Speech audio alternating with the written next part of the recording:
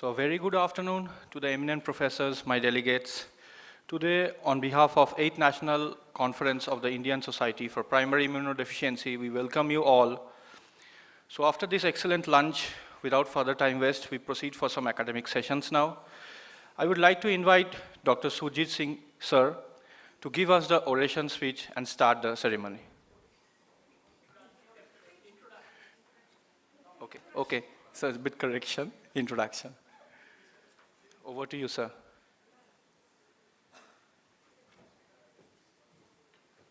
Okay, good afternoon. So this is a continuation of the journey which started in 2010 in New Delhi, and when we started the first conference of the Indian Society for Primary Immune Deficiency. And since that time, I think we have become stronger and the group has spread. Several centers have come up all over the country who are doing very good work in primary immune deficiency. And this meeting in Kolkata is very special because I think this is in this meeting we have had the largest number of abstracts submitted for presentation. We have never had so many abstracts submitted. So this is also the first time that Kolkata is hosting this meeting. So that also makes it very special. So with this, I would now request the organizers to start the first session. Thank you very much.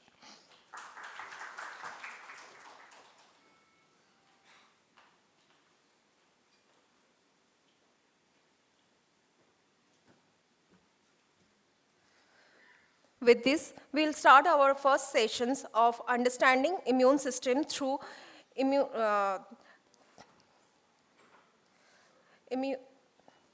deficiency lenses, through lens by Dr. Amit Rawat. I would like to call Dr. Amit Rawat, sir, on the stage.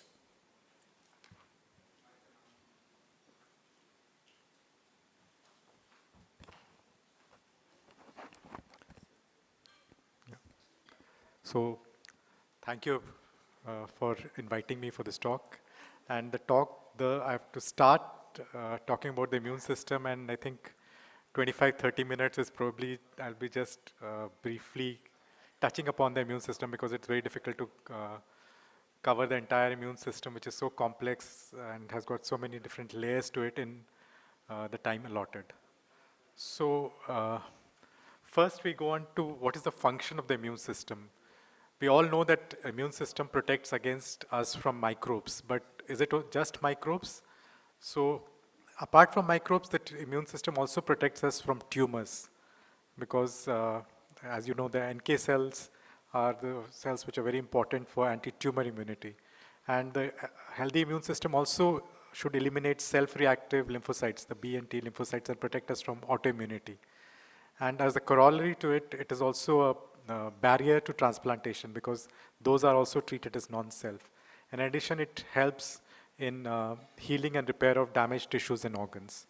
So we all know that the immune system helps in fighting microbes, but these are some other key things that we should keep in mind.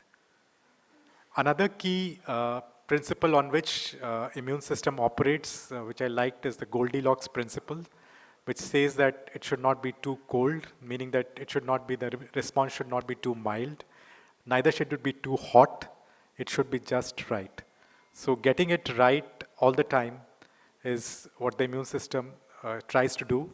And if the immune system doesn't get it right, if it is too cold, you get infections, autoimmunity, and if it's too hot, you get another set of diseases which are known as autoinflammatory diseases caused by gain of function. So this principle of the Goldilocks principles of getting it just right is very important in the immune system, and this is one of the principles on which it operates. Another important concept of the immune system is immunological equilibrium. So whenever there is a offending pathogen or there is there's activation of immune system, you have got effector and memory T cells, also effector B cells and plasma cells. But then when the threat is removed or it's no longer there, these have to undergo apoptosis and they have to be eliminated. and you'd also have to have a tight regulation. Otherwise, uncontrolled activation of either of these cells can cause havoc. So the immune system is composed of different layers, and so you've got epithelial barriers, mucosal barriers, which constitute the innate immune system. You've got different molecules. I've just skimmed through a few of them. The complement, which then there are the different cell types in the innate immune system. These are the myeloid cells, predominantly the granulocytes, monocyte macrophages, the dendritic cells. Another important class of cells which have been described in the past decade are the innate lymphoid cells, the ILCs. And then you've got the cells of the adaptive immune system, the B and the T cells. So I think most of us have seen this figure from Abbas Immunology. So the main two main pillars of the immune system are the innate immune system and the adaptive immune system. The innate immune system, as I've said, constitutes not only the immune cells, but also other molecules and also which are required for immunity, like even the epithelial and the skin barrier, different proteins which are secreted, and then you've got these different cells. And the adaptive immunity is composed of this T and B lymphocytes. The B lymphocytes produce antibodies, and the T lymphocytes are important as they are effector cells in immune response. And the bottom, on the x-axis, you see the time after infection. So the innate immune system is very rapid. It doesn't require a pre-exposure or pre-processing. It is active on its own. And whereas the adaptive immunity takes some time to kick in. And this figure again shows the different molecules and cells in the innate and adaptive immunity. And there are intersections. For example, some of the T cells in the natural killer T cell, NK T cells, they have features of both innate and adaptive immunity. So when we look at innate and adaptive immunity, we usually view them as watertight compartments, but they do talk to each other, and innate immune response is also important, or activation of innate cells is also important for an effective adaptive immunity. And in terms of the differentiation between the two, the reactivity to non-self is present in both. So either the components of the innate immune system or the adaptive immune system should not react to self molecules. And this is also one of the basic tenets of immunology, that the immune system should be tolerant to self. It should not attack your own cells. Then the diversity in innate immunity, the diversity is less or very low. Whereas in adaptive immunity, the diversity is immense. Both the T and B cells have got more than 1 million of orders of diversity. The specificity in the innate adaptive immune system is to molecules or moieties which are present in related series of related microbes, whereas in adaptive immunity, the recognition of vast number of microbial and non-microbial antigens can be done. Memory is very limited in innate immunity, whereas adaptive immunity has got very exquisite memory. And rapidity, as I've already said, the innate immune system is rapid in response. So it's called the first to come out when there is a threat, and the adaptive immunity, it's slightly more slow and delayed. So in terms of the molecule, so there are molecules and soluble molecules which are secreted, or there are cell-associated molecules in innate immunity. And in the cell, in the secreted molecules, the most important ones are the complement, which is a collection of proteins which are important for immune system. Then there are collectins and fecolins, and then there are pentraxins. And the other molecules which are very important are these pattern recognition receptors, and these include the toll-like receptors, the NOD-like receptors, the RIG-like receptors, the DNA sensors, and the cytosolic receptors. And they are important in terms of recognizing different pathogens, damaged tissue, and then responding effectively in a rapid manner. So in terms of the location of these pattern recognition receptors, they are very strategically located in terms of the pathogens they have to recognize. For example, the TLRs which have to recognize the bacterial cell lipid or the fungal polysaccharide, they are located on the cell surface, whereas TLRs which recognize microbial RNA or DNA, they are located in the endosomes. So these, the strategic location of these TLRs is also important in terms of the pathogens they have to look at. And they are also have got different specificities. So the PAMPs, the pattern association the pathogen associated molecular patterns, which are present on bacteria, fungi, or viruses, they are recognized by these TLRs by different classes, by different TLRs. And these are also important because mutations in some of these TLRs have been associated with some specific forms of inborn errors of immunity.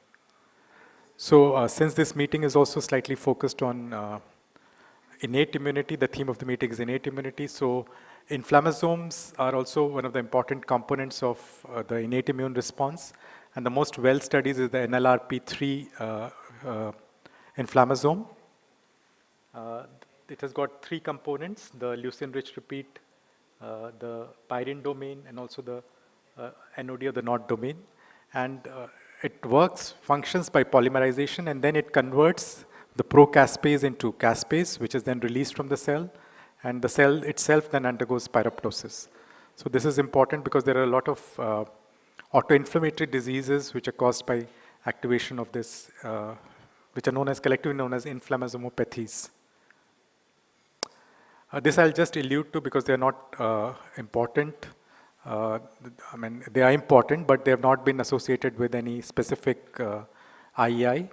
But defects in some of the even adaptive immune cells have been associated with defects in some of these innate lymphoid cells, the ILCs.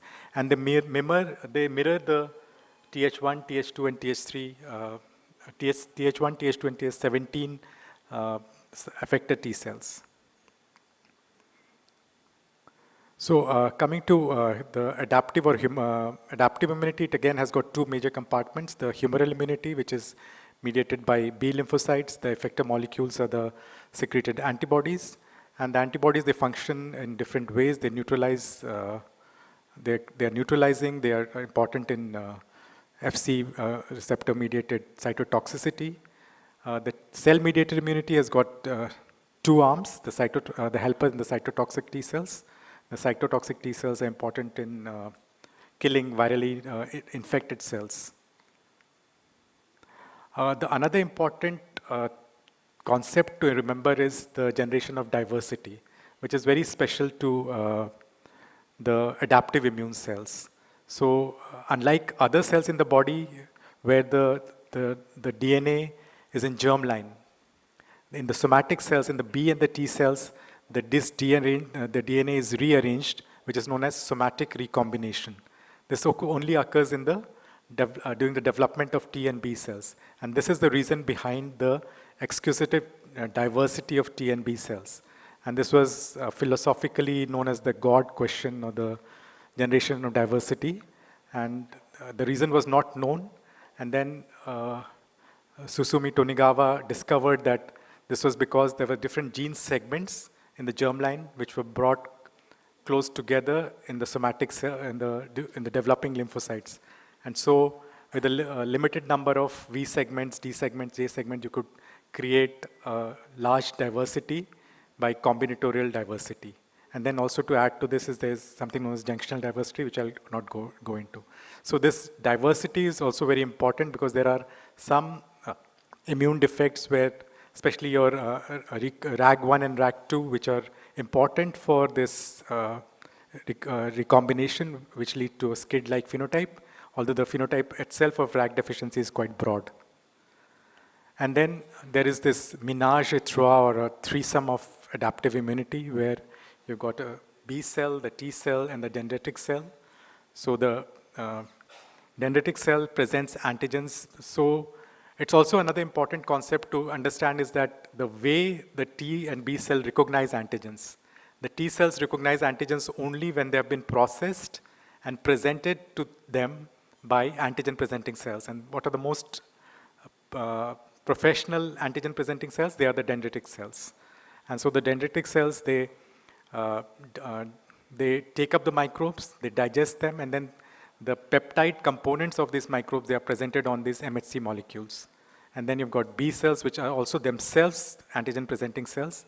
And so this crosstalk between T, B, and NK cells is very important.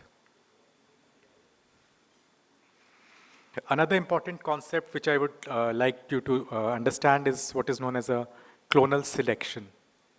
So the lymphocytes which are maturing in the regenerative organs, they develop in the absence of antigens. I mean, the receptors are already there. And when a cognate antigen is encountered by one of these receptors, it undergoes proliferation, which is known as the theory of clonal selection. So that is very important. It is not that the receptors are preformed. Both the antibody receptors and the T cell receptors are preformed. They are not formed upon encounter of antigen. This is also a very important concept to understand. And this figure here shows the primary and secondary response in association with B cell development. And this again shows that same in the context of T cells. So just to summarize about the adaptive immunity, the recognition of B cells is directly by the antigen receptors. The antigen receptor of the B cell is basically the antibody molecule which is present in the surface, but it can also be secreted out. And this is important for neutralization of the products of microbes. It is important for phagocytosis, and it's also important for complement activation. And then you've got the helper T lymphocyte, which gets activated upon presentation of antigen by an antigen-presenting cell. This is what is known as the first signal, but then it requires a secondary signal or a co-stimulation to get activated, and then it secretes cytokines, which leads to activation of macrophages, inflammation, and then also proliferation and activation of T lymphocytes. The cytotoxic T cells, again, is activated upon an infected cell which is displaying the antigen. This is in the construct of MHC class 1 molecule. And then when this is identified, it results in the killing of the effector cells. And then another important is as a regulatory T lymphocyte, which is important for peripheral tolerance, which I'll be alluding to later. So another concept which is very important to the immune system is the development of tolerance. So what is tolerance? Tolerance is nothing but a non-reaction to or non-recognition of self. So you don't react to self, and this takes place by the two processes. One is known as the central tolerance, which occurs for the T cells, it occurs in the thymus. And in the thymus, there's a molecule which is known as AIRE, or autoimmune regulator. So this gene results in expression of self-antigens on medullary epithelial cells. And so the T cells are educated not to respond to self-antigens. And the T cells which are highly reactive to your self-antigens, they undergo apoptosis or deletion. In the peripheral tolerance, you've got other molecules which are involved in co-stimulation. And also the peripheral tolerance also occurs through regulatory T cells. In the B cells, there's another process which is known as receptor editing, where B cells which have got high specificity to self cells, they undergo editing of the receptor so that they are no longer active against self cell. I mean, the mechanism of receptor editing is more important in B cells when compared to T cells, and it is the main mechanism of development of central tolerance for B cells. This again highlights the same. The thymus is the organ for negative selection in the T cells, and also the development of these thymic T regulatory cells, which then the cells which have got very high affinity to the self-antigens. This is a medullary epithelial cell which is presenting the antigen, and the cells which have got very high affinity, they will undergo apoptosis.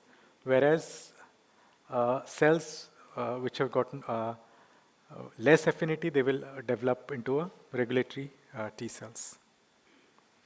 So in terms of IEI, you can think of three layers: the immune sensors, the immune relayers, and the immune executioners.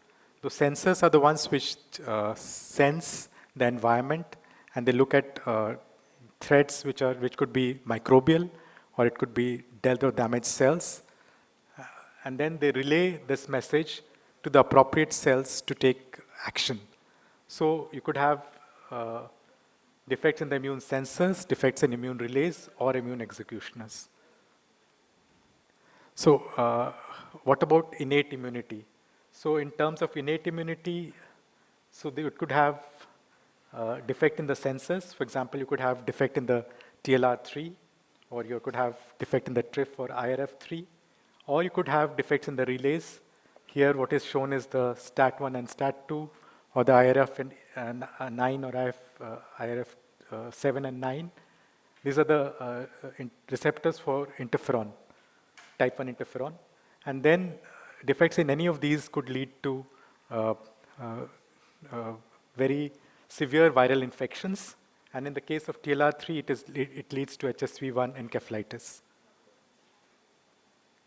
So in terms of phagocytes, again, you could think of it in terms of these three: the sensors, the relays, and the executioners. In the case of the phagocytes, the phagocytic defects, the executioners are the phagocytes, which are killing the engulfed microbes. And the illustrative IEIs in this phagocytic defect is chronic granulomatous disease, which I'm sure all of you are familiar with. But then there is leukocyte adhesion defect, where you've got defect. The most common one is the type 1, where you've got defect in the integrin, beta-2 integrin, which is CD18, or you've got type 2, which is also known as the Bombay blood group, where there's a defect of glycosylation, or LAD3, where there's a defect in FermT3. Or there could be invasive bacterial infections with some of the innate sensors, like MID44 or IRAC4, which are associated with invasive bacterial infections. However, the response to this is muted, in the sense that you don't have very high fever or a very high CRP, despite having a severe invasive infection. These are seen in typically your MID88 and IRAC4. So this figure highlights the different genetic defects which are seen in chronic granulomatous disease in the NADPH oxidase pathway. There are different molecules involved.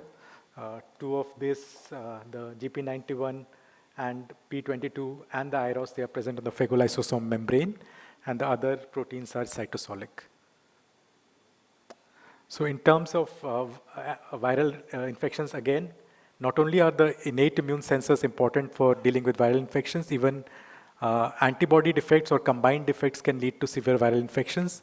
And this is because neutralizing antibodies are also very important for antiviral defense. And in patients with X-linked agammaglobulinemia, you see enteroviral meningitis, which is very common because neutralizing antibodies to these viruses are not present. And then combined defects, especially different forms of SCID, they can also lead to impairment of this antibody response. The antibacterial, antifungal responses, again,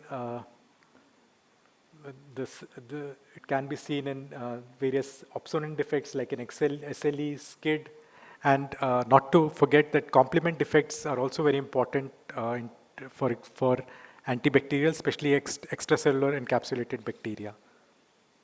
And then antiviral responses, I have said already, are very important for combined defects as well. And the infections that you can see here are enteroviruses, respiratory viruses, or bacteria. There are some defects which are very specific, like the defect in the IFN gamma IL-12 axis. And this is very important for dealing with mycobacteria. So this group of disorders are known as Mendelian susceptibility to mycobacterial disease, where there is a defect in the IFN gamma IL-12 axis. And these are the different proteins which are involved.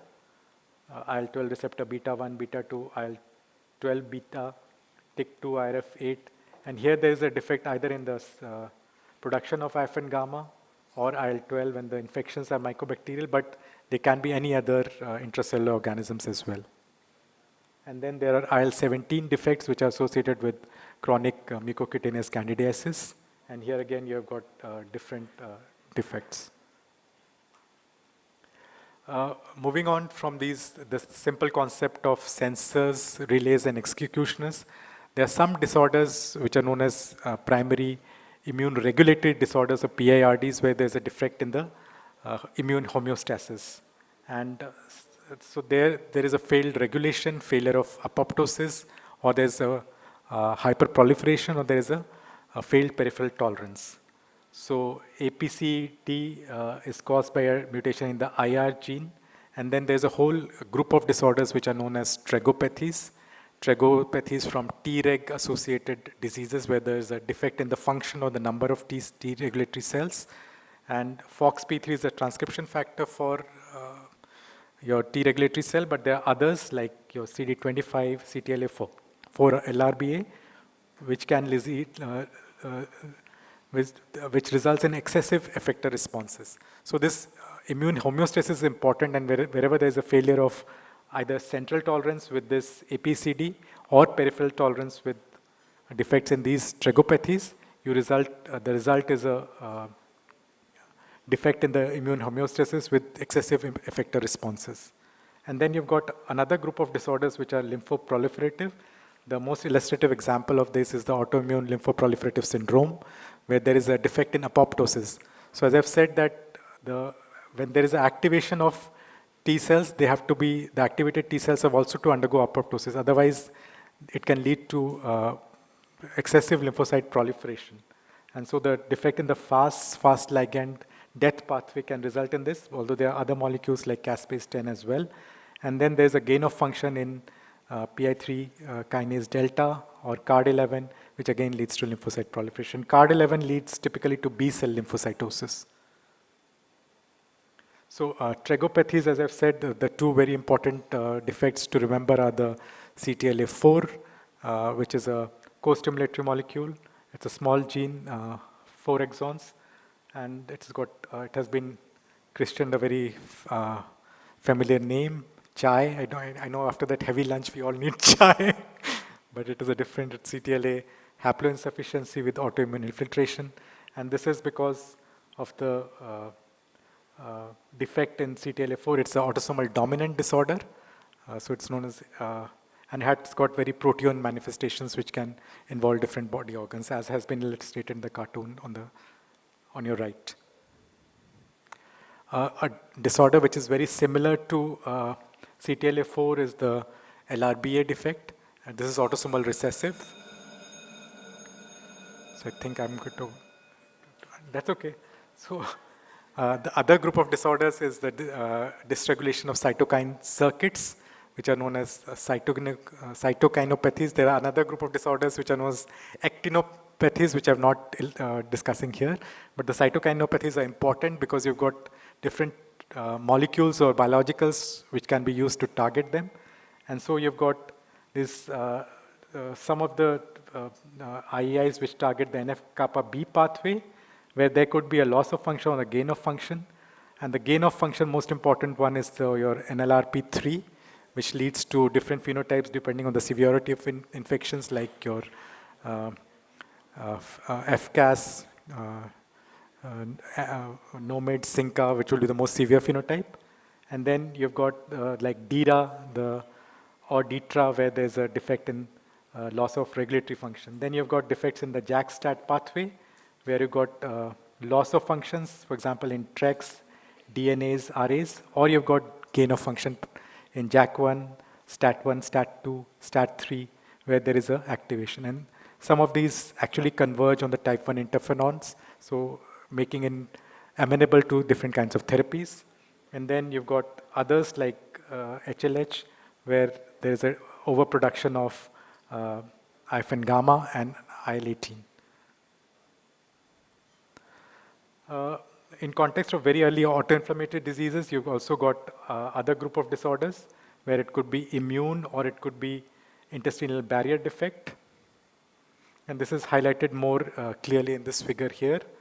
So in adaptive immunity, you've got a host of different immune defects which can lead to very early onset IBD. It could be seen in the context of autoinflammatory diseases as well.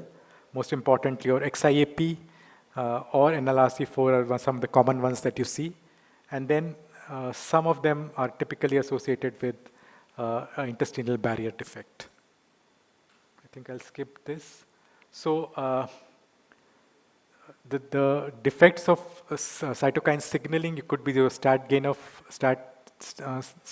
functions, you activated PI3 kinase delta. There could be diseases of T cell hyperactivation, HN related diseases. You could have autoinflammatory diseases, which I've highlighted, your inflammasomopathies and disorders of Day's signaling. Or you could have specific disorders like your Mendelian disorders of autoimmunity, where you've got trigopathies and defects in lymphocyte signaling. I think I'll skip this. So just to end, the immune system operates in different layers, and defects in any of these arms, like T cell development, genes involved in T cell development and function can lead to IEI.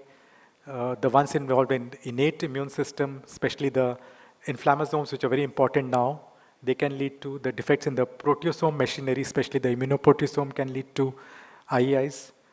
Defects in the production of antibodies, for example, defects in the B cell development or B cell maturation, like your X-linked agammaglobulinemia, autosomal recessive forms of hypogammaglobulinemia or CVID can lead to IEI. Defects in Treg function, for example, in IPEX and other trigopathies. And then defects in T and B interactions, and the most illustrative of this would be your CD40 ligand defect or a CD40 defect. And then a majority of these IEIs would present with a defective antimicrobial immunity. Thank you. Sorry if I skipped more than the time allotted. It was very daunting for me to cover it in 30 minutes, but I thought maybe. I hope it was, I don't know. Any questions, I'll be happy to answer. Or we have to take it at the end.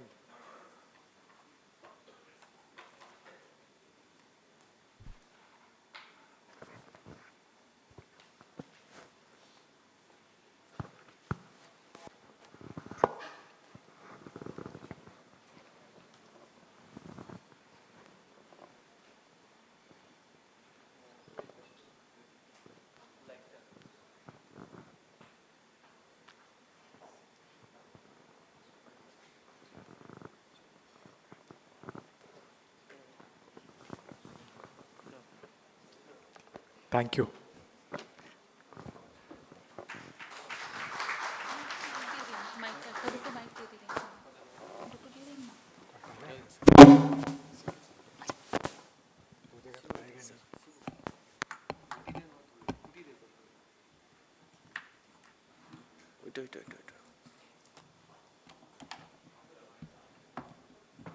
So moving on to our next session, I would like to invite Dr. Mukesh Desai to give a valuable insight on when to think inborn errors of immunity in a clinical setting. Thank you, sir. Over to you.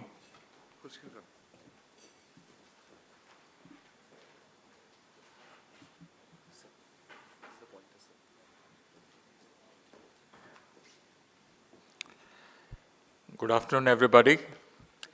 At the outset, let me thank all the organizers for this wonderful opportunity to talk to you about various patterns which we need to recognize to suspect inborn error of immune deficiency. You couldn't have a better introduction than what Dr. Amit Rawat gave you. He not only outlined all the arms of the immune system, he talked about the hemostasis, and also, very importantly, he told you about what immune defect can happen in various arms of the immune system, making my job very easy. I think we must appreciate that some of the molecules' name we may not remember, but then remember, if you don't remember, there's always a chat GPT or a perplexity to help you. So don't get frightened by the names which are spoken over here. The short form, sometimes even we don't know, and we'll look it up. So I want to begin by thanking my department at Vade Children's Hospital. Whatever I'm presenting is all that which is done by all these lovely people over here. And couldn't thank my mentor, Dr. Karim Boy, for dragging me into immune deficiency. Now, why is it important to make a correct diagnosis? The reason I'll share with you is that of two cases where this is a doctor himself who had a severe neutropenia since last 12 to 14 years. His absolute neutrophil count would be around 100 to 150. He was evaluated by two hematologists. Both of them had done a bone marrow examination, and his final diagnosis was a unilinear cytopenia myelodysplastic syndrome. Now, when this patient came to me, he had shown an excellent response to GCSF, but like typical, all doctors are not good patients, that much I can assure you. He was not a good patient. He would stop taking his GCSF and his neutrophil would come down. So while we are evaluating his history, there was a very interesting history which came, was that he would have oral ulcers right from very early in his childhood, which he could remember. So that gave us a very interesting clue that this could be all right from the beginning and not so late in life at the age of 28 or 29 when he had the first recognition of neutropenia. And another interesting thing which we found was that he has undergone a surgery for an atrial septal defect. Now, this too very important clue. We were suspecting a congenital neutropenia for him, and the heart surgery thought because he has a syndromic congenital neutropenia, probably a glucose 6-phosphatase 3 deficiency, and that was our clinical impression. Once again, I want to highlight for all of you in this era of genomics, please don't forget your clinical outlook, because the clinical history still, you will have to go back after your genomic report is in your hand and correlate with what is the gene which you are seeing. So we suspected a glucose 6-phosphatase 3 deficiency, sent his exome, the report came as homozygous glucose 6-phosphatase 3 deficiency, and he was put on an anti-diabetic agent. I can't pronounce it, so I'll use the trade name, Jardiance, and with that his neutrophils from 150 went to 4,800. So this is the power of making a correct diagnosis. Same thing about this child. He was born at Vade Children's Hospital, had an MR and TR, tricuspid regurg, since birth.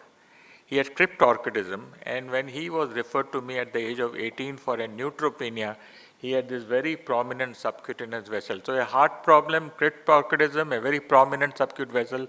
Once again, a glucose 6-phosphatase 3 deficiency was suspected, and he turned out to be so on exome, and treatment with Jardiance caused improvement in his absolute neutrophil count. So I think, friends, it is very important for all of us to make a correct diagnosis.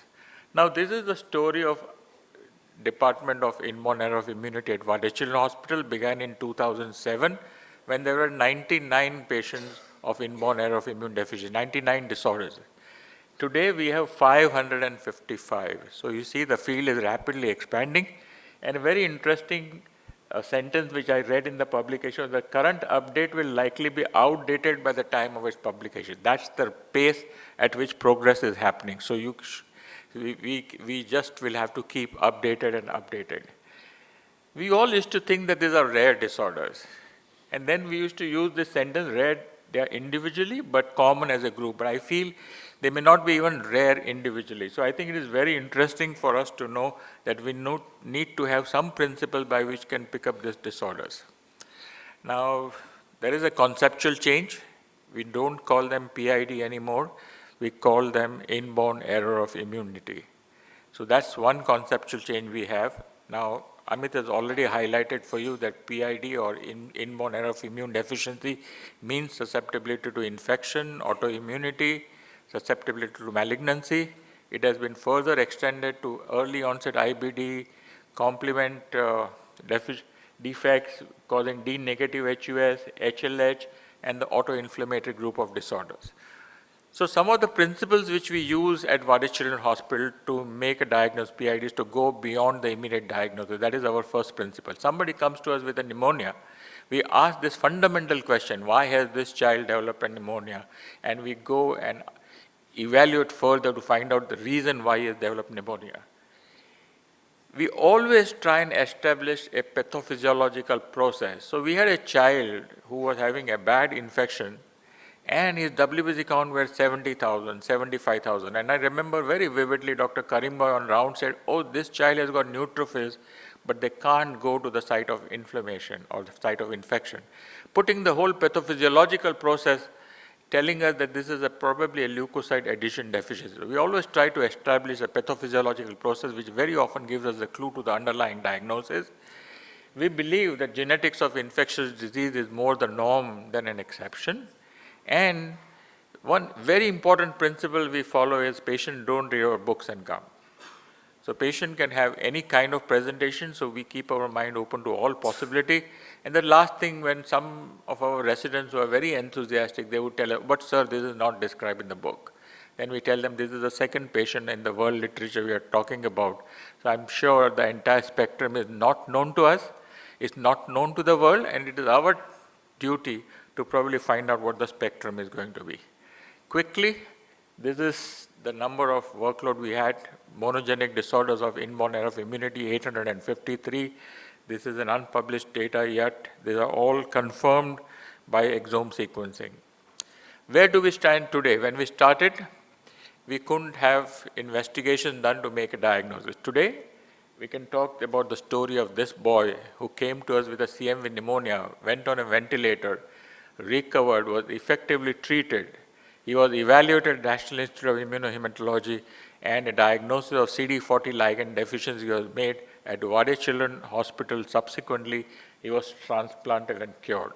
And I think this is the story of success we are seeing over last decade. And I think this is effort with all the pioneering immunologists in this country who have made this possible to have this success story going on. And I think we need to better this story, and this is where we stand today.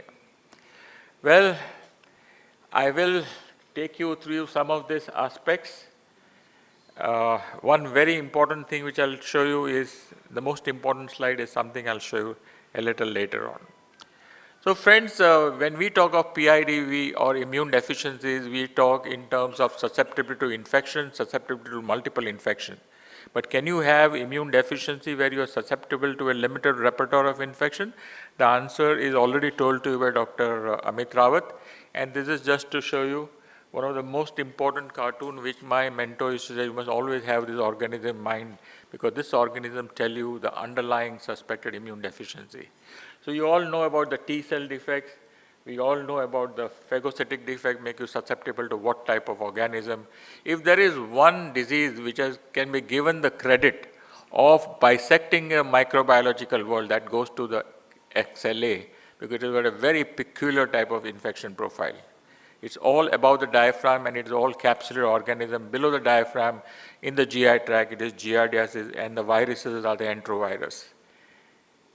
Then we have susceptibility to common organisms like staph.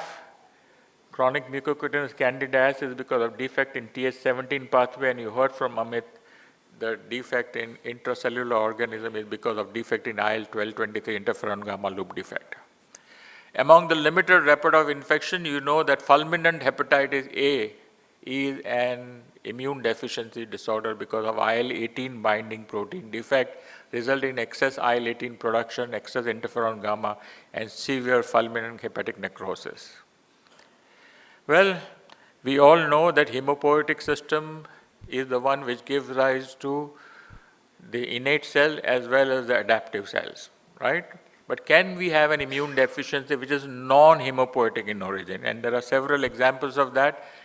Fulminant influenza or lethal influenza A pneumonia can be defect in toll-like receptor 3, IRF7 and IRF9, which is present in the pulmonary alveocytes, so the defect is related more to the lung, and this never happens in patients who have severe combined immune deficiency. EVER1 and EVER2 deficiency is because of defect in the keratinocytes, making you susceptible to getting severe fulminant wart. You all know that complement 5 to 9 deficiency gives, or other complement deficiency is produced by the liver. So this is also a non-hemopoietic inborn error of immune deficiency. Now we all know about the genetics, so we know that one gene can give rise to one disease, but you can have one gene also give rise to multiple clinical phenotypes. And you can have multiple genes cause one phenotype. So here are some examples of that. RAG1, RAG2 deficiency can cause severe combined immune deficiency, it can cause Omenn syndrome, it can cause susceptibility to EBV, and it can cause granuloma formation. And you have Mendelian susceptibility to mycobacterial disease, where you can see multiple genes giving rise to one clinical phenotype of susceptibility to mycobacterial disease. You have Th17 pathway defect, which make you susceptible to getting chronic mucocutaneous candidiasis. And I think we must remember that the T cell deficiency gave rise to mucocutaneous candidiasis, while phagocytic defect gave rise to invasive candidiasis.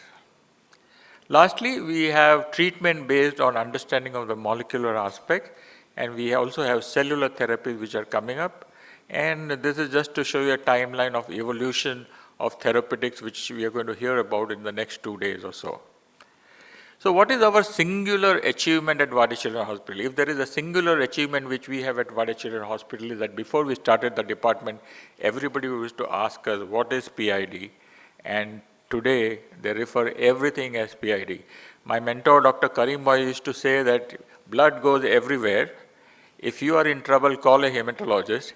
He will connect everything and give you a diagnosis.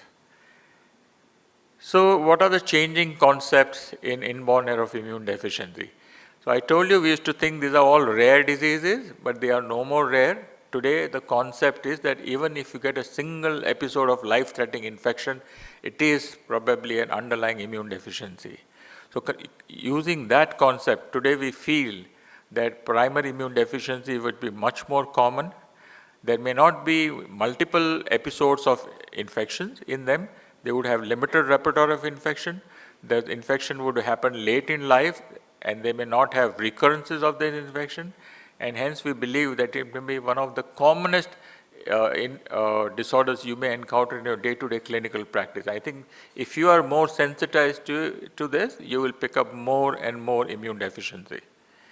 Now for all of you youngsters over here, I want to tell you that it's possible for all of you not only to make a clinical diagnosis, but even a molecular diagnosis. And it is very easy. If I could do it, anybody could do it. So this is a child which came to us with a large BCGosis, had a liver spleen, and Dr. Karim was so excited, she'd call me, come straight to the ICU. And this child, she asked me, what do you think this is? So it was obvious it was BCGosis. Then she asked me, what do you think is the differential? I said, it cannot be skid that the child has no failure to thrive. At 10 months, the child looked very healthy and had a weight of 9 kg. So she said, if it is skid, you would have severe failure to thrive. So since it doesn't have failure to thrive, it's probably a Mendelian susceptibility to mycobacterial disease. And the commonest molecular defect is IL-12 receptor beta 1. That is what we suspected in this patient. And Dr. Casino, I think it was Dr. Kumar Ratne who did the workup for us and showed that patient had IL-12 receptor beta 1 defect. If you ever see a multifocal bone tuberculosis, as you can see in this particular patient, this patient, you can suspect a partial dominant interferon gamma receptor defect or an autosomal dominant STAT1 defect. So these are molecular defects that are very characteristically associated with this anomaly. Both of them didn't turn out were negative in this patient. This patient has got a new mutation, which may be the new mutation, a new gene which is making you susceptible to MSMD, which will be, I think, published very soon.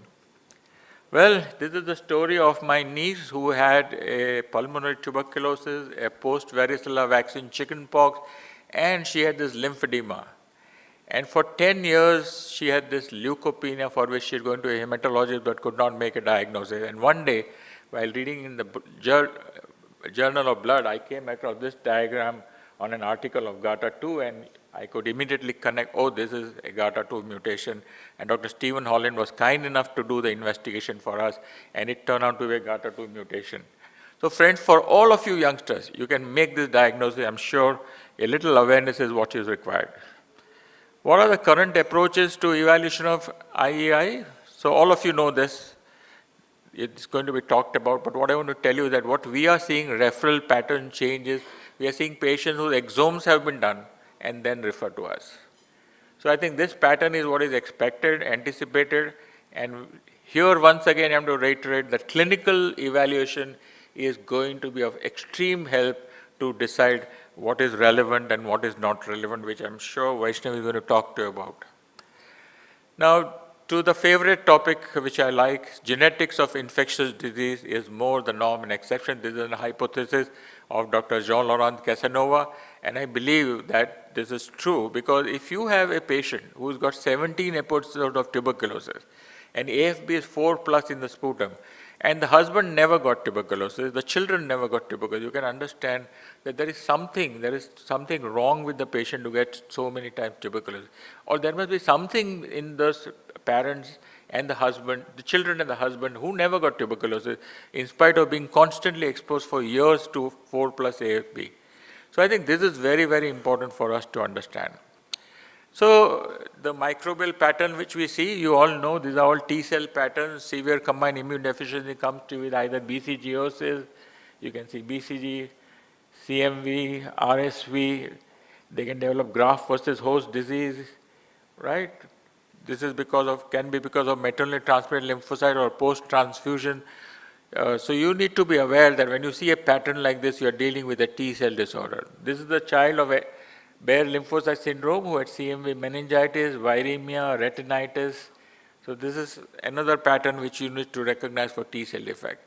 For B cell defect, it is all above the diaphragm. So pneumonias, sinuses, ear infection, ear infection. What they are prone to is they get giardiasis.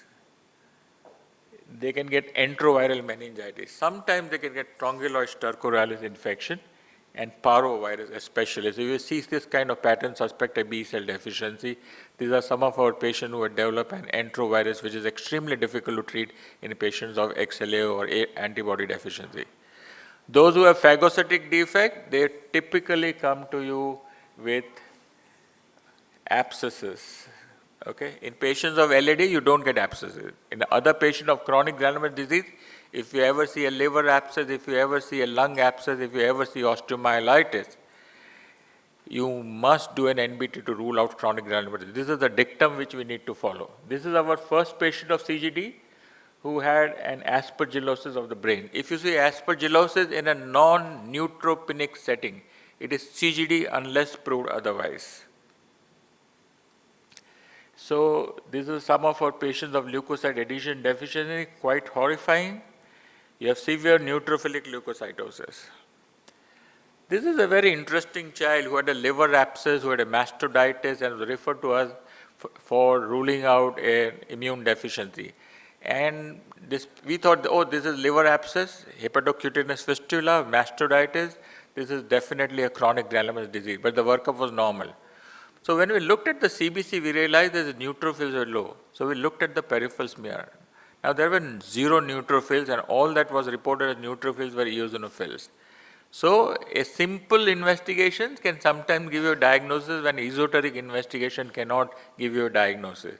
So very important, don't forget to look at simple tests like peripheral smear for giving you an absolutely 0 neutrophil count.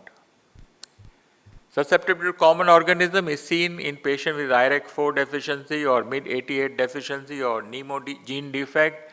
These children have large infection but subdued signs of inflammation because these affect the inflammatory pathway. And as other inflammatory pathways take over, as they grow, they become better and better. If you see a staph cold abscess like this or a staph pneumatocyst like this, all of you will suspect an hyper IgE Job syndrome. This is another patient who has an IL-6 ST deficiency with staph susceptibility. Chronic mucocutaneous candidiasis, I think Amit has already told you about AIRE gene defect, EPSID, and this is our patient of EPSID deficiency with dental enamel aplasia, severe CMC, and had diabetes and autoimmune neutropenia. Gain of function STAT1 will come to you with chronic mucocutaneous candidiasis, as you can see over here. If you have invasive candidiasis or invasive fungal infection, this is a slide which is shared by Dr. Koneti Rao from NIH, and the story of this child who got a very funny fungus, home mycosis. At the age of 9 years, she was CARD9 deficient, which causes invasive fungal infection. So please remember, if you have invasive fungal, think of CARD9 or a phagocytic defect. IL-12/23 interferon gamma loop defect, this is a publication from India of 57 patients of Mendelian susceptibility to mycobacterial disease.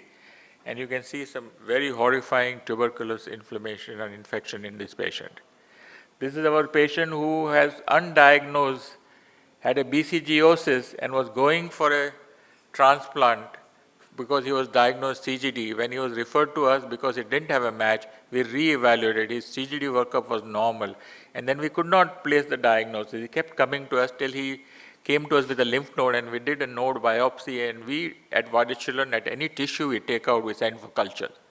So when the culture, the pathologist, microbiologist called up and said, I'm growing a very funny organism. I said, what is the organism you're growing? She said, I'm growing non-typhi salmonella. So if you grow non-typhi salmonella, we said, oh, thank you so much, we know what is the diagnosis. This patient has a Mendelian susceptibility to mycobacterial disease, probably an IL-12 receptor beta-1 defect, which is what he turned out to be. So organism very often give you a clue to the diagnosis. This is a story of a young girl who had a MAC infection of multiple bones, cutaneous MAC infection. She turned out to be partial dominant interferon gamma receptor, which I told you before, multifocal bone tuberculosis, atypical mycobacteria, suspect partial dominant interferon gamma receptor.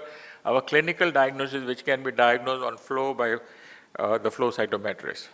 Combination of tuberculosis and candidiasis, commonest cause is IL-12 receptor beta-1 defect.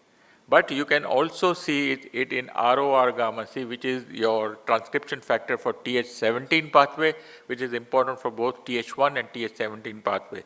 So this is a patient of Dr. Harsha Prasad, and had a CNS candidiasis and tuberculoma, and she had candidiasis of the nail. It turned out to be ROR gamma C. Histoplasmosis is another organism typically seen with Mendelian susceptibility to mycobacterial disease. Story of a young gentleman who had 6 episodes of typhoid in childhood and had now come to this histoplasmosis. Susceptibility to EBV, this is a story of a young 14-year-old boy who came with counts which were jumping from 80,000 to 1,25,000, and somebody sent a flow before looking at the peripheral smear. The flow was reported as acute cytotoxic T-cell leukemia, which is extremely rare. When you look at the peripheral smear, you can see these are all atypical lymphocytes, and this is an infectious mononucleosis. His EBV copies were high, 4,400. He had a fulminant HLH, and he probably has an XLP1 or XLP2, which is what he has. We are suspecting a SAP deficiency, which it didn't turn out to be. So maybe he has got some other genetic mutation which make you susceptible to EBV infection. Now we all know that for EBV control, we need very importantly a proliferation of the T cell, and the cytotoxic T cell then should kill the infected B cell. So when you have defect in the genes which are important for HLH, you get fulminant HLH, and when you have defect in the genes which are important for proliferation because they cannot contain the B infected EBV cell, you get EBV driven lymphoproliferative disorder. So these are the additional genes beside XLP, CD27, 70, which can cause ITK deficiency, which can cause susceptibility to EBV, which can be either a B lymphoproliferative disorder, EBV driven LPD, or which could be an EBV driven HLH or a combination of that. Now please remember, many of these patients will be diagnosed as Hodgkin's lymphoma, and we have now more than 100 patients, but this I'm just showing a limited data where we are now seeing some patients who have been treated as Hodgkin's lymphoma actually were EBV driven lymphoproliferative disorder. We have genetic mutations in almost 49% of them. Rest of the 50%, it's left to all of us to have more whole genomes done and find out what exactly they have defect, because we know they are immune deficient. So here is an adult who came to us with extreme degree of EBV-driven lymphoproliferative disorder with EBV copies of 25 lakh copies, turned out to a homozygous TET2 mutation. Now I am in the last 4.5 minutes, I'll quickly run you through susceptibility to some infection which I want to show you before I close. Susceptibility to CMV, right? You have ENOS deficiency, which can make you susceptible to EBV besides the severe combined immune deficiency. Here is a patient who is having severe EBV-related colitis, enteritis, but we couldn't make a diagnosis in this patient. The exome was negative. These are the patients where we need workup to find out what exactly are the new genetic defects which we need to discover. Patients who are treated very liberally with this, with JAK inhibitor. One patient of RA treated with a JAK inhibitor developing severe EBV pneumonia with severe lymphopenia. Now we all know varicella zoster. Hematologists don't like this virus because all our leukemias, if they get varicella zoster, we are in deep trouble. But you can have genetic susceptibility to varicella zoster virus infection because defect in RNA polymerase 3 defect. Recurrent herpes zoster is because of DOC8 deficiency, and here you can see a varicella infection in a patient of leukocyte adhesion deficiency type 3. You can see the kind of different pattern which you are seeing in this patient. This probably may not be described anywhere in the world. If you ever see somebody coming with molluscum contagiosum like this, what will you suspect? DOC8 deficiency. This is a publication by Dr. Vijaya from our department of patients of DOC8 deficiency and the problems they have. This is another patient where we suspected DOC8 deficiency because he came to us with this kind of severe molluscum contagiosum. And when we did his exome, turned out to be an X-Men disease. He has somehow handled his EBV quite well. They're supposed to land up in problem with EBV lymphoproliferative disorder, but we realized that by giving him magnesium, we could control his EBV completely, and this also is a patient who is published. Coming to HSV encephalitis being a primary immune deficiency disorder being published by Dr. Casanova, I think what is interesting is that this picture is not representative, this disseminated herpes. You get only encephalitis because this gene is private to the herpes virus in the CNS only. So this is talking about genetic redundancy which we have. We all talked about what and how ever deficiency can make you susceptible to getting warts. WIM syndrome is another which makes you susceptible.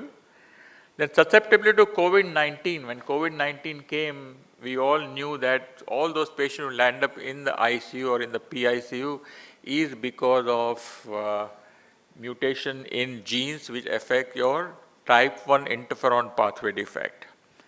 They also found that some of the patients had an autoantibody to interferon alpha. And this patient also developed a fulminant COVID-19 infection. So you can treat some of these patients with rituximab so that you can bring down this antibody. We know that brainstem encephalitis is a primary immune deficiency because of RNA lariat debranching enzyme defect, which was proved by Dr. Casanova's group. Susceptibility to parvovirus, we have talked about. XLA, patients have susceptibility to that. Susceptibility to vaccines. So here is patient of MMR getting into fulminant HLH and fulminant, virus-induced dissemination.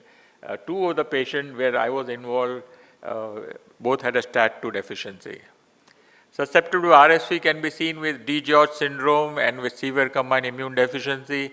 This is a slide which is shared by Dr. Amita Agarwal, susceptibility to cryptosporidium, and that is something which, this is her slide, where you get because of IL-21 receptor defect. And susceptibility to viral infection like recurrent respiratory papillomatosis is because of gain of function mutation in NLRP1 inflammasome. Lastly, let me close by telling you about vaccines. And vaccines can be very treacherous and dangerous in children with immune deficiency. So here is an example of varicella vaccinia. Yellow fever can cause severe encephalitis in patients who have OS1 and OS2 defect. Rotavirus diarrhea in severe combined immune deficiency. And lastly, we need to be careful that we have eliminated polio, but in patients who are immune deficient, the vaccine-induced polio can mutate. And we have a large study which is ongoing to tell us about what is happening to the polio scenario in this country. So friends, I'll close at this and thank you for your patience. And I would like to end by telling you that immune deficiency are one of the commonest disorders you will come in your day-to-day clinical practice. And I would like you to urge you to go beyond the immediate diagnosis, which is your primary thing at hand. There are concepts like every child in the PICU is an immune deficient child. Probably, yes, we can stretch it, but I'm sure they need investigation. Anybody who responds differently needs a workup to find out whether he's got an underlying inborn error of immune deficiency. Thank you very much for a very patient hearing.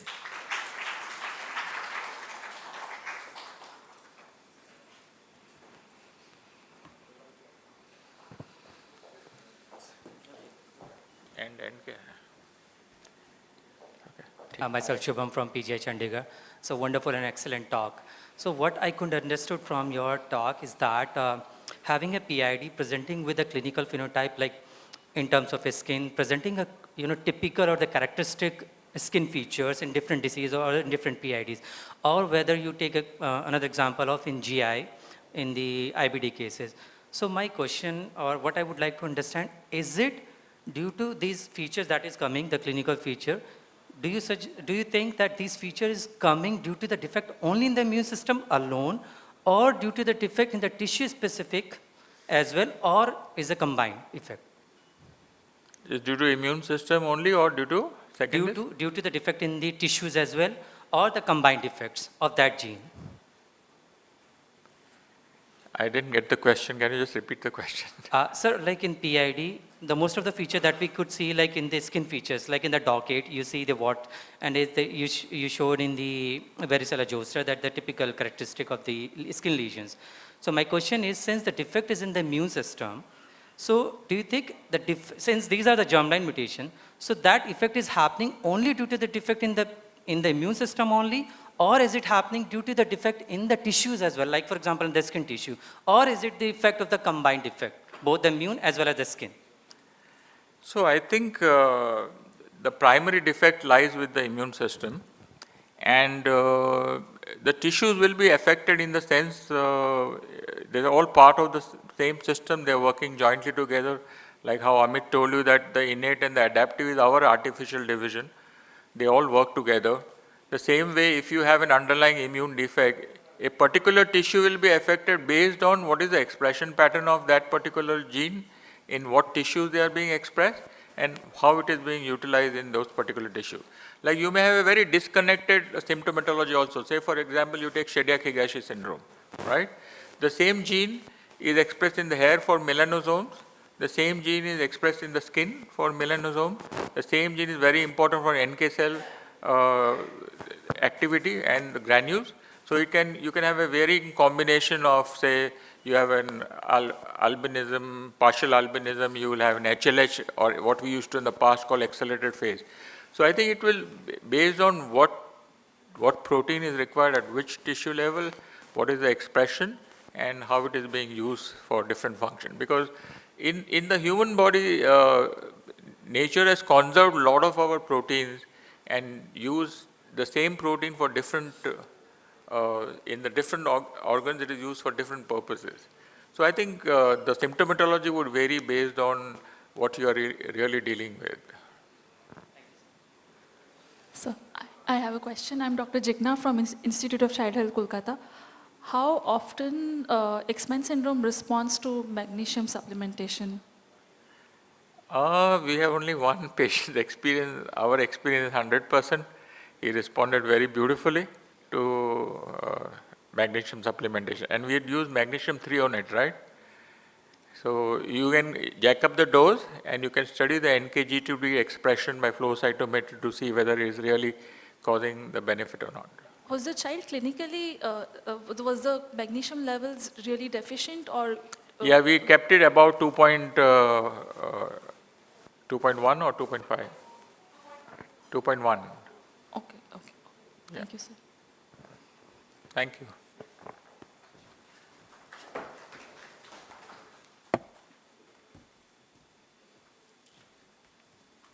Thank you, sir, for giving insights to such wonderful cases.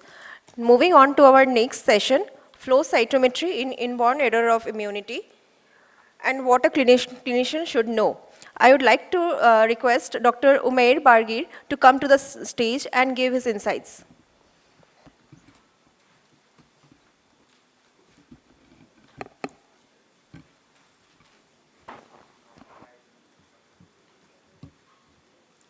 Good afternoon, everyone.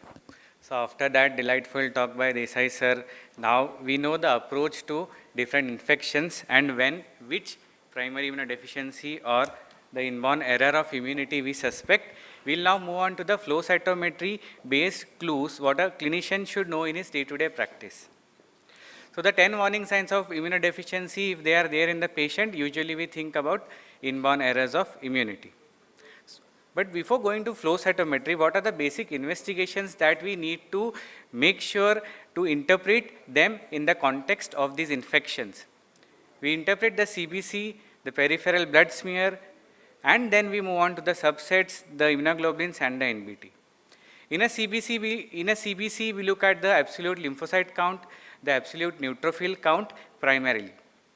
The LFTs, the Coombs test, the underlying microorganism that is present, the CRP, whether it is elevated or it is abnormally not elevated, these all things give a clue towards the underlying inborn error of immunity. Chest X-ray is very important. A basic simple investigation can give you a clue to the underlying IEI and of course the HRCT scan. It is very important to rule out secondary immunodeficiencies like HIV viruses. And sir has beautifully explained the susceptibility to EBV. So in a normal CBC report that you see in your day-to-day practice, the WBC count, the neutrophils and the lymphocytes, of these three, if you are a general pediatrician, you look at the WBC count. If you are like Desai sir, you look at everything. Hematologists will primarily look at the neutrophil counts. But when we suspect inborn errors of immunity, we should also look at the lymphocytes and interpret them in the context of what the differential diagnosis can be. In some patients, as sir has explained, we can have monocytopenia like the Monomax syndrome and we can evaluate for that. Platelet count, of course, when we hear about thrombocytopenia and immunodeficiency, one strong differential comes into our mind. So the lymphocyte count should be interpreted in the context of age. For adults and for children, it is different. There are many causes of lymphopenia and one of them is a congenital immunodeficiency disorder. We need to keep this into mind. Who is this man? Who is he? He is Shah Rukh Khan. He is Raj Malhotra. He is Devdas. He is Rais. He is Don. Based on the external characters the actor plays into his movies, you have different names. Similarly, based on the antigen that is present on the cell surface, the cells are named differently. The T cell can be a naive T cell, can be a memory T cell, can be a cytotoxic T cell, a helper T cell, or the Nobel Prize winner regulatory T cell. And all these can easily be assessed using flow cytometry. So, do you actually get what you ask for? When you've ordered a basic primary immunodeficiency workup versus when you order a lymphocyte subset analysis, or in some specialized labs, you have access to extended lymphocyte subset analysis, what do you actually get and which test is required when? Let us see that. So when we try to talk about the lymphocyte subsets, the things that come into our mind is the B cell, the T cell, the NK cell. At the most, the helper and the cytotoxic T cell. Is it enough to diagnose the underlying immunodeficiency? In certain cases, yes. And when there is lymphopenia, we need to evaluate that with extra care. So there are different ready-made kits available, different flow cytometry based assays are available where you have ready cocktails commercially available that you can easily use. In our lab, we use an extended lymphocyte subset analysis where we not only look at the T cell, B cell and the NK cells, we also look at the naive cell component of the T cells, B cells and HLA-DR expression by flow. It's a 13 parameter advanced panel that we routinely perform. So what is the use of that? As Sir has explained, when we think about severe combined immunodeficiencies, apart from all the clinical features, the first thing that comes into our mind is lymphopenia. But as you all are aware, there are so many different causes of lymphopenia. Is there a marker that will help us differentiate a possibility of severe combined immunodeficiencies from another secondary cause of lymphopenia? So, a classical SCID, you can appreciate these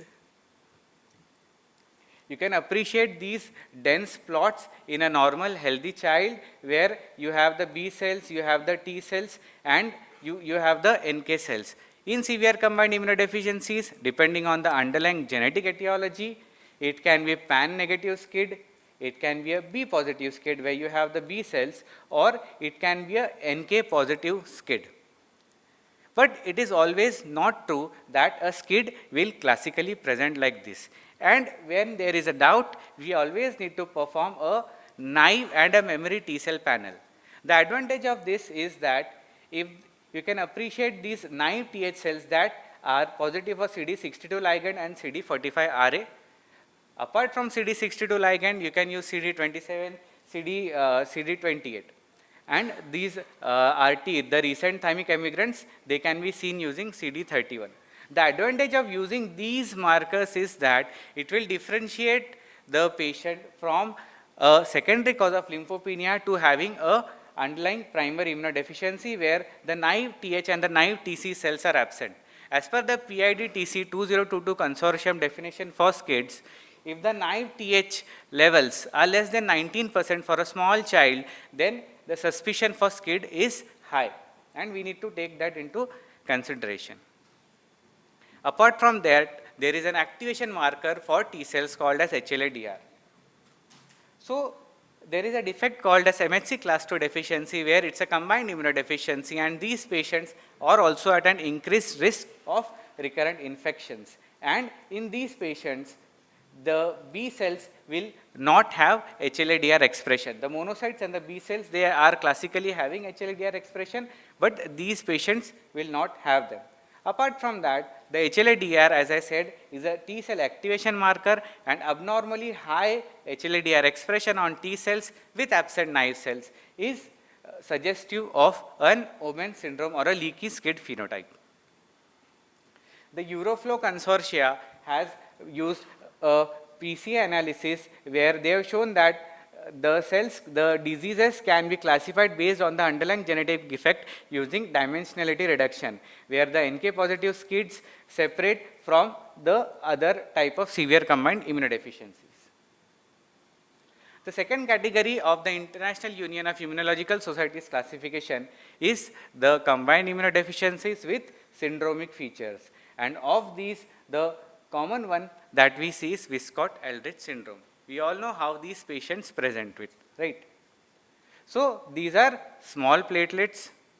The patient may have bloody diarrhea, repeated pneumonia, or sometimes the patient may have isolated thrombocytopenia as the first manifestation.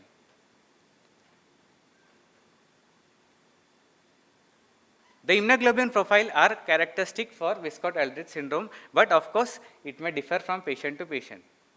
So, sir doesn't agree with that, but when you drink ethyl alcohol, the E and the A levels go up and the mental function and growth go down. That is the IgG and the IgM go down. So, if the pattern is like this, then we may suspect Wiskott-Aldrich syndrome with thrombocytopenia in background, and it can easily be confirmed by using flow cytometry, where usually if the mother is showing a carrier pattern, we see a double peak, and in the patient it is absent.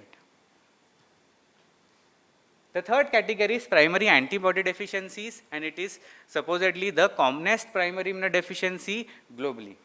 And these are either common variable immunodeficiency disorder or the X-linked A-gamma globulinemia. So, classical X-linked A-gamma globulinemia patient will have absent tonsils, and they will present with recurrent lower respiratory tract infections. If the infections are repeated, may eventually progress to develop bronchiectasis. They usually have pan-hypogammaglobulinemia. The G, A, and M are low for their age-matched ranges. And as the B cells are absent, this disease can be picked up on a basic lymphocyte subsets, but B cells are very tricky. They can spuriously go low in acute infections like abscesses. So this has to be interpreted in caution, with caution. As the B cells are absent, we look at the BTK expression on monocytes of these patients.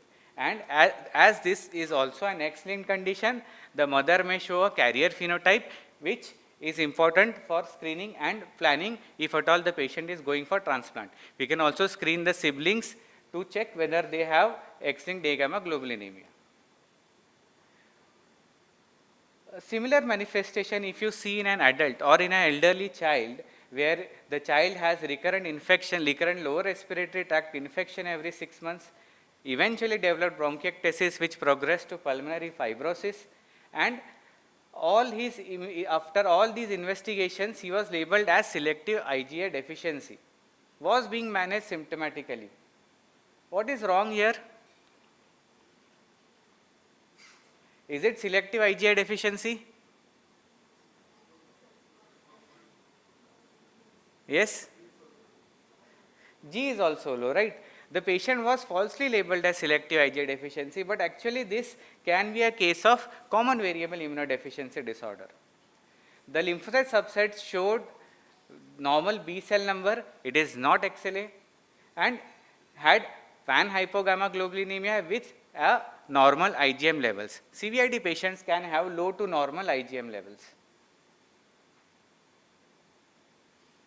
We can use serum globulin concentration, especially in adults, to assess whether the patient may have hypogammaglobulinemia. If the cutoff is less than 18 G per L, then we may suspect hypogammaglobulinemia and can get a serum immunoglobulin level done. The fourth category is diseases of immune dysregulation. So these are the patients whose immune system is on fire. They can have familial HLH or may have increased susceptibility to EBV infection. There are few genes in which these patients have HLH along with increased risk to develop EBV. Depending on who the patient goes to, a rheumatologist or a hematologist, they label it as hemophagocytic lymphohistiocytosis or a macrophage activation syndrome. Essentially, they are both cytokine storm. And if a small child is presenting with these, we should rule out a genetic predisposition for primary HLH. And that can be done using a flow cytometry based assay, where we primarily perform two tests. For FHL2, we perform the perforin assay, and for FHL 3, 4, 5, Shidiak-Higashi and Hermansky-Podolak, we perform the granule release assay. So here you can appreciate that these patients, they have absent perforin expression on NK cells. Whereas the granule release assay, it is abnormal for the monk syntaxin and the syntaxin binding protein 2, and these patients don't show, they show an abnormal degranulation of NK cells, which is assessed using CD107A expression. It's a functional assay that helps in diagnosing primary HLH.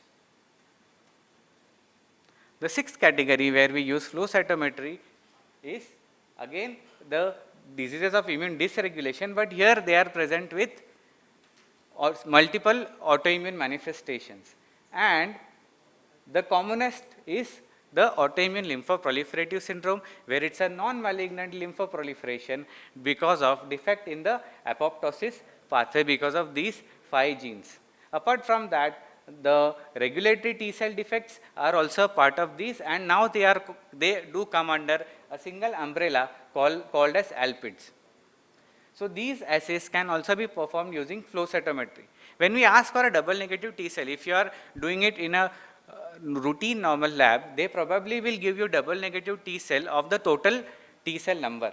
That is, they are T cell which are not CD4 and not CD8 positive. If that is the case, then those levels should be more than 10%. Why? Because these double negative T cells can either be alpha beta T cells or gamma delta T cells. For autoimmune lymphoproliferative syndrome, we are interested in the alpha beta T cells, and they are elevated usually more than 6%. But we need to interpret this with caution as borderline elevated levels, the more than 2.5% cutoff. It can be seen even in other autoimmune diseases like SLE or even other immunodeficiencies like CTLA4 or LRBA deficiencies. The fifth category is the congenital defects of phagocytes. So when we talk about phagocytes, we know we are talking about neutrophils. The neutrophilic defects can be either functional or numerical. The numerical defects and the functional defects, they'll mimic each other. So it is very important to track the previous CBC or monitor the earlier CBC charts to look for the absolute neutrophil count. When we talk about the functional phagocytic disorder, the commonest disease that comes into our mind is chronic granulomatous disease. And it can be done by either a peripheral blood smear based assay, that is the nitroblue tetrazolium test, where you can appreciate the blue-black heterogen complex formed and it is absent in the patient, or a dihydrorhodamine assay which can be done using flow cytometry. The advantage of a DHR assay is that if the mother, there are 5-6 types of chronic granulomatous disease, one of them is an X-linked condition. So if the mother shows a carrier pattern, then she can be an X-linked kid, and these patients, some of these mothers have been reported to have an increased risk to develop autoimmune manifestations. Apart from this functional defect, the numerical defect can be, as sir had explained, previously shown one case of leukocyte adhesion deficiency where the neutrophil numbers are very high. They are all mature neutrophils. They are all mature neutrophils that flood the blood vessels because they are unable to bind to these integrin receptors, and they are not able to go to the site of infection. And we do simple single colored assays using CD18, 11A, B or C to diagnose these conditions. Congenital neutropenia are of different types, and we need to be sure that we don't miss cyclic neutropenia because the patient may have a normal absolute neutrophil count, and a repeated CBC needs to be done to rule them out. They have a classical cyclical pattern. Sir has beautifully explained when we have what type of infection, what type of organism, which underlying immunodeficiency we need to consider. And here a special mention goes to the NTM, the non-mycobacterial tubercular infections like the BCG adenitis. In these patients we suspect Mendelian susceptibility to mycobacterial disease, and these can also be assessed using flow cytometry based assays. I will just show two cases. Now since we are in the era of next generation sequencing, we need to use that with care. So a patient was referred to us by Dr. Deepak Mulchandani. He had from Bombay Hospital, he had a left lower lobe pneumonia, a 4-month-old boy born of a 3rd degree consanguineous marriage, had productive cough, high grade fever. It was a repeated episodes, and the child had failure to thrive. Had crepitations. CBC was fairly normal with borderline elevated WBC count because of the active infection. We did the immunoglobulin levels and the lymphocyte subsets. It was normal. The nitroblue tetrazolium test that was done, it was abnormal. We use a stimulant so that these dye can bind and form a blue-black heterogen complex. The DHR test was also abnormal. The next logical step when we have a phenotypic diagnosis is to go for genetic diagnosis. But CGD is one such disease where the NCF1 gene, it has a pseudogene. What it means is that it usually cannot be picked up on next generation sequencing. Though there are ways, but conventionally we tend to miss them because of the pseudogene. So an exome sequencing was performed, and there was a OAS1 heterozygous variant in this patient. So this variant is a very weak variant. So it was reported as a variant of uncertain significance because it was absent in the normal population. But using all the bioinformatic tools, it is a likely benign variant. So we performed a functional assay to look at the underlying protein. We do a P47 FOX assay for these and it was abnormal in the patient. So it is a case of NCF1 deficiency, but the next generation sequencing did not pick it up.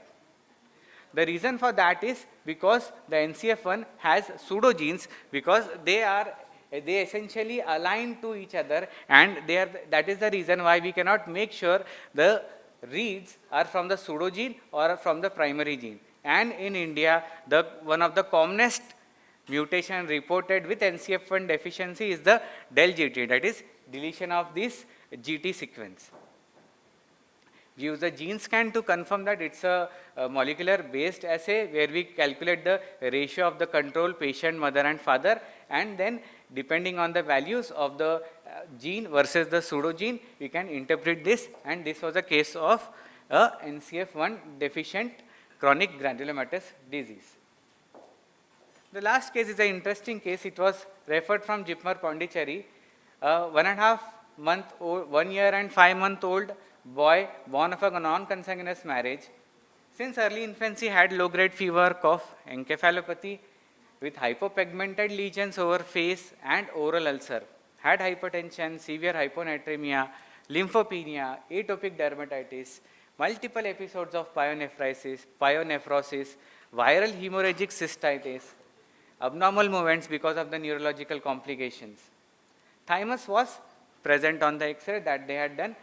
They got a basic lymphocyte subset analysis. Because there was lymphopenia, all the lymphocyte subset analysis were low. And the next possible workup was an exome sequencing, and it showed a variant of uncertain significance. So he messaged me the history, and they had identified a heterozygous variant in the TIC2 gene. Now TIC2 gene is responsible for Mendelian susceptibility to mycobacterial disease, but it's a homozygous condition, except one. It's a homozygous disease. So with a heterozygous variant, though it is less likely, but still possible because deep intronic variants can be missed. Because they had also considered severe combined immunodeficiencies, the first question that I asked is, what were the naive TH and the naive TC cells? Because we need to rule out severe combined immunodeficiencies. As you can appreciate in these serial CBCs, the child has persistent severe lymphopenia. So SCID has to be ruled out. They had not done naive T cells, so we thought, let us do an extended lymphocyte subsets for this case. We performed an extended lymphocyte subset. So the variant that was reported, the mean allele frequency was high. So probably it's a weak variant and may not be leading to the underlying defect. After a couple of days, he messaged that they were able to identify the measles vaccine strain in urine. The NIV Pune, they did sequencing for that, and they were able to identify the measles vaccine strain. Measles is a live vaccine. It is given to prevent measles infection, but this child, because there was no underlying immune system functional, had a disseminated measles infection. So we planned the workup. Now, because there was an underlying innate immune defect possibility and SCID, we planned further functional assays. So we performed an extended lymphocyte subset analysis. Here in the normal child, you can appreciate that the CD27 positive and CD45RA positive cells, the naive TH cells are essentially absent in this child. And the naive cytotoxic T cells are also low. This is mostly a case of severe combined immunodeficiency disorder. But on exome sequencing, it was not identified. So we got the raw data and we reanalyzed the raw data, and there was an intronic variant in the PNP gene. PNP is a gene responsible for severe combined immunodeficiencies, and it was a homozygous variant. The phenotype does match. So on letting the company know that this is a possible variant, they reanalyzed the case and they re-reported this variant as a likely pathogenic variant. Unfortunately, the child succumbed to the illness, but it was a case of PNP SCID. So there are 4 stages of testing for primary immunodeficiencies given by the Jeffrey Model Foundation. The history and the physical examination, like all clinical cases, is the most important. with the CBC and immunoglobulin levels that are to be interpreted with reference to age. Specific antibody deficiencies, response to pneumococcal vaccine and IgG subclass, these are essentially helpful when we have recurrent lower respiratory tract infection. Of these, in India, commonly we have access to anti-tetanus, anti-hepatitis B, anti-COVID, IgG subclass, but conventionally the polysaccharide vaccine response is not available. Then the third stage is the lymphocyte subset analysis, the workup for CGD and the T cell proliferation assays usually performed for combined immunodeficiency disorders. The fourth stage is an array of functional assays, and of these one of the most important is the now with the ease of access the next generation sequencing.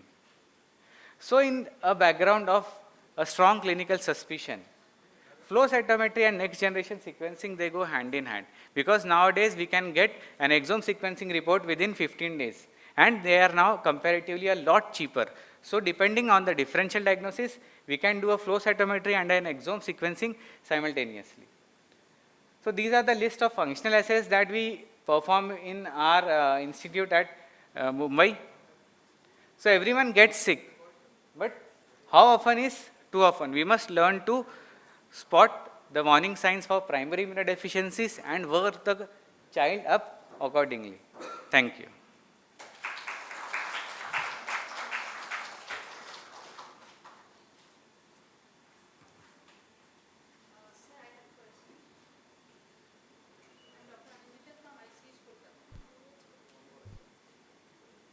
You are talking about that a knife T cell, if they're low, it is in skid. The disorder of immune dysregulation like familial HLH, can they present like with low knife T cell? Because recently we encountered a child who had recurrent EBV infection. So it was a 5-year-old boy who had recurrent history of cough and cold from the very childhood, but did not had any hospital admission. This time child had repeated recurrent EBV infections. We went for the genetics.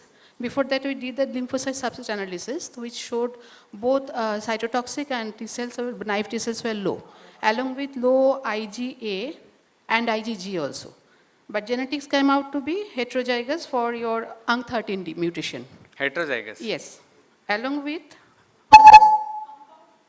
compound heterozygous. Compound heterozygous, okay. Along with another mutation was there, PIK3CD, which was also heterozygous. PIK3 delta can cause combined immunodeficiency type of phenotype. How low was the naive? Naive was... Age, what was the age of the child? Helper was 4.13% and cytotoxic was 2.63%. Yeah, it is very low. Very so low, classically yes. like a skid. Yes. So it can be PIK3, it can be because of that, and we can do two things. One, we need to confirm whether the compound heterozygous variant, is it from a single parent or is it from, one is coming from the father, one is coming from the mother. Is it actually a primary HLH? We can do a granule release assay to confirm that also. So we need to rule that out or rule it in so that we diagnose this type of case. So these dual two genes, they are tricky cases. So one by one we need to solve them. Another thing, the PIK3 variant, was it present in either of the parents? Sanger sequencing, was it done? We have not gone for Sanger sequencing. That we have also the plan has for to, that.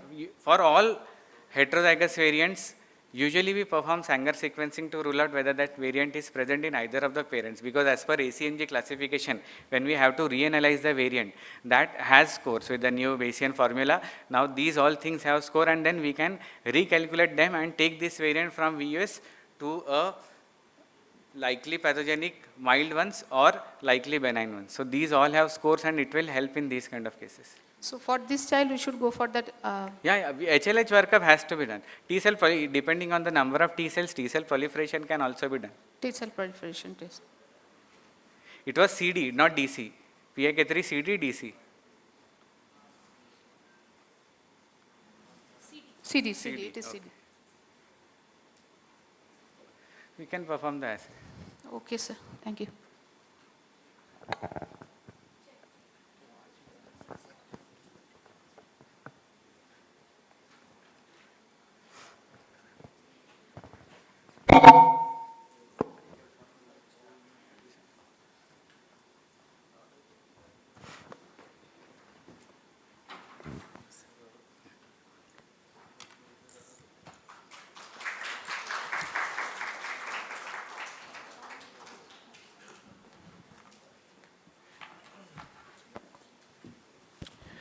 Now moving forward with case-based discussions of inborn errors of immunity in intensive care unit. I would like to invite Dr. Mihir Sarkar to moderate this session. I would also like to invite Dr. Sania Sharma, Dr. Suprit Basu, Dr. Orchon Shield, and Dr. Prabhas Poshungiri for the panelist sessions. Thank you.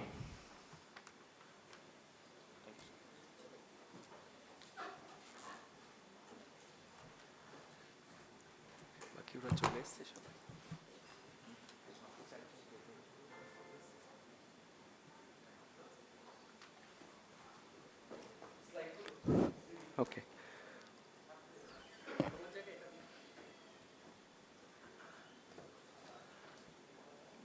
Yeah. So,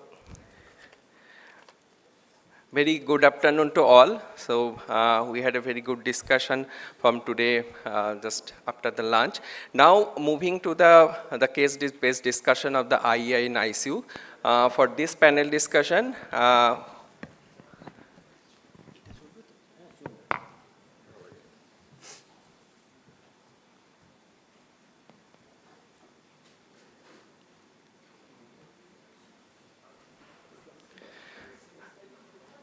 so for panel discussion, we have with us the esteemed panelist, Dr. Sania Sharma, who is the Associate Professor of the Department of the Immunology and Allergy from PGI Chandigarh.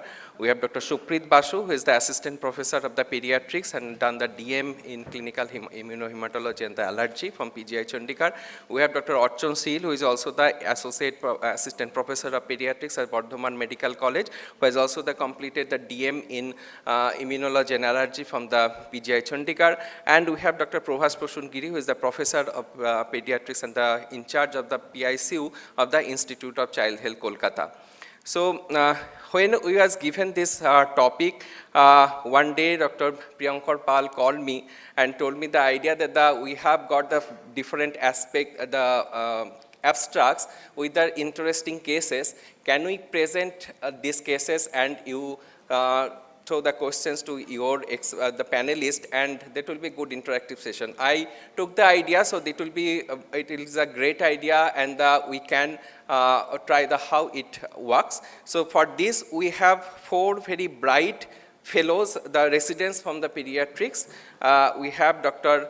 Torun, Dr. Trideep, Dr. Melissa, and Dr. Ujan, who will be presenting their cases, how they have presented, and in between I will pause them and ask our panelists the few questions, how they think about the scenario, how they think about analyze the lab reports, and how they think about the treatment. So that's how we will move.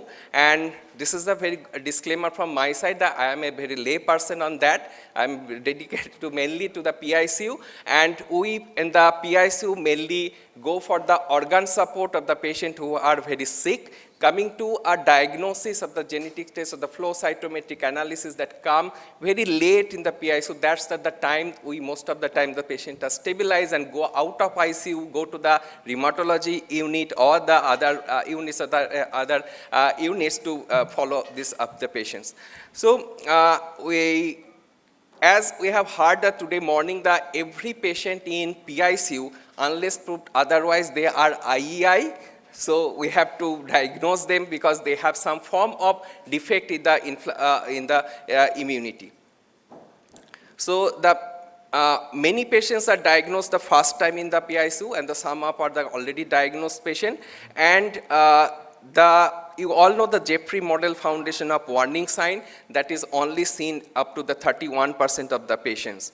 And that's why the spectrum that you are listening from this today, that the various other spectrum of that is the primary immunodeficiency that is going to the changing the shift, and that is broadening a spectrum to the inborn error of immunity. So that's how the warning sign, the classical warning signs are not that can pick up actually very less number of patients with the IEI. So we have to broaden our spectrum and think. So this particular study have shown that in their cohort only around 4.5% of the patients have IEI newly diagnosed, not the old diagnosed patient, and the most common disorder was the immune dysregulation. But if you look at the mortality rate is high, around the 60% is the mortality rate in this patient. So that's why the early diagnosis and the pickup are very important.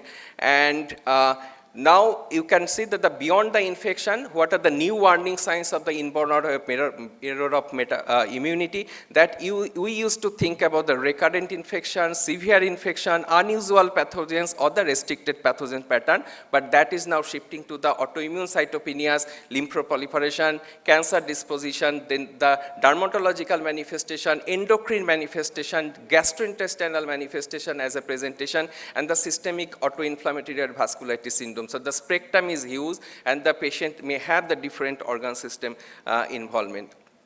So this spectrum of the different categories have already been discussed. So now I will like to call Dr. Ujan to present her case first.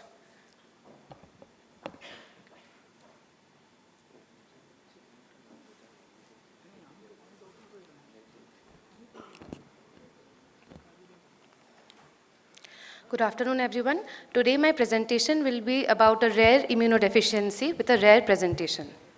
Without further ado, so our case, a 10-month-old child, male, who was previously well, presented with history of large volume stools since the last 4 weeks. Initially, he was managed at outpatient basis, but once the child did not respond accordingly, he presented to an outside hospital at the emergency and with severe dehydration, metabolic acidosis, dyselectrolytemia, and hypoalbuminemia. IV fluids were given, injection albumin was given, empirical antibiotics were started, and dyselectrolytemia was corrected. By day 2, the child spiked fever, and there was persistent acidosis, and the large volume stools continued. Antibiotics were upgraded. Investigations revealed a cytopenia involving all the 3 cell lines. The coagulation was deranged and the inflammatory markers were raised.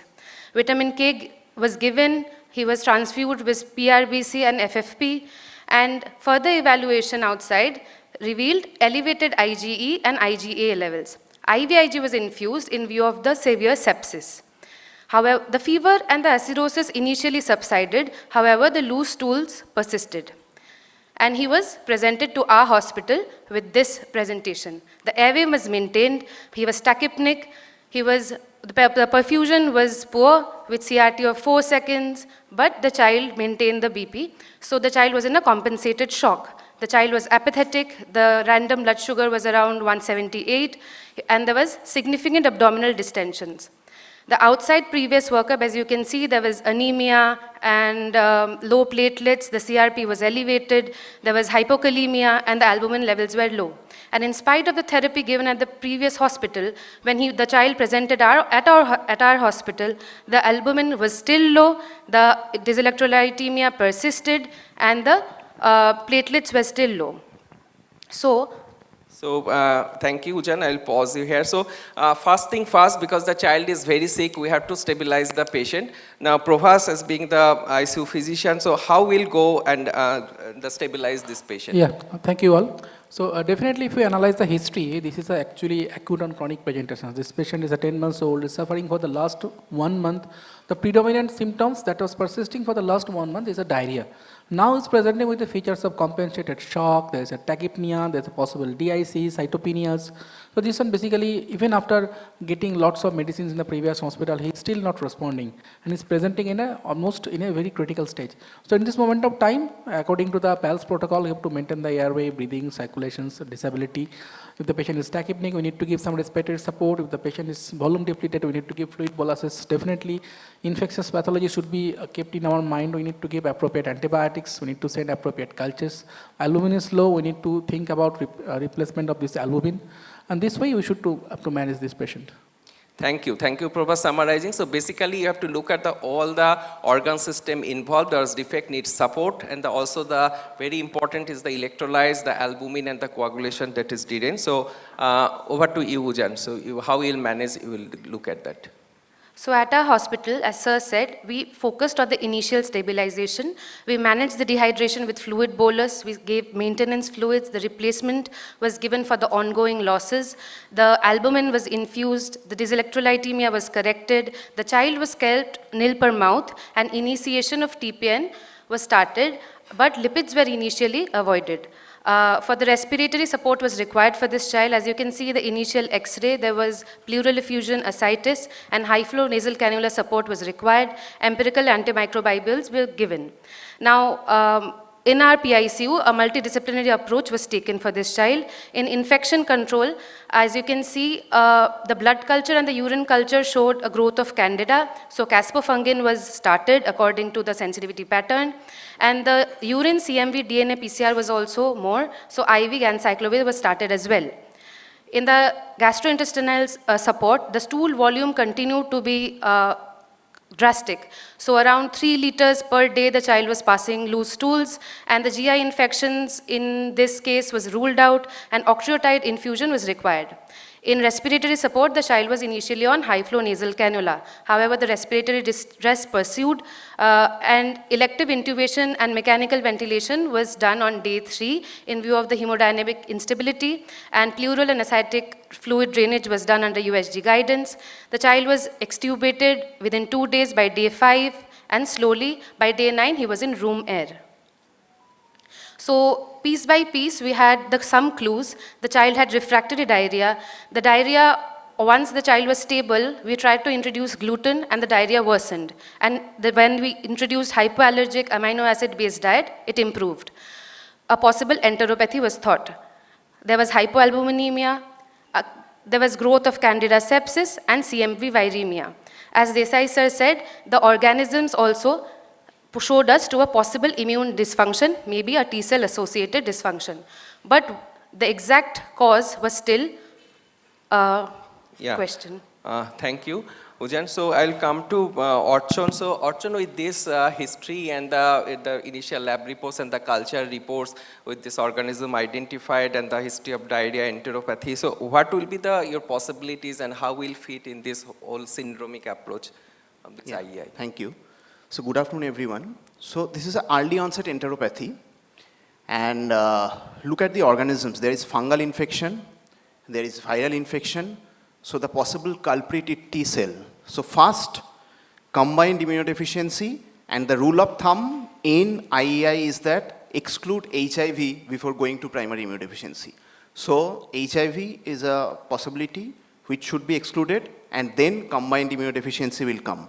And during evaluation, it was shown that IgE was on the higher side. So immune dysregulation is also a possibility. There was cytopenia. So IPEX and IPEX-like disorders. IPEX is a possibility because IgA and IgE was on the higher side with enteropathy, early onset enteropathy. And IPEX-like disorders like CTLA4 and LRBA.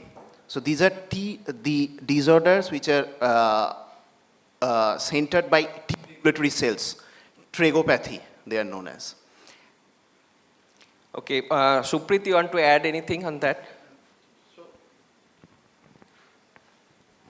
So before I want to ask you some questions, whether consanguinity was there or not? There was because no consanguinity. In any case, while you are approaching, you have to take a good history, a family history.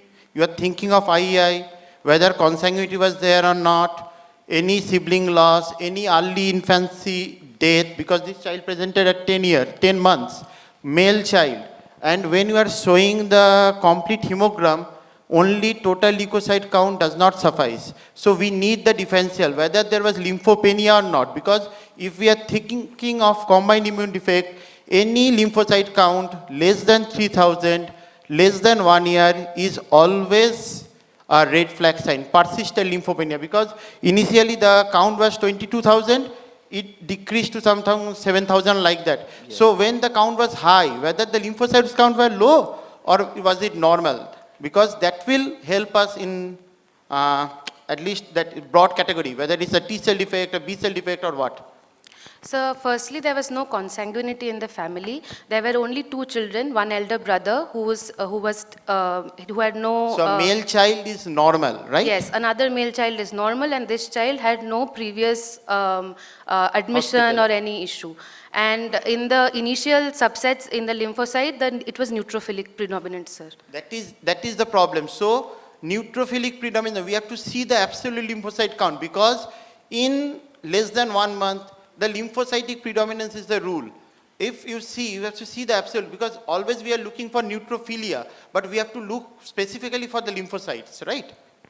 Thank you, Supreet and Arjun, for highlighting the importance of the history and the family history consanguinity and the importance of the looking at the differential count and the absolute lymphocyte count. Over to you, Ujan. So moving on, we started to do a immune workup at the same time. So the serum immunoglobulin levels were redone and the IgE was elevated. And lymphocyte subsets, it was normal except the CD3, which was low. We did a genetic analysis. Initially, we wanted to send a whole exome. Okay, so based on these findings of this immunoglobulin level and the flow side lymphocyte subset assay, I will now want to go to Dr. Sania. So how will interpret this report, and what are the other tests that can be done before we move to exome sequencing? May I ask one question? Yeah. This immunoglobulin profile was done after IVIG or before IVIG? Yes, sir. So this subset was done after the IVIG. But the IgG levels will not be reliable, yes. But the IgE, IgM, yes, they might be reliable. Yeah. Yeah, so going by the, this phenotype of this case and the investigations that were done in this patient, a young 10-month-old infant with enteropathy and cytopenias. And when we look at the immunoglobulin profile, IgE is elevated. And lymphocyte subsets are showing just low CD3. So there is lymphopenia, T-cell lymphopenia. It could be, as Archana already told, that we need to rule out a combined immune defect.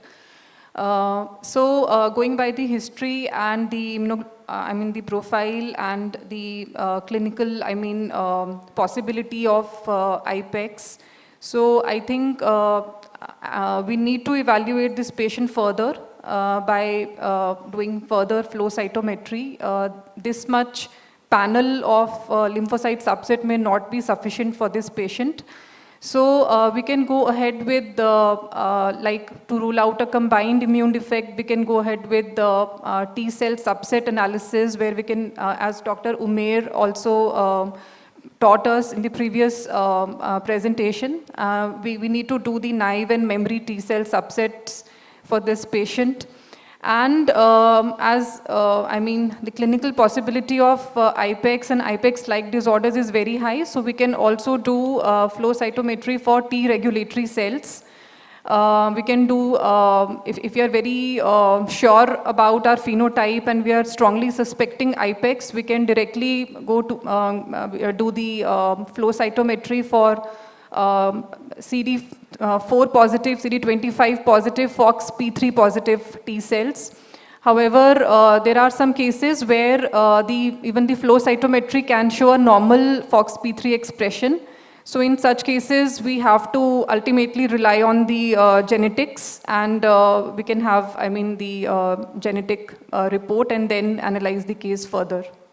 Thank you. So that is very important. So before you order any test, so knowing the phenotype, what test that you have to order, that is very important, because a layperson like us who are working the PI, so not going to the details of this, all the tests that is available regarding the flow cytometry is difficult. So always the multidisciplinary approach with the taking the help of the rheumatologist or the immunologist will be helpful for the coming to the more concrete diagnosis that will be really helpful. So that is the important take home from the discussion. Yeah. So we proceeded for a genetic exome sequencing. Since the child already received packed cell RBCs, we could not send blood for the whole exome, so our geneticist suggested a skin biopsy and rapid exome gene sequencing was sent, and the report was available within the next 5 days. So as you can see, the report showed that the child was hemizygous for a likely pathogenic variant of FOXP3 gene-associated IPEX syndrome. Okay. So, Supreet, so what are the clinic before that is the already you are clinically suspecting the IPEX syndrome. So, what are the again you can summarize the what are the main features the phenotypic features was there that come to favor in your diagnosis of IPEX. So, sir, in this case,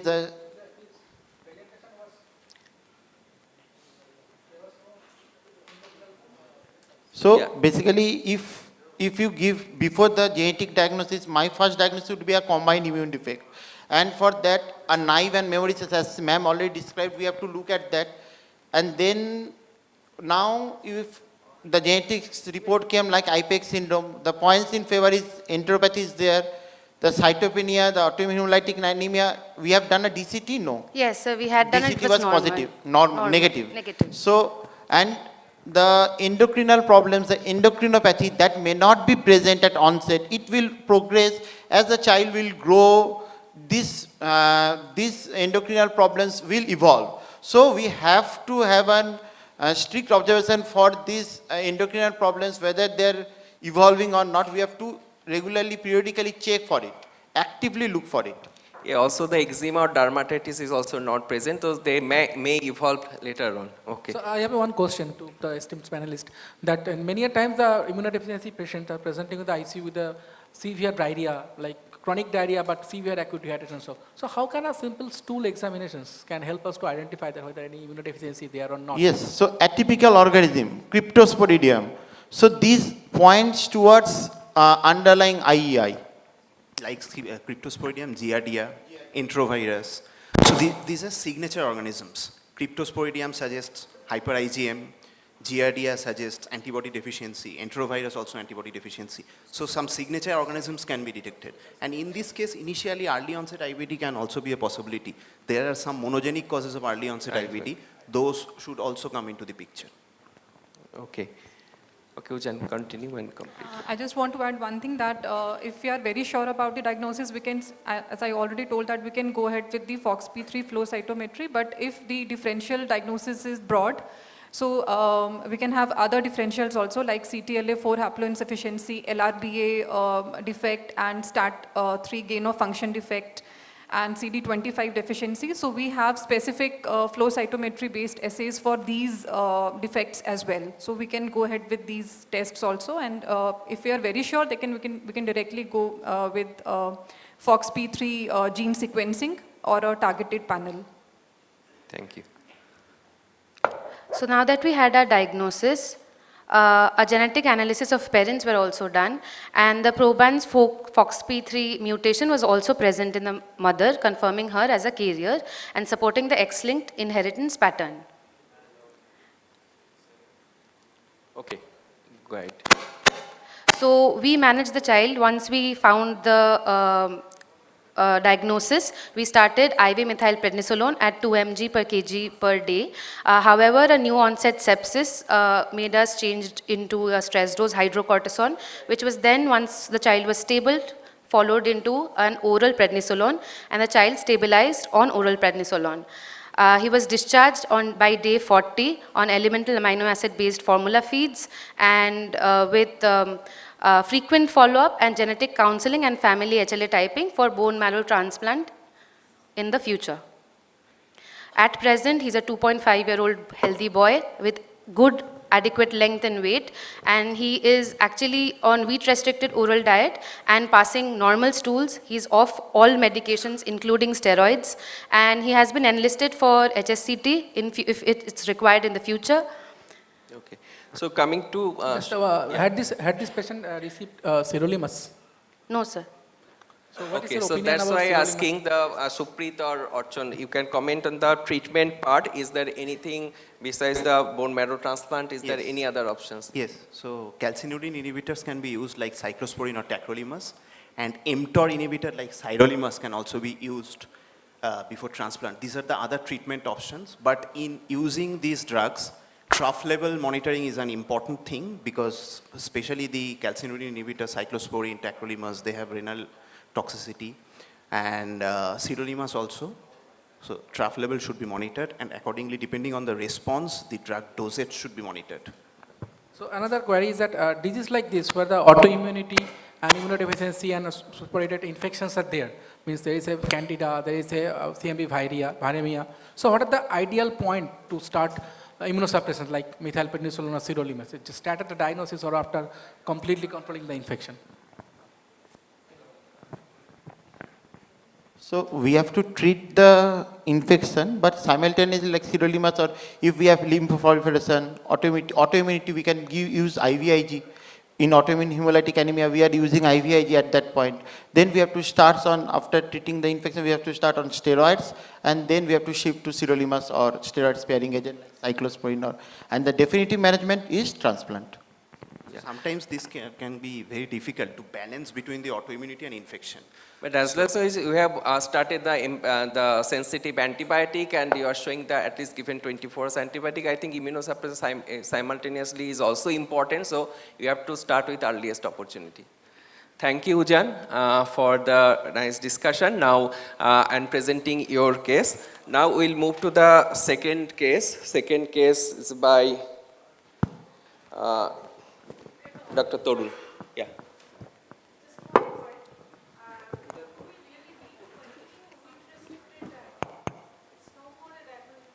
Yeah, so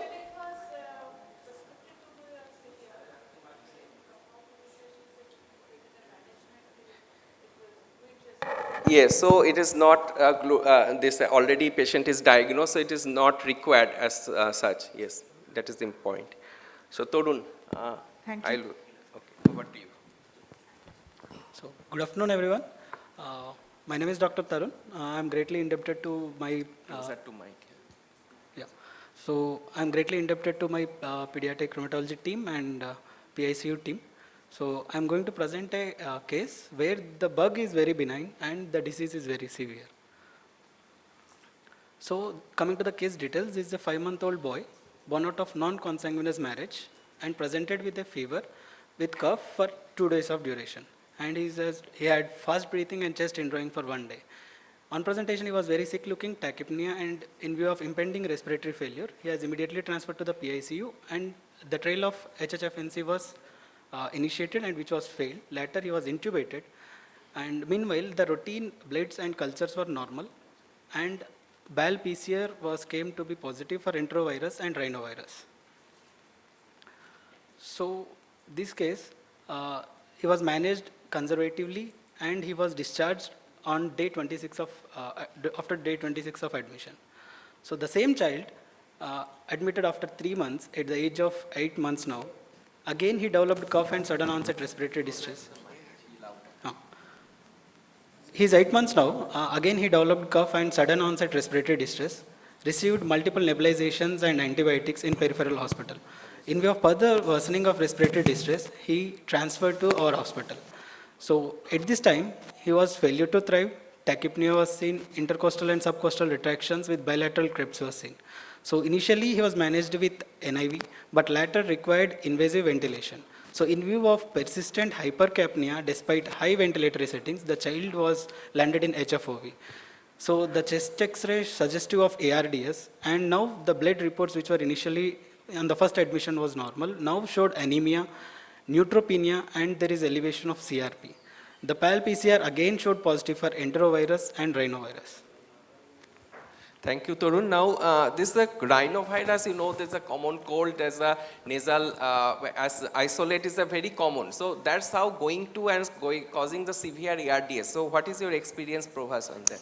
So contrary to our popular belief that rhinovirus can only cause a simple common cold like that, in our ICU, the commonest virus that's associated with severe ARDS is the rhinovirus basically. And if you see the global data, there are lots of data are there that is showing that one of the commonest viruses that is implicated in severe ARDS is actually the rhinovirus. So the PCR cannot differentiate between rhino and enter, that's why they give the report as a rhino enter, but when you are isolating it from the respiratory tract, we should take it as a rhinovirus. So actually the numbers of rhinovirus infection is huge. So if you are getting 100 cases of rhinovirus in respect, you are getting only 10 or 15 cases of RSV or adenovirus.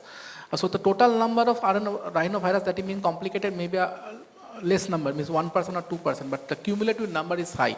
So not only in immunocompromised patients, we are getting lots of patients with a severe rhinovirus ARDS in immunocompetent patients as well. So in this patient, you can clearly remember this patient admitted at 5 months of age, it's severe ARDS. We isolated rhinovirus from the BAL, and it took a longer period to extubate this kit. Usually this ARDS patient usually extubated by 7 to 10 days or they die. We are almost a verge of tracheostomy 14-16 days, then when extubated. Again with a 3 months period, again readmitted with the same virus, this time more severe, we need a HFOB or almost 17 days of intubations. So rhinovirus is not very much uncommon in severe ARDS. Now in PICU, we regularly get it. Thank you, Professor. We have the similar experience, rhinovirus causing the severe infection, even if you look the cumulative data, then the higher than the other isolated viruses. Also we have a discussion with the adult colleagues also in ICU, so they are also in adults also the rhinovirus ARDS is going high. So this coming to Supreet, so the patient with this recurrent infection with the severe ARDS presentation with enterovirus or rhinovirus in an infant. So how do you think, how do you analyze the situation and what could be the causes? So early age of onset, recurrent PICU admission, recurrent severe respiratory distress ARDS with a same bug twice. So it is said that inborn errors of immunity patients, PID patients, if they acquire an infection, they are unable to clear it completely. So one point is it's taking longer time to resolve. Exactly. Yes. So these are all pointing towards some immune defect. Combined defect will be first on cards because of the severe infection. But we have to see and you said neutropenia was there. In the second admission, there was a neutropenia. Neutropenia, but you didn't comment on again the previous like lymphopenia or lymphocytosis. So that you have to tell. The lymphocyte count was normal. Absolute lymphocyte count was normal. Okay. Okay. Archon, you want to add anything on that? So this combined deficiency like picture with neutropenia, hyper IgM is a possibility. X-linked hyper IgM can give rise to neutropenia. But still, in other, although the age of the child is borderline, but enterovirus if we take, so antibody deficiency like XLA, but XLA generally presents in later infancy like 9 months, 10 months because maternal antibodies protect till 6 months of age, but still should be considered. And so combined immunodeficiency is because mixed infection, bacterial, viral, recurrent respiratory infection. So neutropenia can be seen in hyper IgM and X-linked A gamma globulin during infection. So that helps that, neutropenia that suggests that infection is there in those. Then we have to see the immunoglobulin and the. Okay, move ahead, go ahead. So coming to the workup, the blood culture and urine culture were negative, and absolute lymphocyte, as the sir discussed, was normal, and HIV and TB workup were negative. Coming to immunoglobulin levels, there is a low immunoglobulin level of IgE, IgG, and IgA, and IgM level was normal.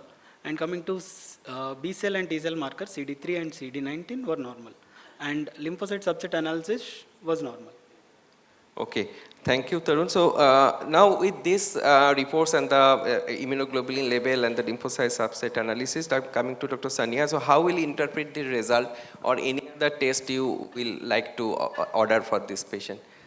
Yeah, so going again by the history and the examination, and the tests that were done. So again, we have low immunological, the immunoglobulin profile showing low IgE-GA levels and normal IgM levels with normal T and B cells. So again, with this profile, we'll have to keep the differential of X-linked a male baby with and showing neutropenia in CBC. So again, X-linked hyper-IgM syndrome needs to be kept as the first differential in this patient. And we can do further tests for this patient, like we can do the B cells are normal, but we can do the B cell subset analysis to look at the class switch recombination defect that is seen in these patients.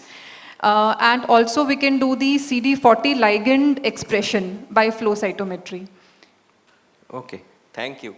Thank you. Now, go ahead. So keeping in mind the B cell defect and combined immunodeficiency was provisionally diagnosed, and child was treated with IVIG with 1 gram per kg per day for 2 days, then repeated after 7 days along with antibiotic coverage. Child started improving significantly and was discharged. At the same admission, we have sent the clinical exome sequencing, and the diagnosis came out to be the hemizygous mutation in CD40 ligand with X-linked recessive inheritance, type 1 hyper-IgM syndrome. Okay. So, coming to Orcho, so what are the points that you have already started the discussion? So, can you just briefly tell us, summarize what coming to the point to the diagnosis of the hyper-IgM age of the syndrome? presentation, just 5 months, recurrent respiratory tract infections, rhinovirus was isolated, and each infection was prolonged in course, difficult resolution. Then in CBC, there was neutropenia. In immunological tests, if we analyze the hyper-IgM syndrome, one way we can say that it's a misnomer. IgM is not always elevated. It can be normal. So the defect is class switch recombination defect. So IgM will be produced, but switching, B cell switching will be defective. So the IgG, A, E, those will not be produced in effective amount. So in immunoglobulin profile analysis, IgM was normal, but GAE was low. And lymphocyte subset analysis didn't show any significant abnormality. Later on, it was confirmed by exome sequencing. Yeah. Thank you. So coming to the discussion, hyper-IgM syndrome, maybe X-linked hyper-IgM syndrome, where in X-linked hyper-IgM syndrome, T cells lack functional CD40 ligand and thus cannot signal B cells to switch into antibodies. So IgM levels may be normal or elevated, as the sir discussed. So maybe severe neutropenia and often present during the infancy. The lymphoid tissue is very small because the deficient CD40 ligand signaling does not activate the B cells. So coming to the other types, the autosomal recessive type of hyper-IgM syndrome, the deficiency of activation-induced cytidine deaminase or UNG, serum IgM levels are much higher than in X-linked form. And there will be a defect in class switch and somatic hypermutation. So in case of activation-induced cytidine deaminase, somatic hypermutation might be normal. And there will be a lymphoid hyperplasia where including lymphadenopathies, hepatosplenomegaly, tonsillar hypertrophy may be present. Thank you, Tarun, for excellent presentation. Now I'd like to invite Dr. Tridib. Yeah.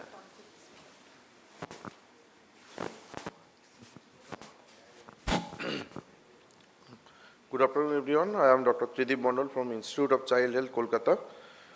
Today, I am going to present a case of recurrent severe anemia in an infant, a diagnostic challenge.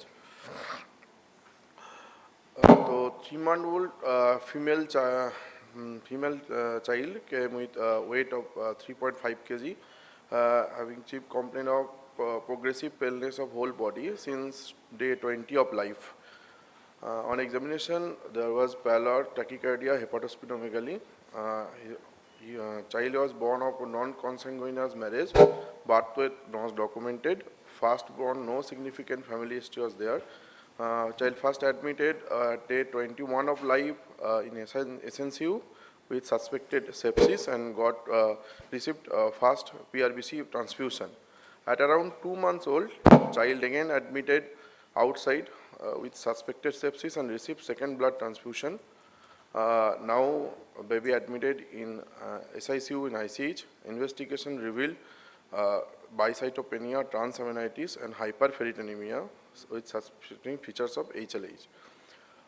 Child developed respiratory distress with tachycardia and severe metabolic acidosis, so shifted to PICU.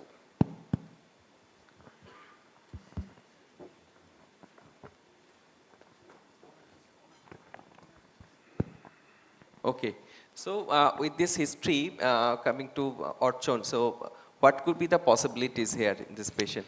So 3-month-old child Previous. with pancytopenia, initially progressive pallor, hepatosplenomegaly, pancytopenia, elevated ferritin.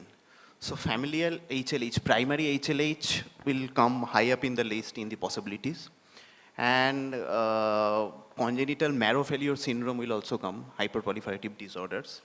So keeping those possibilities in mind, we'll do the workup. Just to add one thing, that this patient had a pallor 2 times. The first month and second month. First month got 1 PR basis, second month 2 PR basis. So we got few blood reports at that point of time. So there was only isolated hemoglobin was dropped in that report. There was no cytopenias in the first month. There was no cytopenias other than the low hemoglobin second month. No other differential, no peripheral blood smear, no other parameters were done. That has been done in peripheral centers. And all the times he got 14 days, 10 days antibiotics. And only 3 reports we had, 2 CBC reports and 1 CRP report was around 65. So as we are thinking about the HLH, so is it possible that in the first 2 admissions, 14 days, 10 days, only hemoglobin was low, other counts were normal, and this time cytopenia? For me, another differential, sir. So the child has bicytopenia with lymphoproliferation. So in early onset, so autoimmune lymphoproliferative syndrome also I will think, and primary HLH will come. Okay. So the primary HLH, autoimmune lymphoproliferative syndrome, could be the differentials here. Okay. Go ahead, please. Course in our hospital, intensive PICU management was done with mechanical ventilation due to severe metabolic acidosis. Inotrope support required, correction of severe metabolic acidosis done, and broad spectrum antimicrobials given, and 3 blood transfusion including platelet transfusion also given. Due to severe anemia with hepatosplenomegaly and documented fasting hypoglycemia in PICU, suspecting congenital hypoproliferative anemia, congenital infection, and primary HLH. Steroids started on day 3 of admission.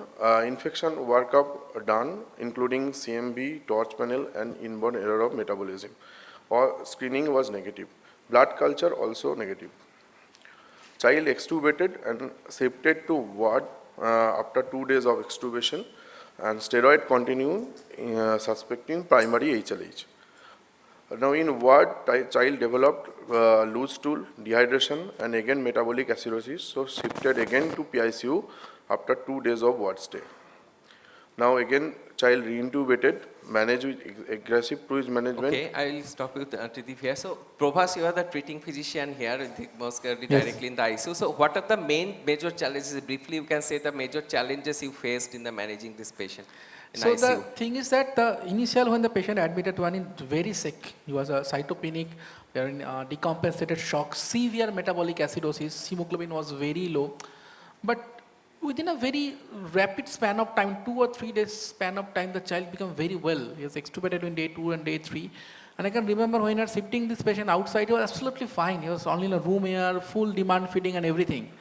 And again, we got a call after 3 days, the patient again crashed with severe metabolic acidosis, again the same conditions, again came, again intubated, ventilated, line, everything. So 2 times we received this kid in a severe conditions, and both the times the child responded very fast. And we could not appreciate that what's actually happening. Definitely we had kept few DDs, primary HLH, congenital hyperproliferative anemia, these things. So we are very much troubled at that time that what's happening, because when we are shifting this patient out in the first time, he was absolutely fine. So the second time, again came back to PICU. So we are very much confused at what we are dealing with actually. Okay. Thank you. Now we have 10 minutes left, so we have to move fast now. We have another case. Stage dose steroid given, but after again CRP was negative and blood, urine and stool culture all came negative. So dexamethasone continued. Bone marrow done. Bone marrow examination showed erythroid hyperplasia without any sign of malignancy. Anemia and thrombocytopenia persisted despite giving methylprednisolone and dexamethasone, and now the child developed seizure. CT brain done. CT brain revealed neuroparenchymal atrophy without acute infarction and suggestive of hypoxic ischemic or metabolic injury during systemic inflammatory crisis. immunoglobulin assay done which showed low IgA and low IgM. Considering primary HLH, etoposide was initiated and DEXA was also continued. Whole exome sequencing also sent. Okay, so with this situation, with the lab reports, because there, I think, coming to Dr. Sania, so how will analyze? Do you suggest any other test here in this giving to the primary in the differentials about the primary HLH Yeah, and so for primary HLH, we have laboratory-based tests that we can do to rule out the genetic defects in primary HLH, like Dr. Umair also told us. We have perforin assay, and we also do CD107A assay to rule out primary HLH in our patients. And okay, thank you. So yes, Tridip, you can go ahead. Whole exome sequencing revealed MVK gene allele positivity with heterozygous positivity, autosomal recessive, pathogenic variant with V3771 positivity, which showed hyper IgD syndrome or mevalonic aciduria. Okay, so now diagnosis is going to another direction with the genetics. So how will analyze Supreet or Achon or Dr. Sania? Who want to take? We have two variants. So one is in exon 11, the other is in exon 6. So one variant is reported to be pathogenic and the other is VUS. They have classified it as, a compound heterozygous variant and in MVK gene. The disease is hyper IgD syndrome. But if we have to strictly label it as hyper IgD, we need to have both variants to be pathogenic or likely pathogenic at least. One variant is pathogenic, the other is VUS. Yeah. So short of functional studies and functional tests to confirm that, okay, this is MVK deficiency or hyper IgD, we can't say that this is a true, disease-causing variant in MVK gene. So we need to do some functional tests to confirm, okay, this is the pathogenic, both the variants are pathogenic and it is, the genotype-phenotype correlation can be done only after the functional analysis, and for that we can do MVK enzyme assay if it is available, or a supporting test is to do urine for mevalonic aciduria. But I think this patient didn't have, the clinical phenotype is not matching with the hyper IgD, and the periodic fever, all those symptoms are not there. And for urine mevalonic acid, we need, mostly it is done when the patient is in crisis during the episode.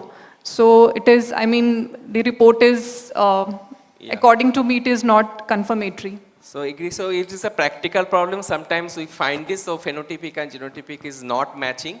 Yeah. First is we have to do a parental segregation to see whether both the variants is coming from different parents or the same. It is in cis form or the trans form. If it is coming from the same parent, then that is not significant because the parent is already asymptomatic.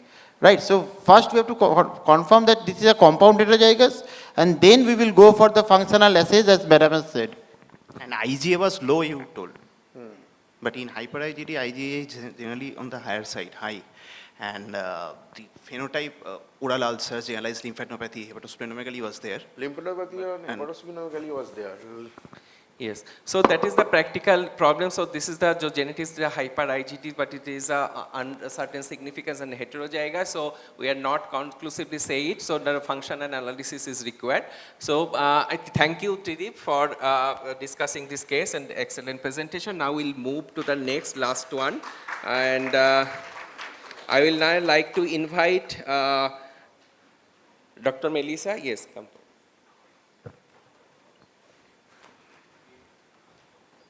Good afternoon, everyone.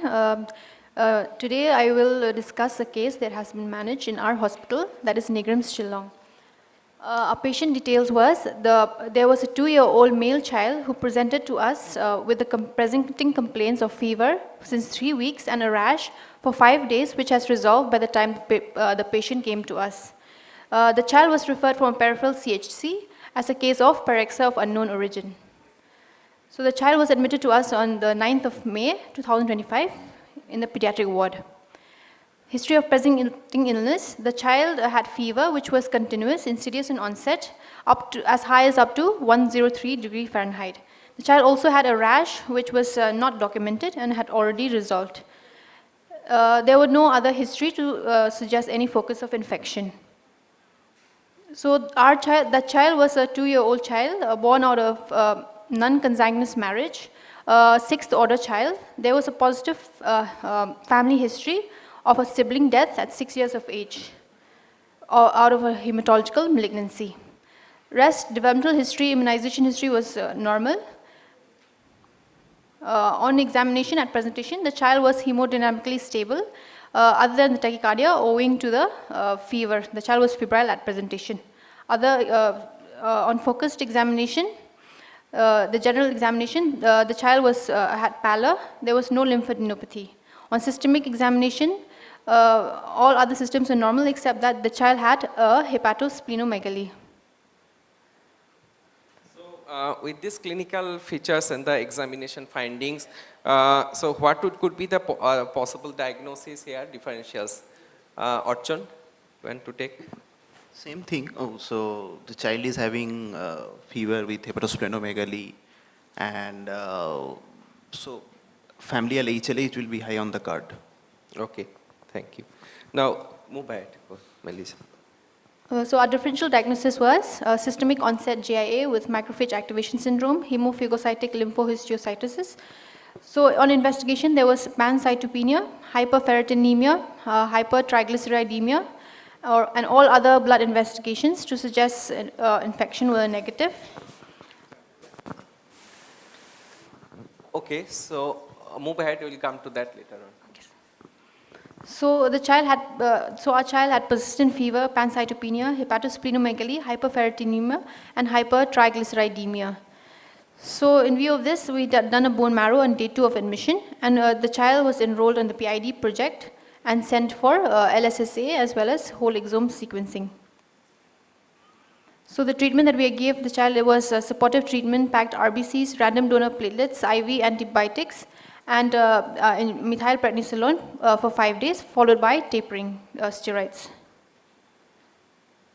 So the child had achieved deficence after methylprednisolone, and the general well-being also improved.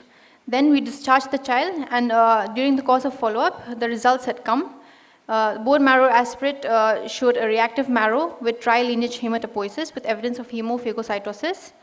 LSSA report, there was pancytopenia with a normal lymphocyte count and a low absolute neutrophil count. The whole exome sequencing showed a pathogenic variant in the PRF1 gene or the perforin gene with 2 missense mutation at exon 3, which is consistent with familial hemophagocytic lymphohistiocytosis type 2. Okay, now coming to Suprit or Archon, like that the patient with the primary or the familial HLH versus the IEI associated HLH. So many of the IEI can lead to ultimately the HLH. So what is the main difference, and how will differentiate and diagnose these things, 2 conditions? So primary HLH, there are 5 types, familial HLH. So perforin is type 2. And there are other types, type 1, no specific gene has still been isolated. There is a locus, but no specific gene is isolated. And type 3, 4, 5, Monk 13.4, then Syntaxin 11, and Monk 18.2. But IEI associated HLH, there will be other features, like HLH can be associated with severe combined immunodeficiency. So there will be features of combined immunodeficiency, viral infections, CMV, EBV, fungal infections, disseminated candida, other things. HLH can be associated with CGD. HLH can be associated with XLP, X-linked lymphoproliferative syndromes. There are two main types, XLP1, XLP2. In those cases, HLH is mainly associated, triggered by EBV infections, EBV-associated HLH. In XLP2, there may be IBD. In XLP1, there are, IBD is rarer. So those associated features will help you to diagnose the underlying IEI. Okay, understood. So coming to Supreet or Dr. Sania, so given the diagnostic criteria of these two conditions, though, which condition will apply in the primary HLH and IEI associated secondary HLH? This diagnostic criteria. So, HLH, so for primary HLH, we have to have or in II associated HLH, we have to have a genetic etiology. And in case, means, as Archana sir was telling, in case of primary HLH, from clinical viewpoint, it is very difficult to define between a primary or a II associated HLH, but there are some flow cytometry based tests, like if you are doing a perforin analysis by flow cytometry, you can, if perforin is low, it is less than 10% expression compared to the control, then we can say that yes, it can be the perforin deficiency. And I just want to understand from you that if the patient have one IEI diagnosed, in this patient a secondary HLH, so which criteria will use the mass criteria for? No, we use the HLH 2004 criteria. HLH criteria. And now the recent advance as 2025, there's a new criteria has come up, but that is that platelet count less than 1,000, 100,000, the anemia and all those criteria, we will use that only, not the mass criteria, because the mass is for, that Ravelli et al. Criteria is for the systemic GIA, the hyperinflammatory stage at that time. Just one thing that in our PIs, we used to get many patients of hyperpathogenic sepsis with MORS or many patients with HLH that needs a very fewer doses of immunosuppression that then they are going perfect. Like this kid also 2 years of age. So what should be our threshold to send a genetic analysis to diagnose a genetic HLH or family or a primary HLH? But in which age? Should there be any threshold or any patients in HLH you should do? Age is one thing, less than 1 year. So HLH, when there is recurrence of HLH, you are correcting, giving immunomodulator, resolution, then again, protracted course, family history. So neurological involvement, all these things point towards primary HLH. In those cases, threshold for sending genetic test should be low. And in any HLH, where we are not getting any trigger, we should think, and family history and there are some scoring system for age score, age. So where they have said the primary and the other causes. So there are some points that neutropenia, in this patient neutropenia was there.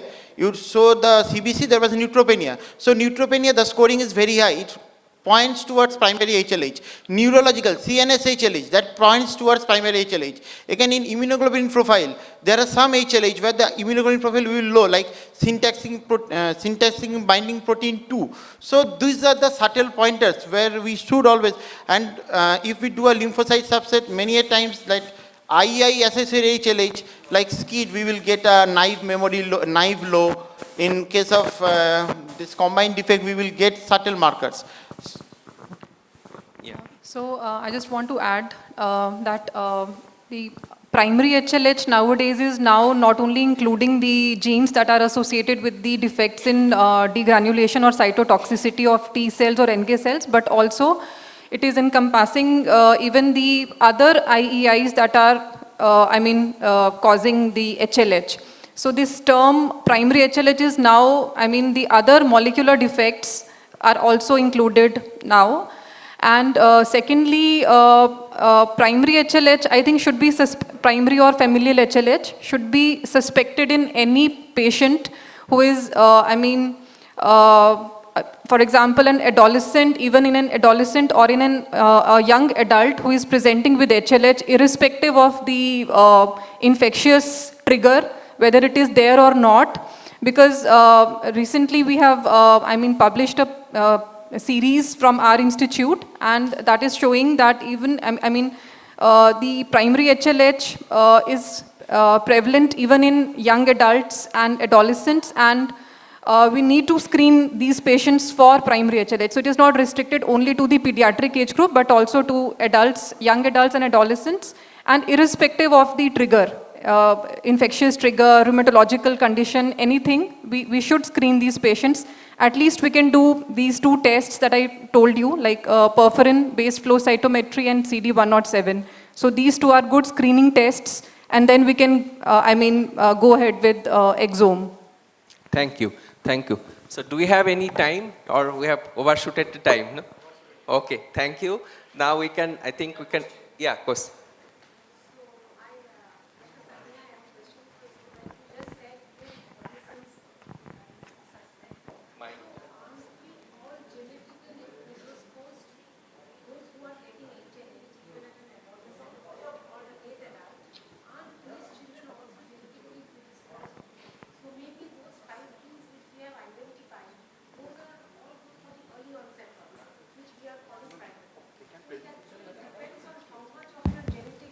Susceptibility.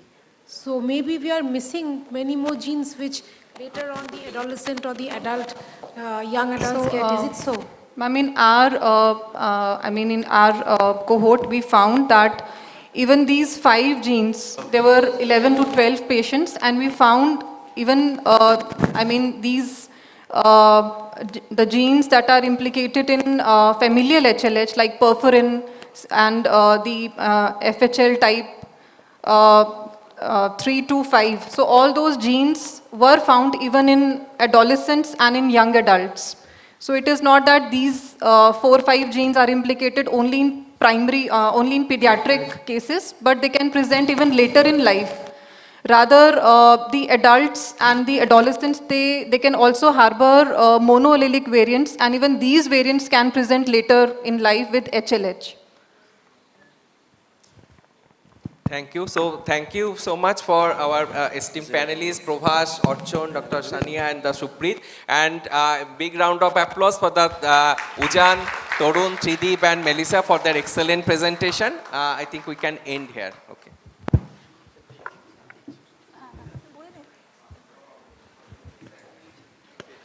Thank you so much. We move into a short tea break, but it will be a short 10 minutes one.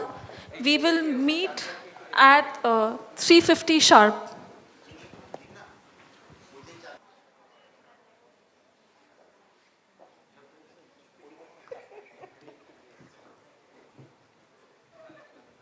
Like to start our next sessions of when to think of immune error of immunity in neonates. And for that, I would like to request Dr. Neha Singh to come on stage and speak about it.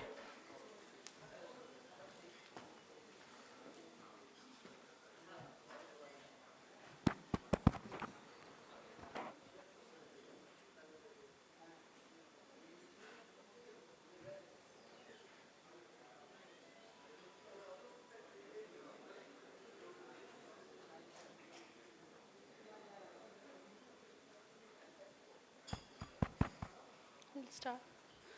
So thank you. At the onset, I'd like to thank PIDCON 2026 Kolkata team for having me here. Okay. Thank you. So my topic today is inborn errors of immunity in newborns. So half of my work is already done. We have had talks from various subject experts. So I think it will be easy for me now.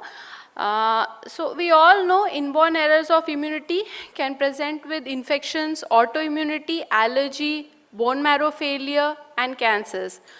Although individually these diseases may be rare, but collectively they may affect 1:1200 children, and that makes a huge chunk to ignore. The overall fertility rates are declining. The newborn screening programs in India are still rudimentary, and that is why it is very important for us to pick up these children as early as possible for the prompt treatment. So when to suspect inborn errors of immunity? This table, Geoffrey model table of 10 warning signs has already been displayed before, but honestly till now I have not been able to memorize all the numbers.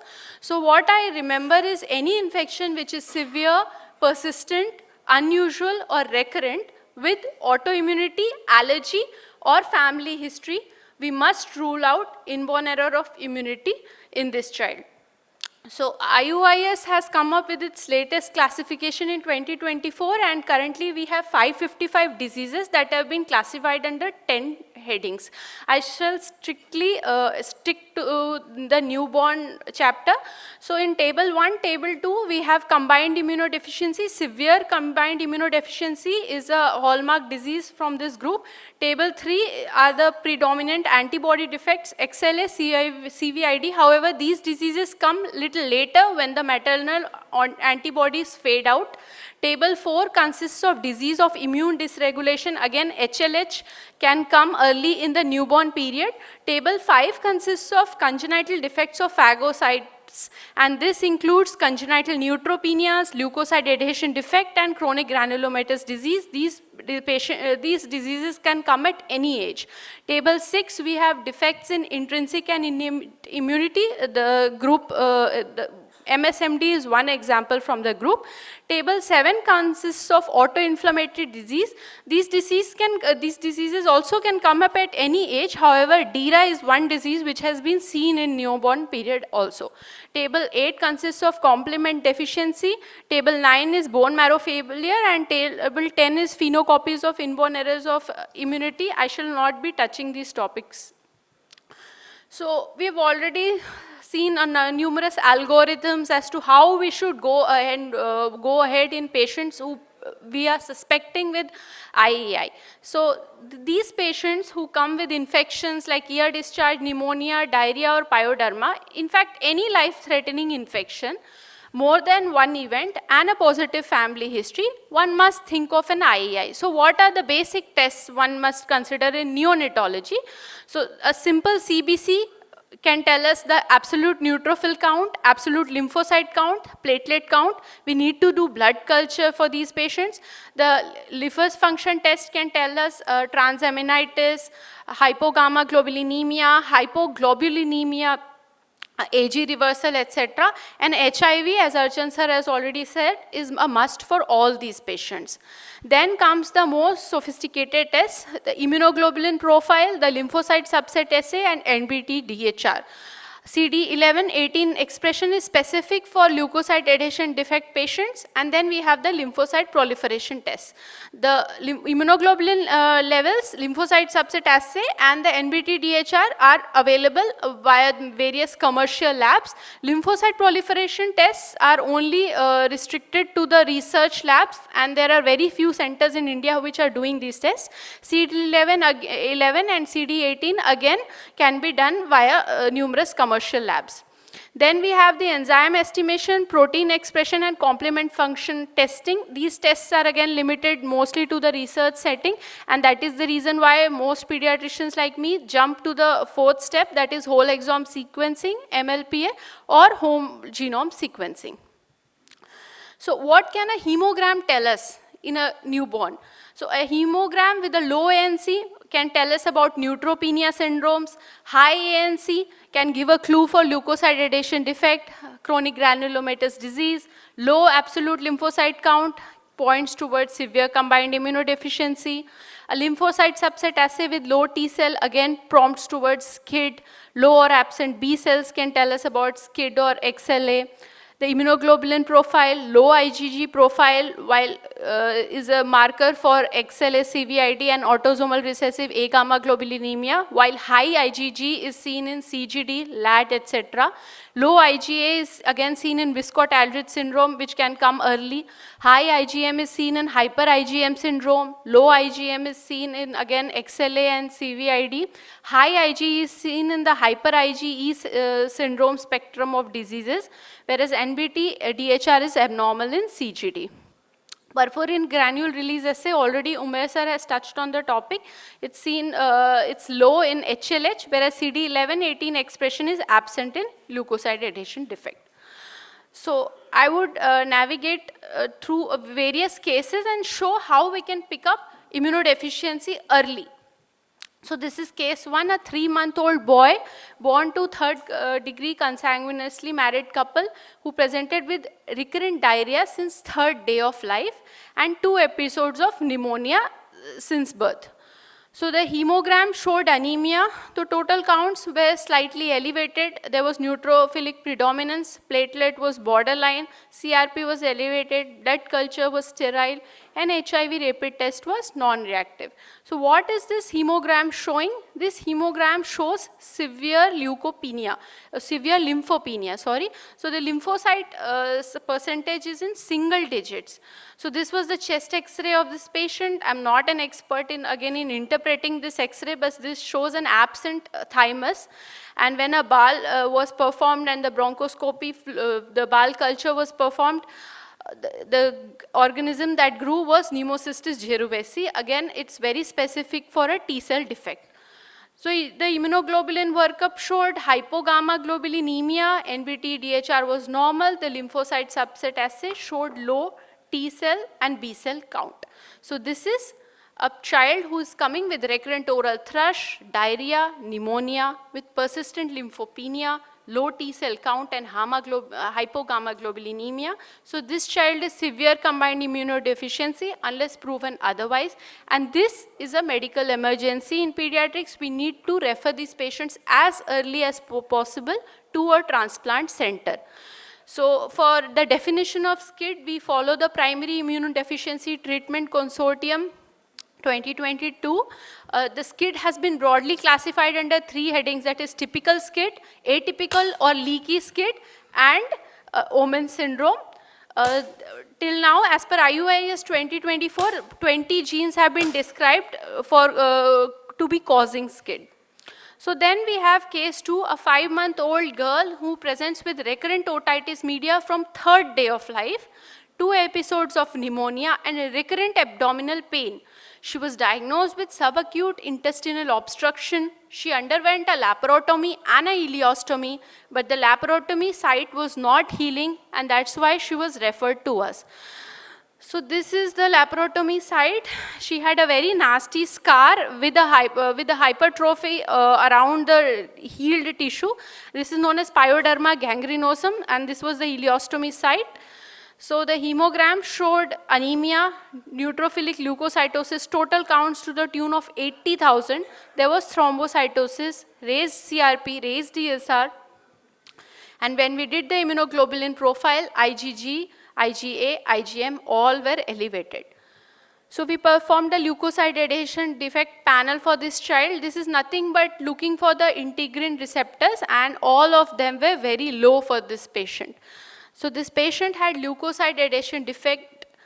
Any patient who comes with recurrent infections, skin ulcers without pus formation, delayed cord fall, neutrophilic leukocytosis, absent CD11, CD18 expression, one must think of leukocyte adhesion defect. So this child had CMV colitis, which was treated as subacute intestinal obstruction. Unfortunately, she underwent that surgery, and the surgery wounds, the scars are very difficult to heal for these patients. So I shall not be talking about leukocyte adhesion defect right now. We come to case 3, which is a 5-month-old female who presented with recurrent otitis media from day 15 of life and recurrent oral ulcers from 1st month of age.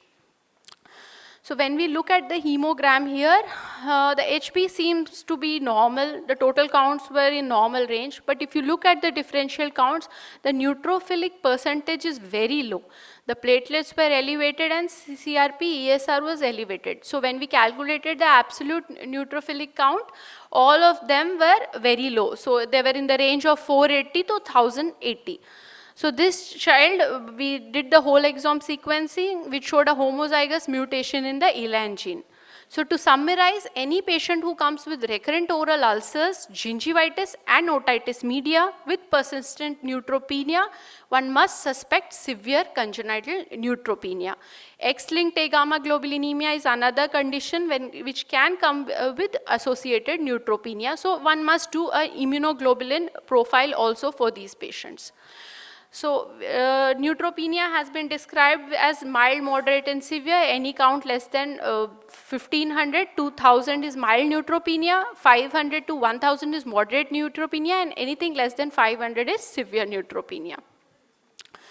So we come to case 4 now, 1-year-old boy who presented with blood in stools from first week of age and atopic dermatitis diagnosed at 9 months of age.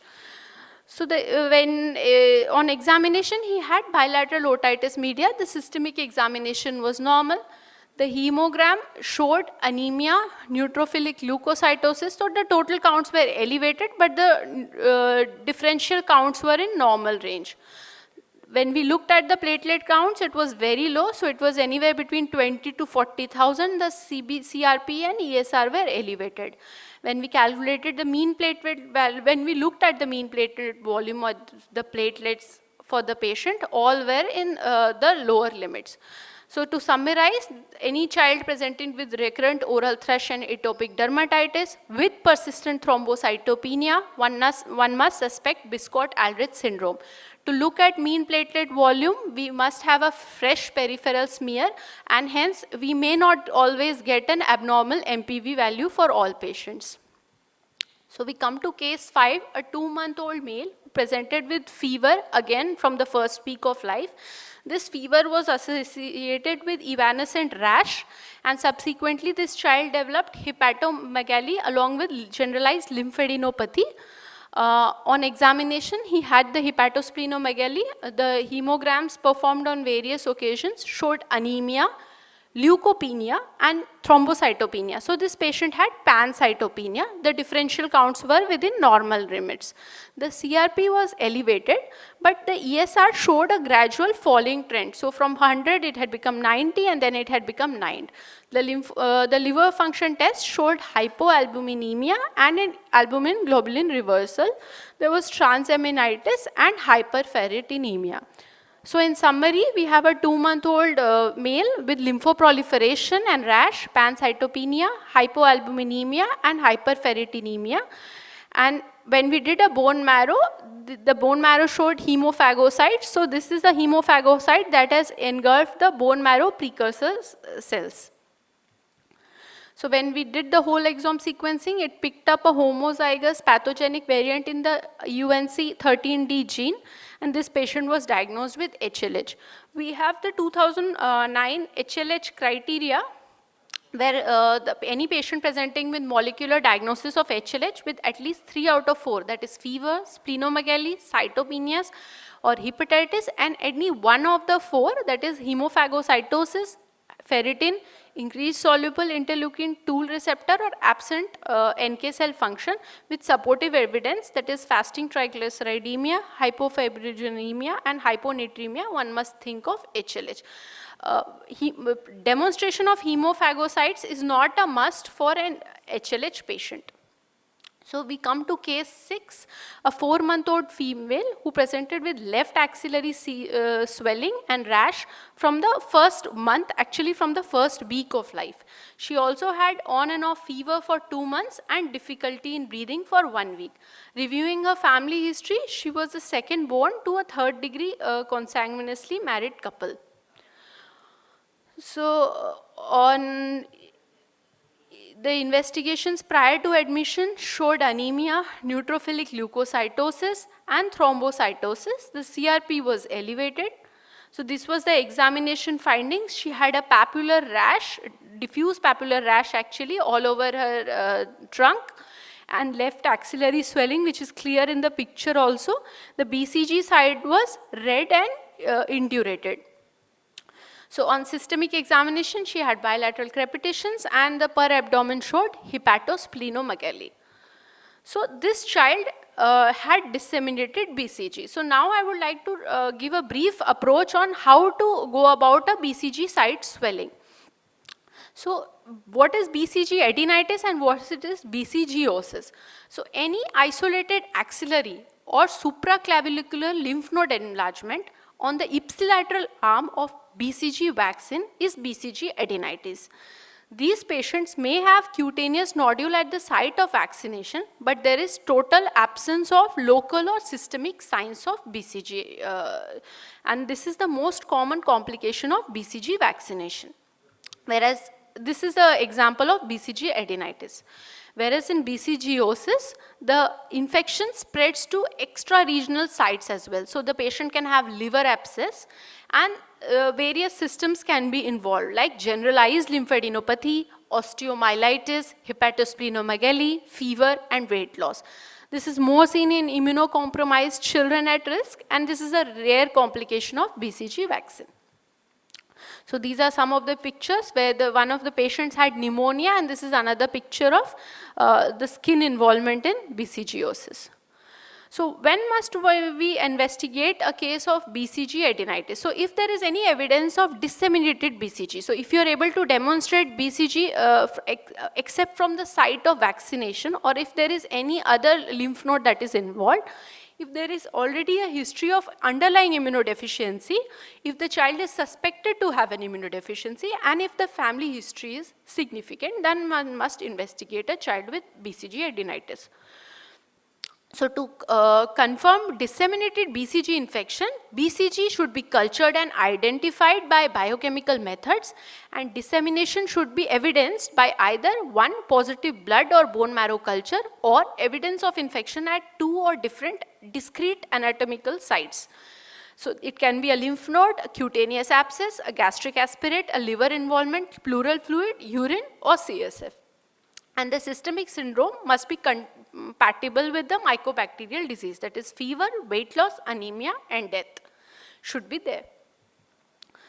So what are the differentials for disseminated BCG in an infant or in a neonate coming to you? So the first differential will always be severe combined immunodeficiency. You have to look for other soft markers if there are any lymphopenia or any hypogammaglobulinemia, low T cells or low B cell, NK cells. The second differential would be chronic granulomatous disease. These patients will come with very high counts, neutrophilic leukocytosis, and the NBT-DHR will be abnormal. The third differential in this list would be Mendelian susceptibility to mycobacterial disease, which can be confirmed by flow cytometry or genetic testing. So we did the immunoglobulin profile in these patients. The immunoglobulins were normal, the NBT-DHR was normal, and the lymphocyte substrate assay was in normal range. So essentially, this was a normal screen. That's when we got the genetic report, which showed a pathogenic homozygous mutation in the IFN GR1 gene. So this child had Mendelian susceptibility to mycobacterial disease. However, I would like to clarify here, although it has been named as MSMD, these patients are also prone to develop salmonella infections and various fungal infections. So coming to case 7, we have a 2-month-old male. So this was one patient actually when in the beginning of your career, when you try to become slightly confident and try to sort of tell everything to the patient in the first visit itself, and that's what happened with me. So he came to me with a lot of medical reports. He was unwell from the 3rd day of life. He presented with recurrent fever and cough and had a history of delayed cord fall on day 50 of life. So the family history showed he was born out of 3rd-degree consanguineously married couple, and he was the second born. The elder child was doing well. On examination, he had hepatomegaly. His investigation showed neutrophilic leukocytosis. The platelets were in normal limits. The ESR was elevated, and the ESR and CRP both were slightly elevated. So when we did the leukocyte adhesion panel, it was absolutely normal. So essentially this patient did not have a leukocyte adhesion defect. However, in any child who comes at this age with neutrophilic leukocytosis, pneumonia, one must also think of CGD, and that is why I had also got the NBT-DHR done, which was abnormal. So I had not read of a delayed cord fall in chronic granulomatous disease, and that's when we waited for the whole exome report, which showed a homozygous pathogenic mutation in the SMARCD2 gene that is associated with specific granule deficiency type 2. So specific granule deficiency type 2 presents with recurrent infections due to defective neutrophils. These patients have classical neutropenia. However, our patient had neutrophilic leukocytosis. These patients have delayed umbilical cord fall and dysmorphic features. They have developmental delay, skeletal and dental anomalies, and the definitive treatment is hematopoietic stem cell transplant. We lost this patient. He's come to a very bad RSV pneumonia.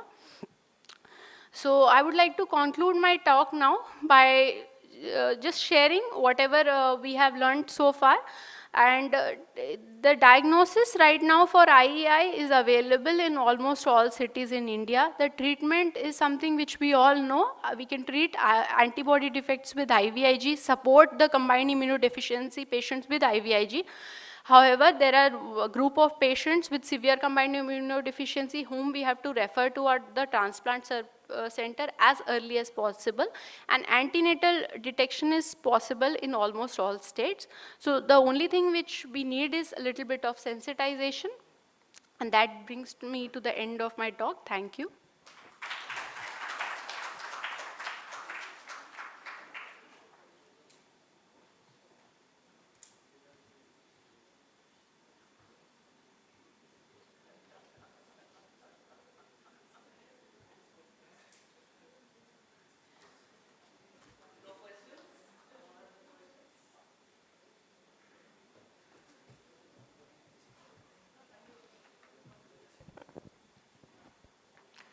Next, we would like to invite Dr. Vignesh sir to talk about immunodeficiency, the autoimmunity interface.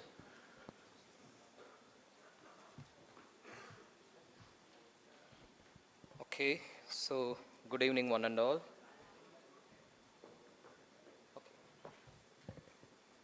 So without wasting much time, so we will move on to the next session. So that is on interface between autoimmunity and inborn errors of immunity. So this session is going to be interactive session. I want audience to interact with me, whatever answers you can give. If you are not going to ask me anything after this session, then I'm going to ask you questions. I have a set of questions ready for you. Okay. So this is a patient from Bengal. It's a 1.5-year-old male who's resident of Bardwan. He came with multiple joint swelling since 2.5 months of age, reddish rash noted in his trunk.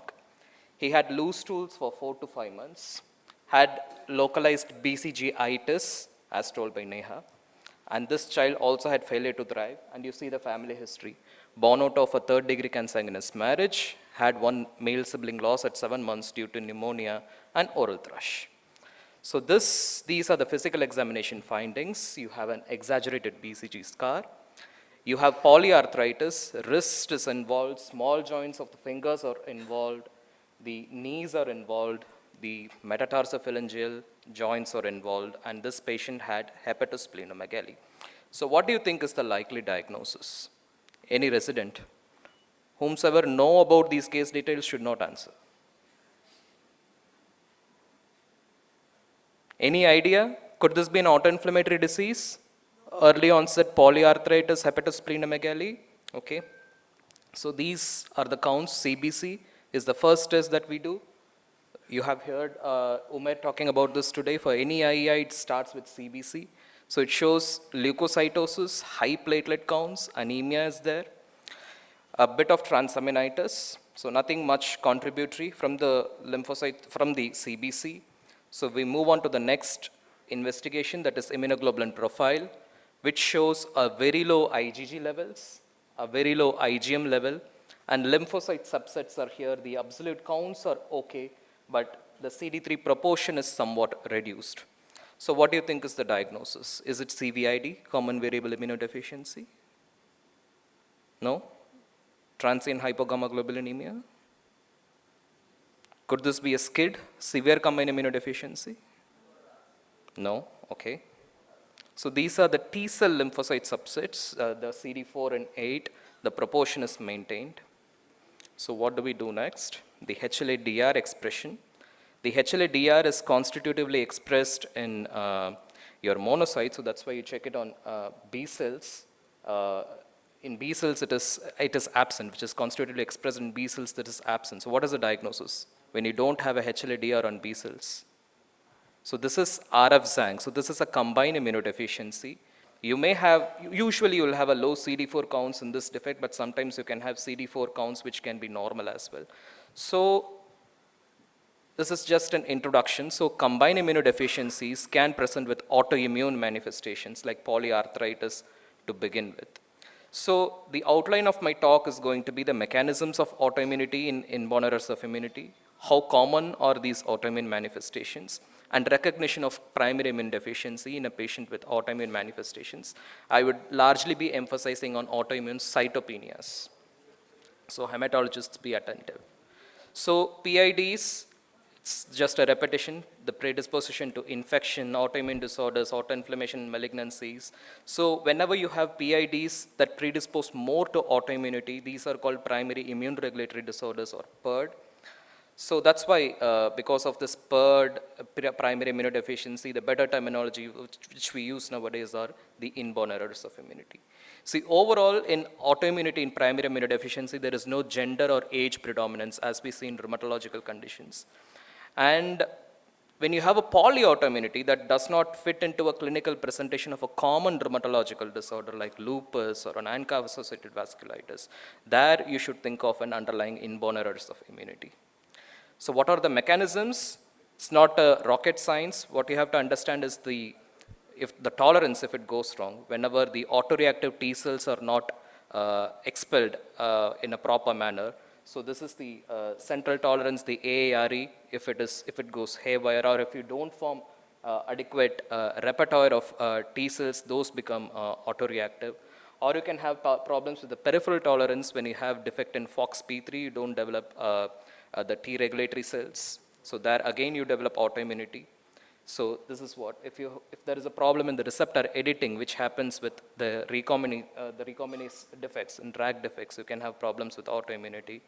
Or if you have excess T cell activation or defective regulation, if you have the negative signaling which is hampered, if you have a defect in CTLA4, so there happens excess activation of T cells and effector T cell stimulation which could result in lymphoproliferation and autoimmunity. You can have defects in CTLA4 and the LRBA. The LRBA is the substance which helps in the recycling of the CTLA4 molecule. So if you have defects, if you have a mutation which increases the T cell signaling, like what you see in PIK3CD mutation, the PI3 kinase delta, or if you have a loss of function mutation in regulation of these, the T cell signaling, the downregulation of T cells, if those molecules are downregulated, again you will get excessive T cell activation which could result in autoimmunity. Or if you have a hyperactive JAK-STAT signaling, there again you can develop hyperinflammation and autoimmunity. So this is second mechanism. The third mechanism is if you have a defective clearance of apoptotic debris, which happens with complement deficiencies. In early complement deficiency, your apoptotic debris are not adequately cleared, so that would enhance the formation of autoantibodies and predisposition to lupus. Or if you have a defective lymphocyte apoptosis, your autoreactive T cells have to be removed by apoptosis. So if your lymphocyte apoptosis mechanism is defective, that is where you develop autoimmune lymphoproliferative syndrome.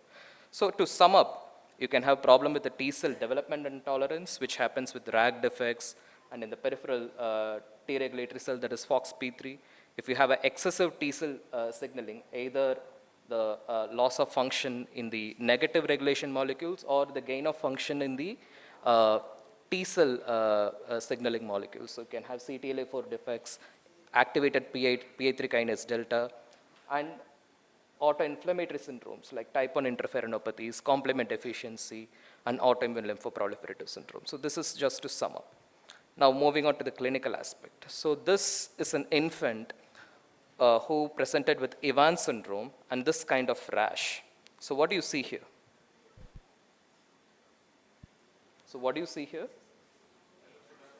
You have erythroderma, you have alopecia. So what is the diagnosis? So yes, so this is Omenn syndrome. So Omenn syndrome is characterized by erythroderma, diffuse erythroderma, or psoriasiform kind of eruptions with scaling and loss of eyebrows and scalp hair. So this is the cutaneous manifestation of Omenn syndrome. So usually seen with SCID, severe combined immune deficiency, or thymic defects whenever you have oligoclonal T cell expansion that infiltrates the skin and results in this kind of manifestation. Once you recognize this skin condition, you would note that The differential diagnosis is, you can narrow it down. If you have a diffuse erythroderma with this kind of picture, it is almost always Omenn syndrome. It is very important to admit them immediately. Don't shuttle them between pediatrics and dermatology department, because this is a life-threatening condition. And if you happen to do the immunophenotyping, their T cells are going to be normal, but you have to do a T cell subsets where you could see a low naive CD3 cells and elevated memory T cells and elevated HLA-DR. I think this part has already been touched by Umair. And this is a case of RAG deficiency. So RAG deficiency, thymic defects, DiGeorge or FOXN1, they can have this kind of presentation.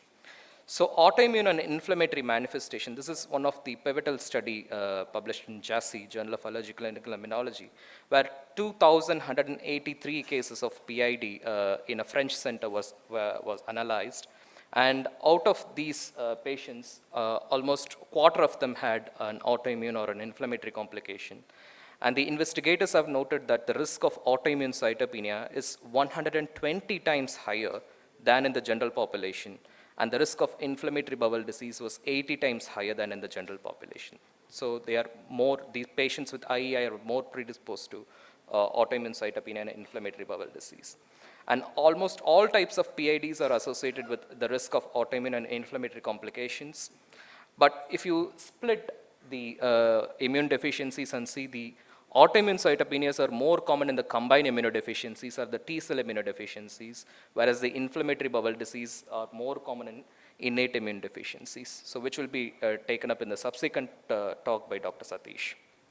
So the leading autoimmune organ manifestations are the cytopenias, enteropathies, and endocrinopathies. I'm not going to talk about endocrinopathies today. I'd be touching only on cytopenias from now on. So what are the clues that a patient with autoimmunity may have an underlying IEI and PID? This I have already told you. Development of autoimmune disorder at an age that is younger than usual, and when you have polyautoimmunity, when it does not fit in with a single rheumatological diagnosis. So cytopenias, you can have immune thrombocytopenia, autoimmune hemolytic anemia, or Evans syndrome combination. This is another study published in Blood. 203 patients with Evans syndrome were analyzed systematically for inborn errors of immunity. 65% of them had proven molecular diagnosis in this cohort, and they have inborn errors of immunity. So 65% of pediatrics Evans syndrome are genetically determined, and this percentage would definitely go high in the current era because this study was published 6 years before. So this, you would know, a male child with eczema and thrombocytopenia, you would always think of VAS, but there is also a phenotype called X-linked thrombocytopenia. So they can present just with thrombocytopenia. It is very important to examine the peripheral smear to look at the mean platelet volume. Your Coulter MPV will not be reliable, and this should be done on a freshly prepared blood smear. So this is the multicentric study of Viscott-Aldrich.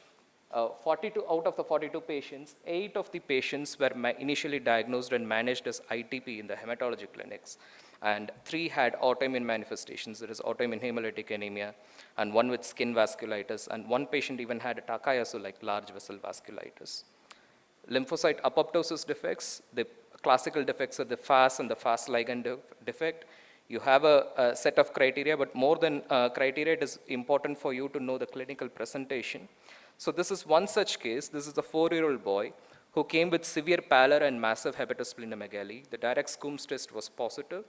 He had anemia, thrombocytopenia, was managed on the lines of Evans syndrome, received intravenous immunoglobulin, 2 doses, received multiple intravenous prednisolone, shifted to oral prednisolone, no much improvement in his counts.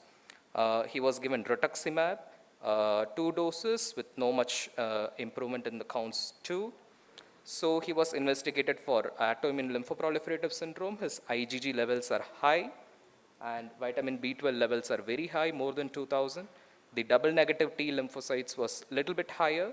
Soluble FAS ligand levels were high. So this is a case of autoimmune lymphoproliferative syndrome. The genetics proved it's a missense variant, heterozygous missense variant in the FAS. So once we had the diagnosis, this patient was started on sirolimus, and you could see the patient had the resolving organomegaly, and we could taper the steroids in this patient. and he had a good quality of life following that. So this is the importance of identifying the underlying disorder and starting the therapy. You also have ALPS-like disorders, where the clinical presentation mimics ALPS, but it is not ALPS per se. You can have BENTA, that is CARD11 gain of function, STAT3 gain of function, activated PI3 kinase delta, or CTLA4 LRBA defects, where you have features of autoimmunity plus lymphoproliferation. So when to suspect these disorders, it is very simple.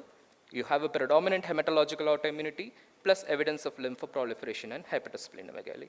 So this is one such study which we did at our institute. We prospectively screened 31 children presenting with autoimmune cytopenia for possible IEI, and 60% of them had a probable inborn errors of immunity, with 46% of them had a proven genetic, had a molecularly confirmed defects. So these are the different defects which we have identified: severe common immunodeficiency, LRB's defects, autoimmune lymphoproliferative defect, XIAP, activated PI3 kinase delta, hyper IgM syndrome, and one child with Kabuki.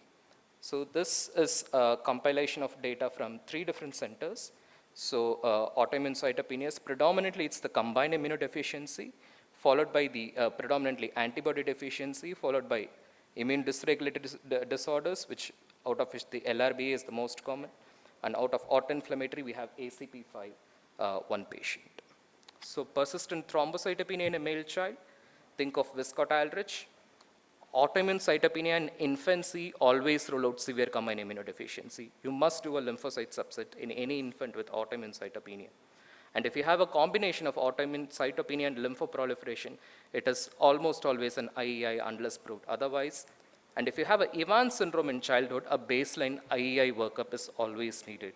Baseline, what I would do is an immunoglobulin profile, lymphocyte subsets under double negative T cells, and genetics in most cases. Unless you show it is a bona fide case of a lupus, I would send out the genetics in any case of Evans syndrome.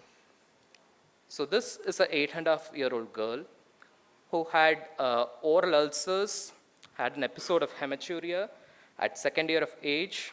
She came up with anemia and thrombocytopenia, was managed as Evans syndrome. Her ANA was 3+ homogeneous, managed as lupus. C3, C4 levels were normal. This is the background history. She had a background history of failure to thrive, global developmental delay, and spastic diplegia. The cytopenias improved with oral steroids, initially managed with azathioprine, later shifted on to mycophenolate mofetil. What is the diagnosis?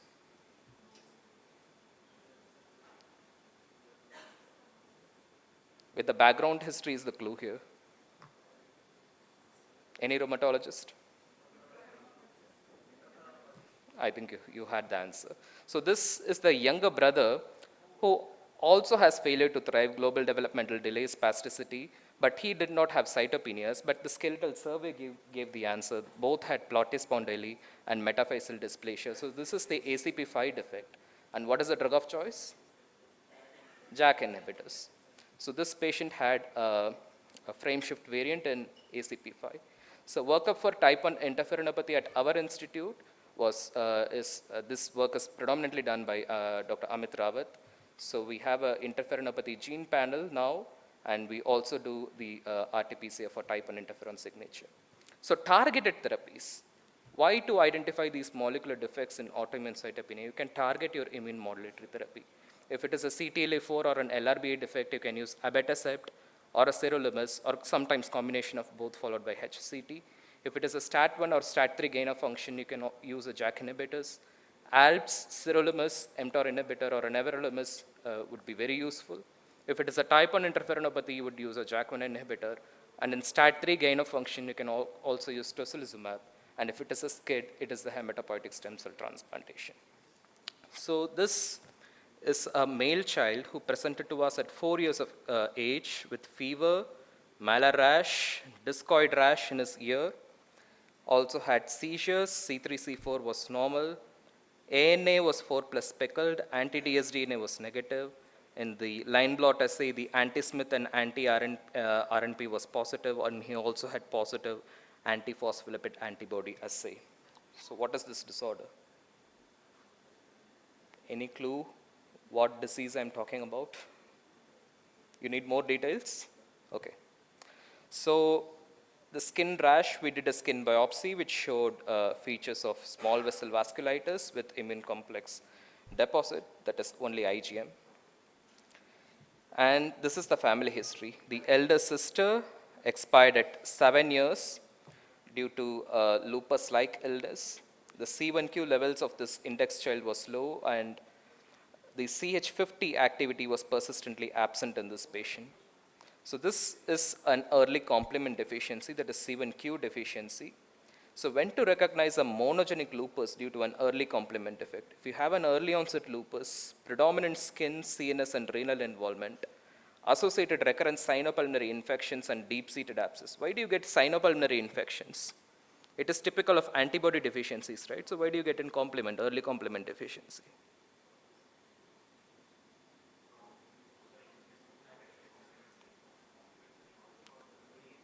Yes, so both early complement components and IgG, your opsonins, they are needed for clearance of your infections which cause these sinopulmonary infections. So, or if you have a positive family history or consanguinity, and typically you have normal or elevated C3-C4 levels. Especially in C1q defects, you will see elevated C3-C4 levels. An ANA pattern, most of the times you see a speckled pattern of ANA with a negative anti-dsDNA. So this is just a laboratory workup. You would persistently low CH50 activity is the diagnostic hallmark of this disease. But however, you can also do a C3-C4. That would also give you a good clue, especially in C1q deficiency. The C4 levels will always be elevated. If you happen to do C1q levels, that would be low in C1q deficiency. Why to recognize complement deficiency? What is the fun in diagnosing complement deficiency in a child with lupus? You're anyhow going to manage lupus, but why do you diagnose complement deficiency? Yes, it helps in the genetic counseling for the family. The treatment modality is different from conventional lupus. Here you would use prophylactic antimicrobials, you would vaccinate these kids. Plasma infusion you could try for, because fresh frozen plasma, it has some levels of your C1q.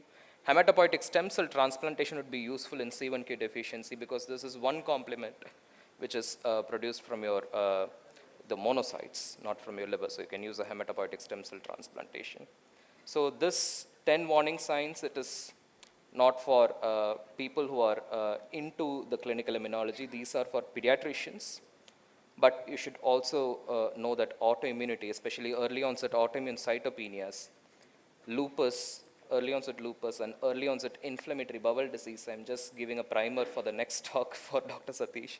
So these are important warning signs for primary immune deficiencies. With this, I thank Professor Sudhir Gupta, Indian Council of Medical Research, Department of Health Research for helping us in carrying out the works in IEI at our institute, faculty members of our unit, patients, residents, laboratory technicians, and research fellows. Thank you so much. Questions?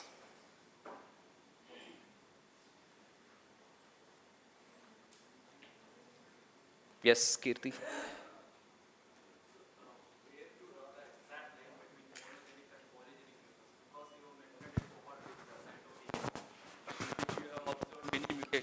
Usually we'll be thinking that less than 6 years to send for any genetic testing like that. So where to draw a line?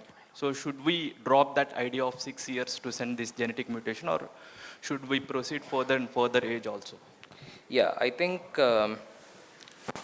any lupus less than 6 years, you should do an exome. That is there. But if you have a lupus with, say, predominant hematological autoimmunity, or you have lupus which is not following your textbook description, even in older kids, or if there is a positive family history, I think there you should send a genetics to look for the monogenic cause. I think probably 6 years down the line, I would say all lupus should be sequenced.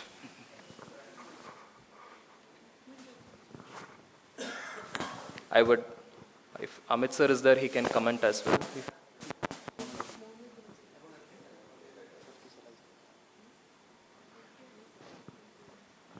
And one more question, as a predominant adult rheumatology unit which we will be dealing with, some lupus patients will be observing that they won't follow the typical course in terms of infection development.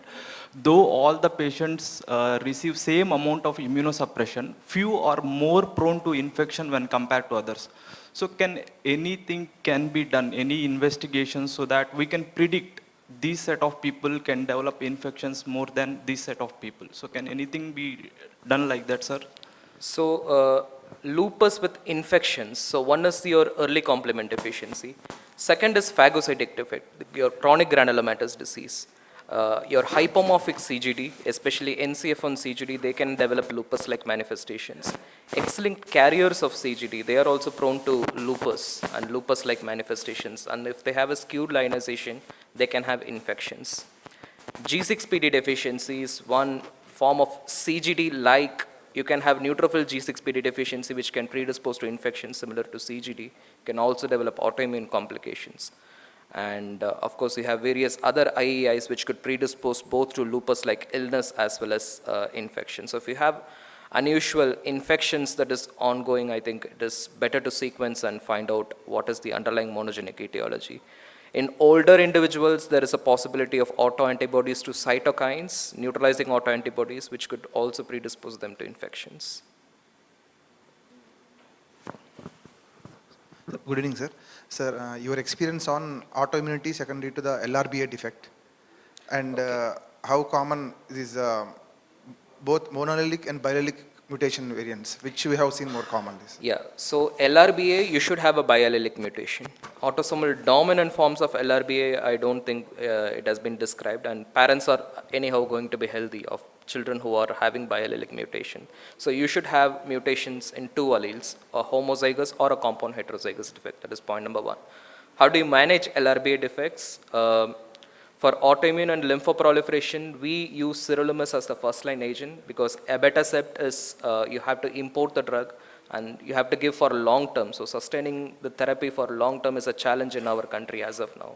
So probably for developing country, what we can go ahead is control the inflammation with sirolimus and steroids and take them up for a hematopoietic stem cell transplantation.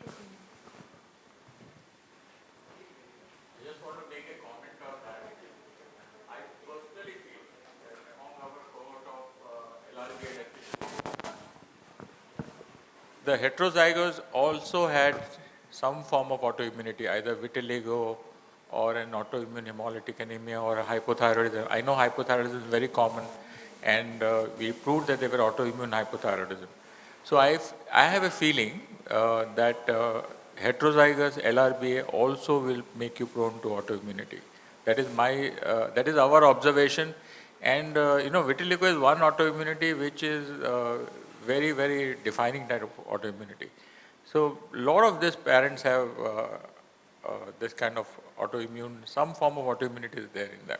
Yeah, that's an interesting observation. I think we should collect more cases.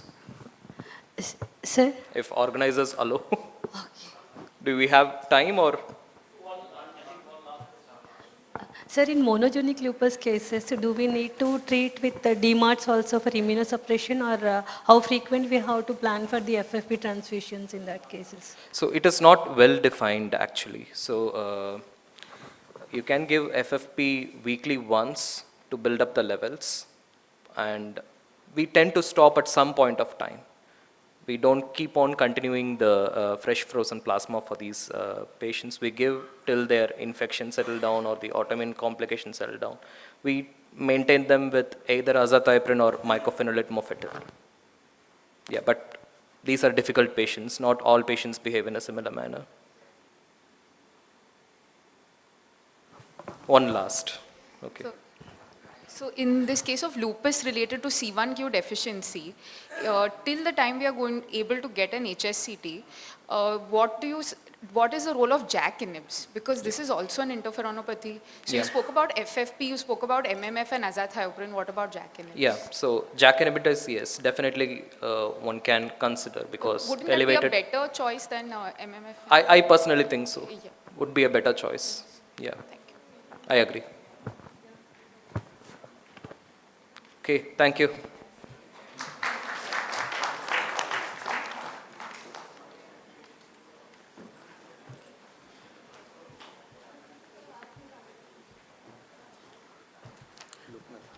Thank you, sir, for such insightful discussions. Now we move forward for our next sessions, inborn error of immunity and the early onset inflammatory bowel disease. And I would like to request Dr. Satish Kumar Loknathan to take up on the stage.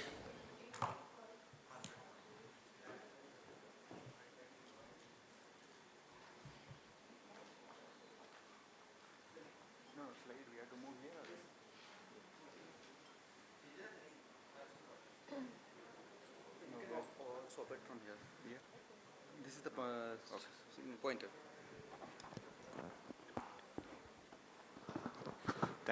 Thank you organizers for the opportunity. Today, my topic is inborn error of immunity and the early onset of inflammatory bowel disease.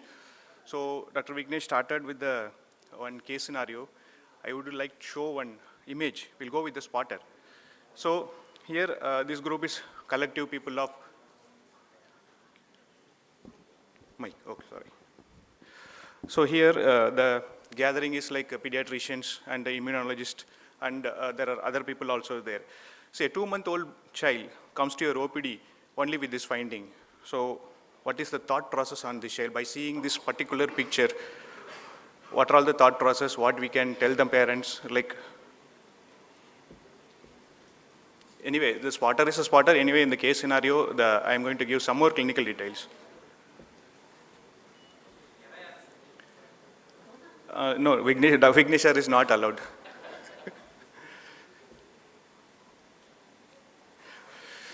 Okay, we'll move forward.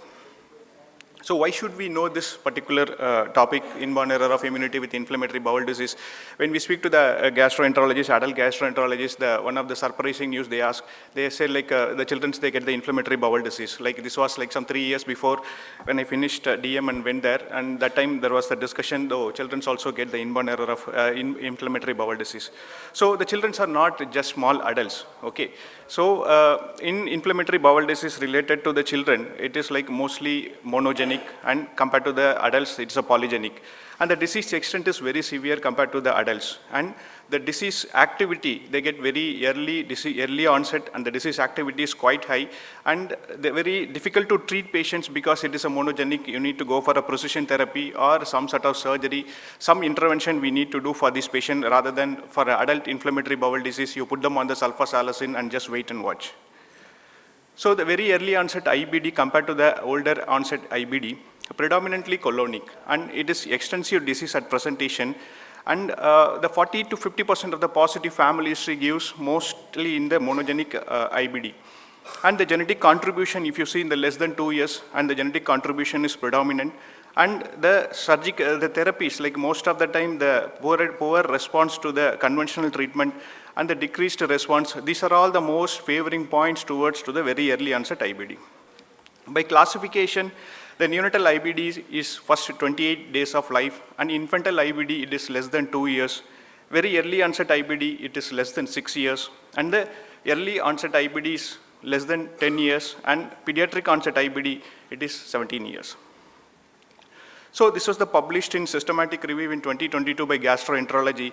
All over the worldwide, the inflammatory bowel disease prevalence and incidence is increasing. So in this particular picture, we can see it is like in the Western world, Canada, and even in the Kuwait, and there are like lot of incidents and the prevalence is going on. But in India, you see like there is 2022, there is not much reports because we are not recognizing and the awareness is very less. So there are some risk factors, like what is the protective factors, what are all the decreased risk factors. The decreased risk factors when you go for the dairy products, if you take, and if you take the water purity and the fruits and vegetables, the breastfeeding. And there is an increased risk factor if you go for, especially when the food, beverages, and the coloring agents, and the early onset of antibiotics. If you treat them with the antibiotics in the less than 1 year of age, at least in the less than 6 months of the age, you alter the microbiome of the gut. When you alter the microbiome of the gut, these people are more prone to develop, and this is one of the increased risk factor they consider. So breastfeeding, like in India, like most of the pediatricians tell them to breastfeed, exclusive breastfeeding for 6 months and extended breastfeeding till 16 months, 18 months. So how that is going to impact for the very early onset IBD? In infants who do not breastfeed, the microbiome maturity attains very early compared to when they take breastfeeding almost 12 months. And there is a strong protective association is there if they take breastfeeding at least 12 months.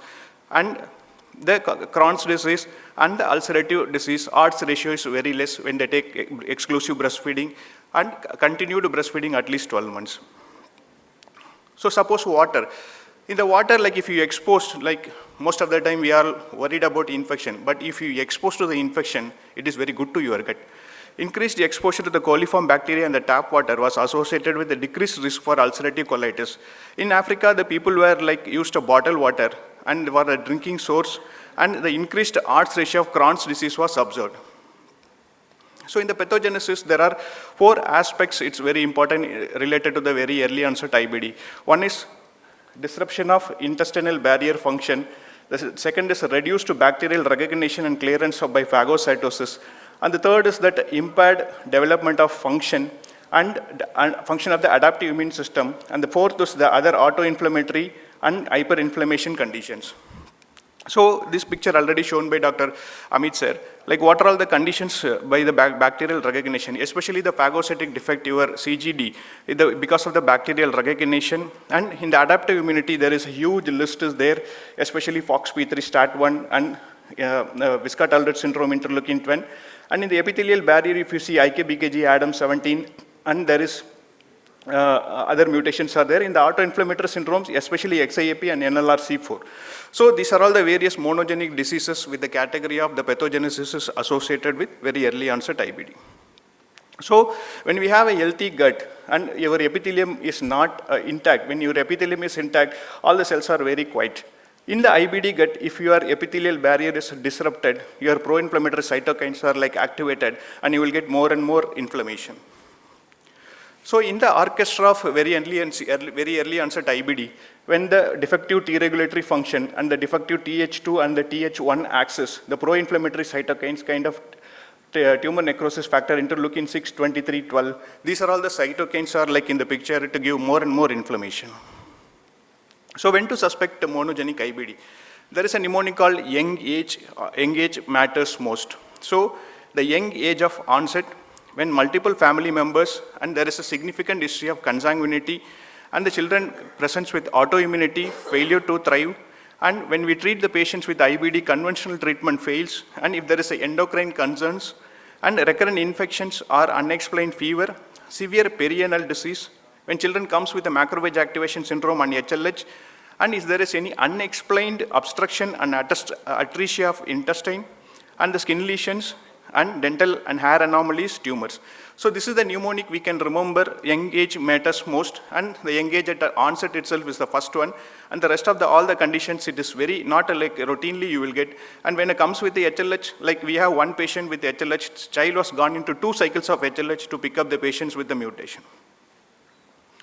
So the clinical manifestation and the Crohn's disease and the ulcerative, when you have a Crohn's disease, the diarrhea is more common, and when you have ulcerative colitis phenotype, they have the hematochezia, and arthritis is more common, some extraintestinal manifestation with the Crohn's disease, and the ulcerative colitis also there, but it is very rare.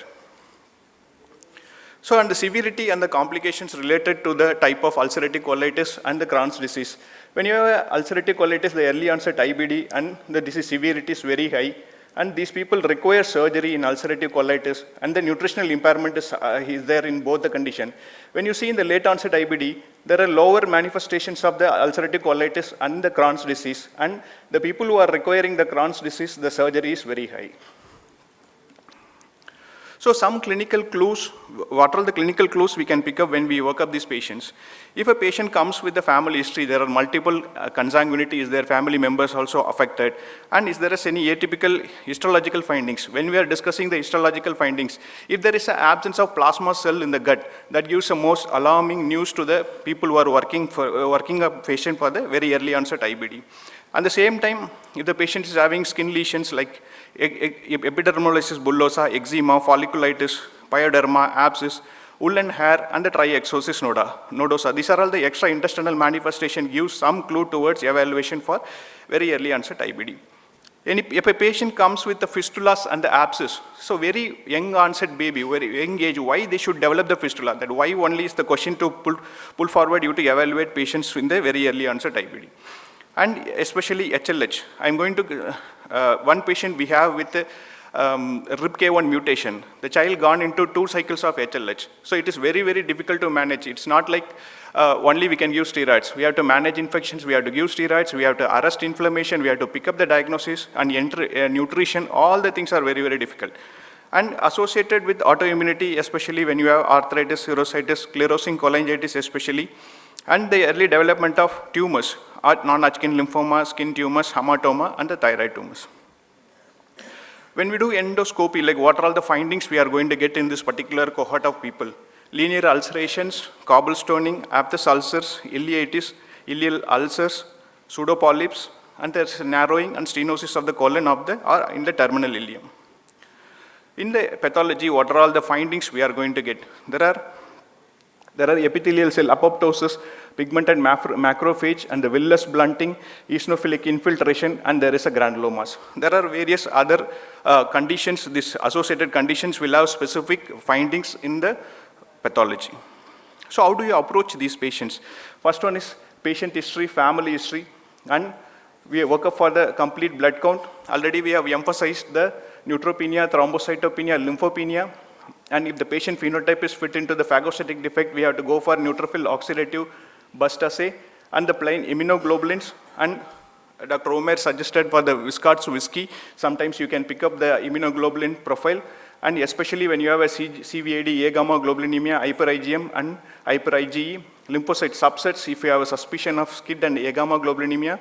And the second level of test and FOXP3, there is some functional assays to prove IPEX and the XLP2. And in the baseline is upper GI, lower GI endoscopy, biochemistry, especially fecal calprotectin when you are evaluating a patient with IBD. And before starting immunosuppressions, we should do some test. And there is some before and when you are labeling inflammatory bowel disease, kindly rule out celiac disease and the allergic colitis. But this particular celiac disease is very common. Allergic colitis, I am not very sure how common it is. Cow's milk protein intolerance is like very, very rare disease. That is the last diagnosis we should think. And in few conditions, we should go for the genetic screening. So the investigation, the flow cytometry and the NGS, how it is going to help. If a patient comes with a neonatal onset and the perianal disease, fistula, diarrhea, the suspicion should be the interleukin 10 and interleukin R deficiency. The genetic test going to give more diagnosis rather than the flow cytometry. But in the same time, when you see a chronic diarrhea, organomegaly, lymphadenopathy, autoimmunity, the IPEX-like disease, the genetic test along with the flow cytometry, sometimes FOXP3 also gives the diagnosis. If it is a CGD, NBT, DHR, and along with the genetic test. So this is like a combination of both the flow cytometry and the genetic test is going to give diagnosis. So what is the treatment available for very early onset IBD? Now, the biologics, the tocilizumab, infliximab, adalimumab, ustekinumab, canakinumab, anakinra, and this is not available. So what we use like mostly for patients with very early onset IBD is infliximab and adalimumab. So this is a kind of drugs available for lymphocyte problems. There is abatacept is not available. There are few patients we put them on tofacitinib and ruxolitinib, and mainly the azathioprine is also very useful in treating patients with inflammatory bowel disease. So these are all the small molecules available for very early onset IBD. And this is the biologics like conditions and associated with the biologics how it is going to help for very early onset IBD. And there are few conditions, only hematopoietic stem cell transplant is the treatment of choice. And in very early onset IBD, interleukin 10, the conventional therapy, infliximab, adalimumab, all the thing is going to fail. Only bone marrow transplant is going to help for these patients. Okay, we'll move forward the case scenarios. A 2-month-old child from Kerala, first born to non-consanguineous parents, birth weight 2.8, exclusively breastfed. The presenting complaint is eczematous rash involving face, trunks, extremities since 2 weeks of life. And child was getting recurrent perianal lapses since 3 weeks of life. And when we have seen at 19th August 2022, the child presented with us with eczematous rash, perianal abscess, failure to thrive, and there is a stool, local blood was positive. So the child was like, weight is like less than 3rd centile, and the child's BCG scar looking healthy. So this was the picture I have shown initially. There is a small pustule in the perianal erythema, left side perianal region, and the child's liver is 3 and spleen was not palpable. So summary database, firstborn, non-consanguineous, no sibling death, eczematous rash involving face, trunks and extremities, recurrent perianal abscess since 3 weeks of life, history of ear discharge and umbilical discharge, and the stool occult blood is positive. So initially when we thought like this child I have seen the first time when I thought a neutropenia because in the perineal area there was a pustule, and another possibility I thought a chronic granulomatous disease. So when we evaluated the initial investigation showing total elevated total counts and ESR was normal and the NBT stain was normal, fecal calprotectin was 474. It was very, very difficult, nobody convinced. So we have waited for some time. And the pediatric gastro opinion I took because the child came with the diarrhea. They suspected the IBD. They asked to repeat the calprotectin after 2 weeks and the planned scopy. If scopy was planned, if the persistent elevation of calprotectin. And 2022, again the child come back with the blood and mucus in the stool, intermittent discharge. Again we evaluated. Fecal calprotectin was mildly elevated with the CRP of 21. When we did the NGS for PID, the child we have picked up with the interleukin 10RA gene. So scopy we have done. The scopy showed a small aphthous ulcers from rectum till descending colon. So this is the kind of picture we have for this child. So initially there was a severe ulcer, and after that went into the severe, before transplant the child went into the severe ulcer, and child couldn't be able to, severe fever also was there. And we have transplanted the child. During transplant, this is the photograph. Post-transplant, this is the picture. So the final diagnosis, very early onset IBD, we have transplanted the child. Post-transplant, 2 years absolutely well, no loose stools, and growth was adequate. So this is the picture I have today. After transplant, 2 years the child is smiling now. So the young gentleman is ready to go to school. So this is the kind of impact we can do for these patients, at least in recognition, early recognition, if you push them, if you write them for some support from the government, and we can see this happy picture today. So the case 2, we have a child, 4-year-old child, diagnosed as ulcerative colitis and treated initially with steroid, azathioprine, mesalamine, and child developed a joint pain, swelling, and diagnosed in inflammatory bowel disease associated arthritis, treated with the steroids, methotrexate and naproxen. Again, the child had a flare, scopy showing ileocolitis and the increased eosinophils. So this is the oral ulcer we have for this child, and when we evaluated infections, malignancy, lymphoproliferation was a consideration, autoinflammatory syndrome we thought, but when we sent a genetics, it was picked up the A20 haploinsufficiency. With the amount of adalimumab, the child was like absolutely well, and the child is getting every 2 weeks once the adalimumab. So the case 3, 2-month-old child presented with us loose stools, 7 to 8 episodes, no blood in stools initially, oral antibiotics 15 days, and 7 to 8 months again the loose stools, and child investigated. That time it was showing thrombocytopenia, CRP was elevated, diagnosed sepsis with infective colitis, and child transfused to blood. There is a painless bleeding per rectum and the fever for 12 days. And the platelets not improved, they have done a marrow. Marrow showed megakaryocytic thrombocytopenia, diagnosed ITP and treated with steroids, and IVAG was given because platelet was 54,000. So ped surgery consulted because child was like having this problem. They said no fissure, no polyp, no surgical intervention, and the symptoms persisted. They evaluated. When we did a scopy was showing a few linear ulcers in the transverse colon.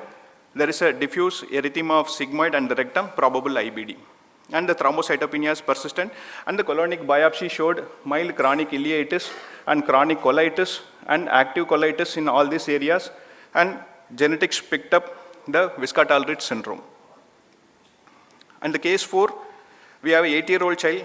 Child was well still 7 years of age and presented blood in stools, recurrent fever, weight loss, initially thought of tuberculosis and inflammatory bowel disease.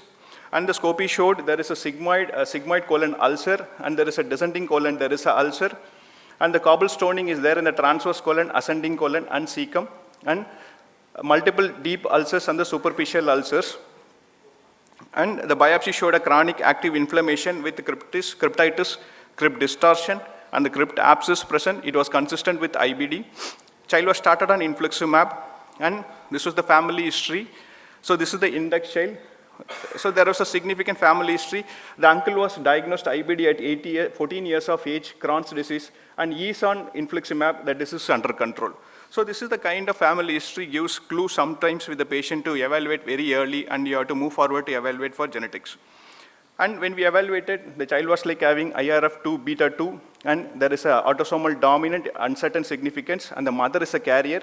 We have done a lymphocyte subsets for the child, both the reduced age-specific absolute counts of both switch and unswitched B cells are low, and the child currently on infliximab. We have added azathioprine because we couldn't able to control the disease. So other spectrum of patients in our cohort, we have a child with glycogen storage disease with IBD. We have tried a emagliflozin, and we have RIPK1 with recurrent HLH. The child is boarded to the transplant. 2 months later, the child is going for the transplant. There is a child with XLP we have lost. Adam 17, this is coming from, the child is coming from a remote village. Initially, he presented with the scalp folliculitis with the IBD. With the immunosuppression, azathioprine, and the Septran prophylaxis, the child's quality of life is absolutely well. So, in systematic review, 2021 says there is a 50% of very early onset IBD in less than 2 years of age, and the monogenic IBD onset, and in 18 years it is 10.9%.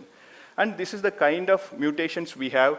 And the surgery, in the systematic review, they said like 27.1% people need surgery. Biologics is 32.9%. And you see the hematopoietic stem cell transplant, there are few mutations, 23.1% they require the hematopoietic stem cell transplant. And here, the biologics, how much they used for 247 patients, and it was effective in 25.5%, and HSCT, and there is some failure, and these are all the other things like even the failure, there are few mutations even when you do the failure of hematopoietic stem cell transplant, and there are some 30 people succumb to the illness. So why should we know or we care about the monogenic IBD? It is a high morbidity and mortality, and it needs a specific treatment. And understanding the pathophysiology and identifying the unconventional treatment, we can avoid some surgeries and side effects of the medical therapy. Even in interleukin 10 RA, if the bone marrow transplant is the curative treatment, we should not delay. And genetic information gives the screening for extraintestinal manifestation. Obviously, they need a genetic counseling to prevent for the further pregnancies. And the takeaway message is, early onset IBD in children have a monogenic etiology. There is a early evaluation and diagnosis is crucial. NGS plays a big role in evaluating these patients, and the targeted therapies and the stem cells are main treatments, and suspect monogenic IBD in severe refractory failure cases. So here, at the outset, I would thank my pediatric gastro team, Dr. Arul Jayendra and Leenath, and thanks for the patient listen.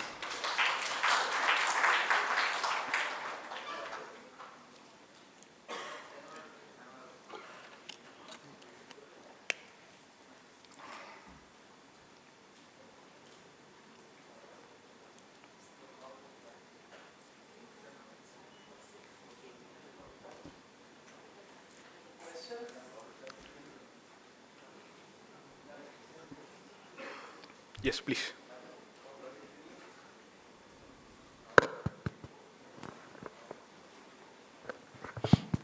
For IPEX syndrome, do we still recommend transplant in all cases?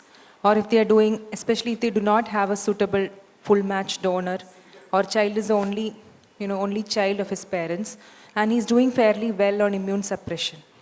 So in the IPEX, there is different, when you have IPEX patients, the standard of the care, if you are affordable and they are match sibling donor is there, and if you have the match, you transplant it. Before that, the conventional, unconventional way, how much ever, it is not like a straightforward protocols we have to manage these patients. Already we have mentioned, sometimes they may try sirolimus, some patients they may try MMF. So it's like these sort of the very rare diseases. We don't have the, even in these patients, one of our patients, another patient with the A20 haploinsufficiency, the child struggled almost 10 years. The child is initially started with infliximab twice weekly, followed by, they added the azathioprine. 2 weeks before we have added a JAK inhibitors for the child. But if you pull out the data, if you see A20 haploinsufficiency, nowhere else is they given you have to give JAK inhibitors. But after the JAK inhibitors, the child's symptom is much better. The child is on infliximab, azathioprine, and JAK inhibitors, tofacitinib, 5 milligram we are giving twice daily. So IPEX syndrome depends upon the situation and the treatment response. All the different patients behave in different way. So we have 2 patients with IPEX syndrome. One we have transplanted, one child is on MMF.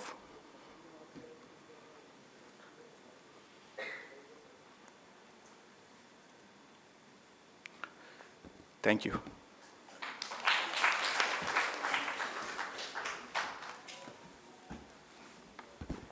So we have reached the fag end of today. Our last session will be by Dr. Vaishnavi ma'am, a clinical take on the next generation sequencing in inborn errors of immunity. Thank you. Over to her.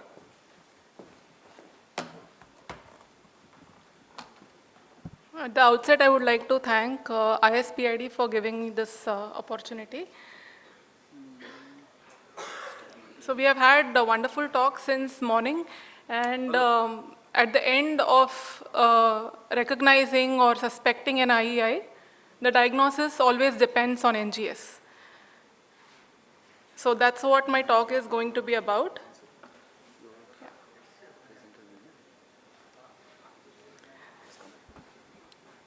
Right, so NGS has really revolutionized the field of medicine, but sequencing does not make a diagnosis. A clinician is still required to bridge the gap between the data that is generated from the NGS and giving a meaningful diagnosis to the patient and the family. So we all believe this, that a good clinician must take a good history, should have a focused examination. He should be an excellent person who can recognize patterns in those history and then go towards a hypothesis-driven investigations.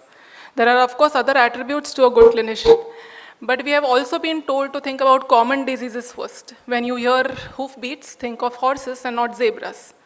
But is this stepwise testing approach really optimal in the era of precision medicine? When we deal with monogenic errors that have severe morbidity and mortality, are we really justified in waiting for the full phenotype to develop? And really are zebras as uncommon? So rare diseases, that is the zebras of clinical medicine, we know that they affect 1 in 2,000 people. But the number of rare diseases that we currently know of range from 6,000 to 8,000. There are 300 million people globally affected with these rare diseases, and almost 1/3 to 1/4 of them are in India. 80% of these rare diseases have a genetic cause, and 70% of them present in childhood. 30% of these children die before the age of 5, and because the average time to diagnosis is about 4.5 years, many of them die without a diagnosis. So really there is a worldwide impetus on diagnosing and managing these patients. So not only the WHO, but our own government has rolled out the NPRD, that is the National Policy for Rare Disease, which caters to about 60 to 80 rare diseases currently. So it's truly a time to think of zebras. So over the next few slides, we'll be discussing about why it is important to make a genetic diagnosis. So this is a 22-year-old female. However, her story starts much earlier in life. At 9 years of age is when she first started developing lymphadenopathy. 2 months later, she developed autoimmune hemolytic anemia. She was initially given a diagnosis of a possible viral infection. Then when she developed this autoimmune hemolytic anemia, she was labeled as SLE. By 10 years of age, she started developing respiratory infections, to which she visited a pulmonologist. He noticed the failure to thrive and said probably this was empirical. It was a pulmonary TB, and she was treated with AKT. 5 years later, when she'd had a stroke, they again thought of CNS tuberculosis. They couldn't prove the tuberculosis, but it was still treated with AKT. There was also some suspicion of CNS small vessel vasculitis because now she took a second opinion from a neurologist. 3 years later, when she developed perianal fistula, she was diagnosed with IBD and arthritis. And by 22 years, not only the patient, but the family was fed up with the number of rounds that they were going into the hospital for. So this time she received a diagnosis of LRBA deficiency, finally when the NGS was sent. But the problems were not sorted. There was poor compliance to sirolimus because of ongoing side effects. Abatacept was not affordable for the family, and there was no matched donor available. So finally, when she was sent for transplant, she was in a very bad shape. She had severe comorbidities, and she succumbed in the pre-transplant induction period. Vis-a-vis this child, again, a child with LRBA deficiency. He came to us at 7 years of age. His story started a year earlier when he was first diagnosed with ITP. The bone marrow examination was consistent. He was treated as a standard of care with steroids. He had some episodes of bloody diarrhea, but it was ascribed to dysentery at that time. 6 months later, he developed autoimmune hemolytic anemia and was labeled Ivan syndrome. At this point in time, a very astute hematologist thought of an inborn error of immunity and sent the NGS. So that is when the diagnosis of LRBA deficiency was made, and he came to us with the diagnosis of LRBA deficiency. So our job was easier. We immediately started him on targeted therapy along with IVIG replacement. And although he's continued to evolve in his phenotype, this was significantly ameliorated, partly because of the therapy that we were giving. And finally, when he could be transplanted, he had already achieved partial control on his symptoms, and his comorbidities were managed much better. So this is this child now, 2 years post-transplant, and doing extremely well. So these two cases highlight that the different approaches that were taken. In the first case, it was a sequential approach to diagnosis, and finally, when all the differential was whittled out, she was diagnosed with an IEI, vis-a-vis this child. One may even argue that the hematologist jumped the gun, but the survival tells us a different story. So when we talk of sequential approach, we say that it is cost effective in resource limited settings, but with the prices of NGS crashing, now when NGS is available to us at 7,000 rupees, I don't think this is any longer true. It is currently still true that we get a faster diagnosis in classical phenotypes like XLA and SCID, but with NGS, with a turnaround time of 48 hours, maybe this is soon to change. And proponents would also argue that the sheer numbers of VUS makes our life difficult, but the IEI genes no longer present as classical textbook pictures. We saw many examples in the morning, which say that, especially in cases of immune dysregulation, the number of genes that need to be covered is exceeding 50 to 60. It also shortens the diagnostic odyssey when you send NGS as a first-line investigation. And in the era of precision medicine, when molecular diagnosis is no longer just nice to have, it is essential for classification and tailoring treatment. Also, it provides gene discovery opportunities for research. So this next case taught us another important lesson. The issue here was not that the inborn error in immunity was never suspected, but the evaluation stopped at the basic immunological workup. This, by the time he came to us, he was 6.5 years old, but his history also started at 9 months of age. He started getting recurrent episodes of these-associated LRI, which were poorly controlled on MDIs. He required multiple steroid rescues. By 1.5 years of age, he had started developing generalized lymphadenopathy. At 3.5 years, he was already diagnosed with type 1 diabetes. And the endocrinologist noted that very high insulin requirements were there. The HbA1c also remained fairly very high. So at this time, he was suspected to have an inborn error, but they only did the basic workup. The immunoglobulin was showing some hypergammaglobulinemia. The CD4 count was mildly low, but the workup stopped here. By the time he came to us at 6.5 years of age, he had massive hepatosplenomegaly, severe failure to thrive. We also noticed this dermatitis. And so this was a child who had early onset refractory autoimmunity, benign lymphoproliferation, allergies in a male child, and a few CBCs also revealed eosinophilia. So at this time, we were fairly sure we were dealing with either an IPEX or an ALPS-like disorder. So we sent the Treg and the DNT. The Treg percentages were very low, so we were sure that this is IPEX.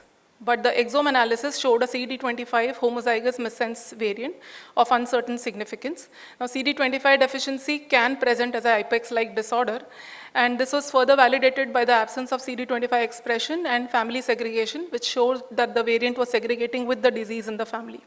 So he was started on targeted therapy, and he showed significant improvement in his general condition, and he has also been now transplanted and doing well. So the family was really indeed very happy with the outcome, but did we really do enough for this child? When would we have suspected and sent an NGS? I think the time should have been much earlier, because even though we did transplant this patient, there was a diagnostic delay of 5.5 years. There was irreversible organ damage in the form of the persistent type 1 diabetes that he still has to face. This is not to mention the economical and the psychological toll. So is this really a success story? We are now piloting whole genomes in healthy newborns in various countries, but here we still debate whether early exome is required in ill children.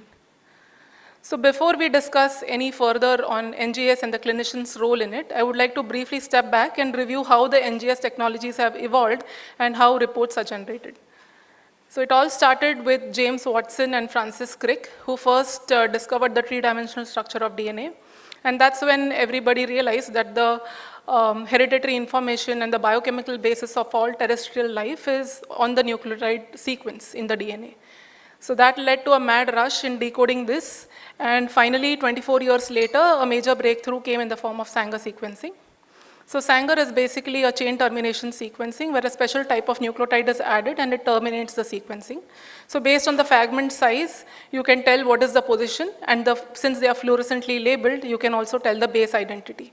So this is the older form of Sanger sequencing. What we now see is a report like this, which is based on capillary electrophoresis. So the advantages, as we all know, it's highly accurate and is very good for small regions and is excellent as a validation tool. But the limitations, as we realized when we did the human genome project, it took about 13 years to sequence a single genome. It was also very, very expensive. It took about $3 billion US. And 6 countries were involved with 20 major sequencing centers who were sequencing the genome at the same time. And it is also fairly a short read length.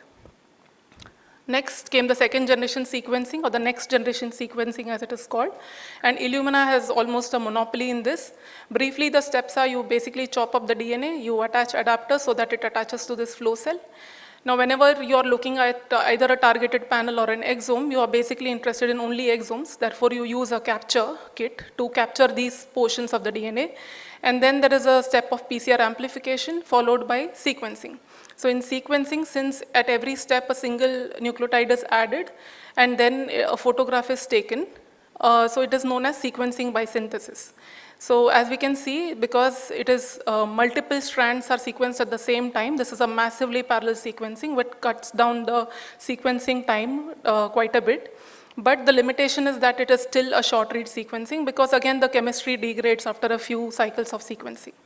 That's where the advantage of third generation sequencing is. They are also called as a long read sequencing, where a single molecule of DNA is split and then that is sequenced. The read length is quite long, as we can see from here. And the min ion is the most famous of third generation sequencing technologies, where the device fits in the palm of your hand and you can even take it to the field for sequencing. So with these advances, we have dramatically increased our ability to read the genome. And what can we actually do with the sequencing power? We can diagnose monogenic disorders that we saw in the morning. It's also used in research for transcriptomics, epigenomics. In oncology, not only for tumor profiling, but also to understand driver mutations and targetable alterations. We saw the examples with SARS-CoV, where sequencing helped in diagnosing new variants in pharmacogenomics as well as reproductive medicine. So while NGS has many applications, the way we apply it depends upon how much of the genome do we choose to sequence. So these are mainly two types, the capture-based NGS sequencing and the whole genome sequencing. So when I say capture-based sequencing, it basically captures the area of interest. So the most common examples are the targeted panels and the whole exome sequencing that we routinely do. Targeted panels are better when you have a clearly defined phenotype, while IEIs mainly are heterogeneous disorders. Therefore, whole exome sequencing is preferred. And whole genome sequencing is the most comprehensive of them all. So regardless of which approach we follow, the end result is a report like this that you get. So it's not only important for us to understand what information it contains, but also important what it misses. So when we read a sequencing report, much of the information is presented in a very standardized format. It is known as the HGVS format, which is given by the Human Genome Variation Society. It gives you the gene name.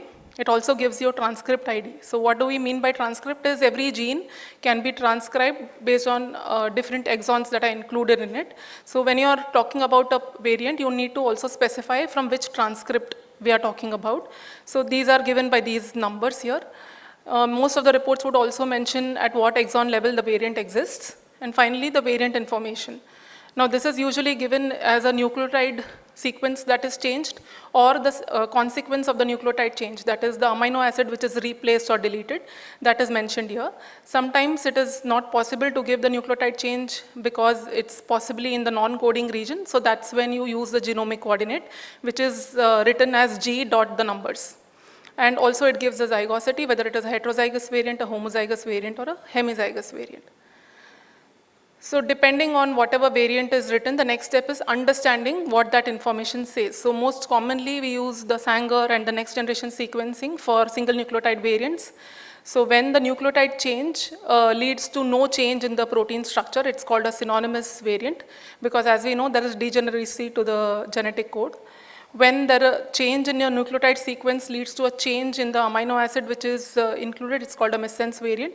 And nonsense variant introduces a stop codon, and that is denoted by this TER and the asterisk sign.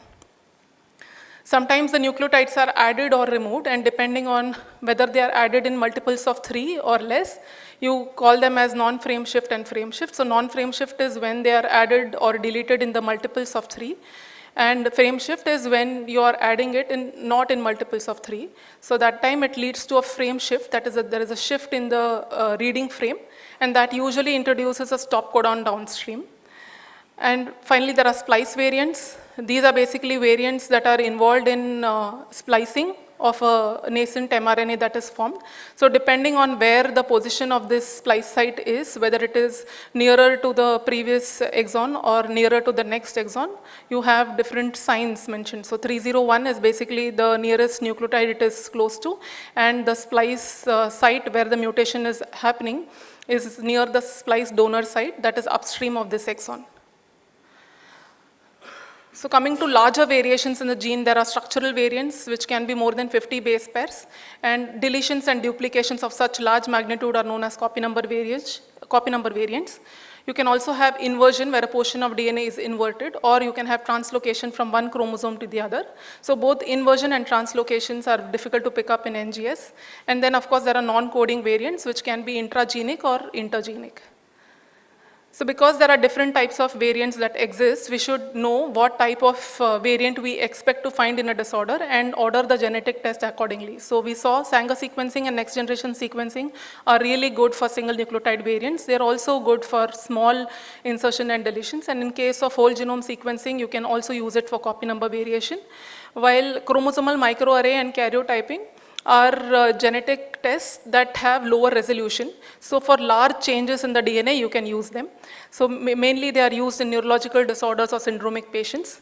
And MLPA and FISH are technologies where it depends on presence or absence of ligation with a probe. So they are only available for certain genes, and you can detect deletion duplication at the exon level with either of them. So this case illustrates my point that each test has its strength and limitation. This is a 2 years, 8-month-old female child when she came to us. Her story starts at 6 months of age. At that time, she became transfusion dependent, and extensive investigation for hemolytic and non-hemolytic disorders did not yield a result. By 9 months, she started having thrombocytopenia as well. So initially a clinical exome was sent, which was negative. Then by 13 months, when the DCT turned positive for the first time, a DNT was evaluated, it was high. So again, the reanalysis of a previous clinical exome was done for ALPS, that was negative. Finally, at 21 months, she was again, a whole exome was sent, and this was also negative. So by the time she came to us, a whole genome sequencing was done. This showed that she had a compound heterozygous variation. One was a nonsense mutation in LRBA gene, and the second was a copy number variation, a deletion in exon 2, which was missed in the exome sequencing. So although the diagnosis was present right from the beginning, we simply needed to do the right test to pick it up. So among the IEI, like we said in the morning, there are multiple genes that harbor copy number variations as well as pseudogenes. So NCF1 was discussed.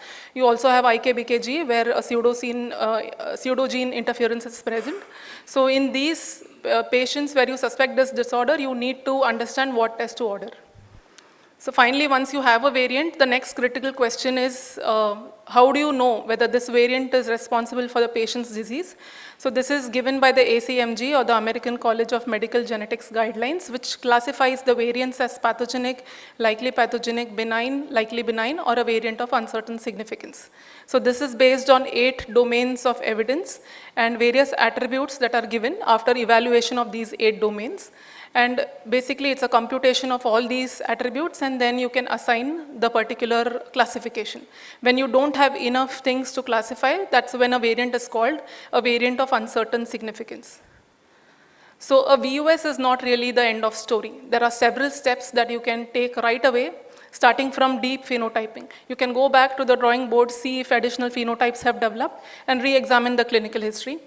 You can also look at the large data cohort publications that have happened relating to the gene and look if your phenotype fits.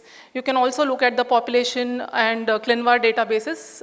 This is also included in the report, but you can also do it. It's free of cost and it can be seen online and quickly. You can also use various websites for in silico prediction to give you a score of pathogenicity by computational analysis. And simultaneously, you can do additional evidence, you can gather additional evidence by doing family segregation. Like we saw in the previous child with CD25 deficiency, we saw that the variant was segregating with the disease in the family. You can also do a functional validation. Again, the CD25 expression was done as a part of functional validation, and you can collaborate with experts and take their opinion. So this is one child who came to us at 10 months of age. At 6 months, she was noted to have recurrent rectal bleeding, and CBC showed persistent neutropenia. She was a non-syndromic neutropenia, and an exome was sent at this time, which picked up a compound heterozygous variant in VPS13B, responsible for Cohen syndrome. Both the variants were variants of uncertain significance. So she was referred to us for second opinion and possible transplant. So here the phenotype matches the genotype. Cohen syndrome is known to cause neutropenia. And when we looked at all the other phenotypes that are there, developmental delay is present in 100% of patients, but the severity can vary. And many of the other phenotypes can take time to develop. So we did family segregation in this, and we found that both the heterozygous variants were carried by the father. So this is a compound heterozygous variant in cis, which means only one allele had the variants, and therefore this is not responsible for the phenotype. In the second child, a 15.5 male child, the history starts at 3 years of age. He had recurrent respiratory infections, chronic diarrhea, short stature, delayed puberty. So by the time he came to us, he was already diagnosed with pan-hypogammaglobulinemia with a normal LSSA. So this was a child with common variable immunodeficiency. The initial exome was negative, but when we reanalyzed the data, we found a heterozygous missense STAT3 variant, and we thought the phenotype fits with the STAT3 gain of function. We looked at this variant. It was a reported variant in ClinVar, but also it was given an uncertain significance attribute. We analyzed the variant further and gave the ACMG classification, and in our classification also it turned out to be a variant of uncertain significance. So we thought that we could do a functional analysis, and we reached out to the experts where they opined that although the phenotype fits in this patient, true gain of function variants are not seen in healthy population. And we saw that in NOMAD database, there were 93 individuals with this variant. So they had already done functional testing for many such candidate variants, and it was their opinion that additional functional testing in this patient was unnecessary. So again, expert opinion helped us reclassifying this variant as possibly likely benign. So these examples illustrate how we can gather additional evidence and reclassify the variants, but sometimes the problem is not a VUS. The problem is that the variant was missed, misinterpreted, or even incorrectly called. So this was an 8-year-old male with significant past history. At 1 year of age, he had sepsis. At 4 years, he had viral arthritis. 4.5 years, he had viral encephalitis. 7 years, he had pneumonia, and at 7.5 years, he had viral myocarditis. So looking at the age of the child, age of the first presentation, the sex of the child, and an absent tonsils, the primary physician did immunological workup. It was consistent with the diagnosis that he was thinking. The circulating B cell percentages was less than 1%. He had pan-hypogammaglobulinemia, and therefore he was sure that it was a patient with XLA. However, the first exome was negative. That is when the patient was referred to us. When we reanalyzed the raw data, we focused initially on the BTK gene, and we indeed found a variant. So this variant on ACMG guidelines was a likely pathogenic variant. So we reached out to the primary lab, and then they changed the report. So getting the diagnosis in this patient was important because it gives us clarity on the prognosis. Otherwise, he would have been labeled as a CVID. It also is important for carrier screening and prenatal testing. So a negative report is not really the end of story. You should go back and relook at the clinical phenotype and possibly also take expert opinion. This was another child, 5 years old, born of 4th-degree consanguineous marriage. He was referred to us because of significant past history. At 3 years of age, he had an episode of liver abscess, pericardial effusion, and pleural effusion. Since then, he had on and off history of fever with no particular periodicity. There were only 2 periods when the CRP was elevated, rest of the CRPs were normal. He also had rash, oral ulcers, and vague abdominal pain associated with these fever episodes. So this raised suspicion of whether we are dealing with an autoinflammatory disease. Because he had a significant infection in the past, we were also thinking of phagocytic disorder, combined immunodeficiencies, or complement deficiency. But his exome revealed a likely pathogenic variant. It was a terminating variant in STING1 gene. Now, STING1 is a very important protein in innate immune system, and its activation leads to expression of type 1 interferons. But majority of the mutations that are known are gain of function mutation caused by missense variants. So the dilemma in our case was some of the newer variants were also described to cause combined immunodeficiency, which was one of the differentials in our patient. And the mother was pregnant, and we needed to decide whether we are giving a prenatal test, we are giving an opportunity for prenatal testing. So when we looked back, we noticed that the variation was a terminating variation. So terminating mutations typically lead to loss of function. And if the loss of function is not a mechanism for the gene, then you cannot attribute a very strong pathogenicity to a terminating variant. So because we understood the disease mechanism, we additionally did the familial segregation and found that the father, who is asymptomatic, also carried the same variant. So as clinical immunologists, we have an advantage in interpreting such findings because we understand the underlying mechanism and the pathways and not just the structural impact that the variant has on the protein. So as the phenotype did not match and loss of function is not a mechanism for STING1, we decided to follow the patient and not offer prenatal testing to the parents.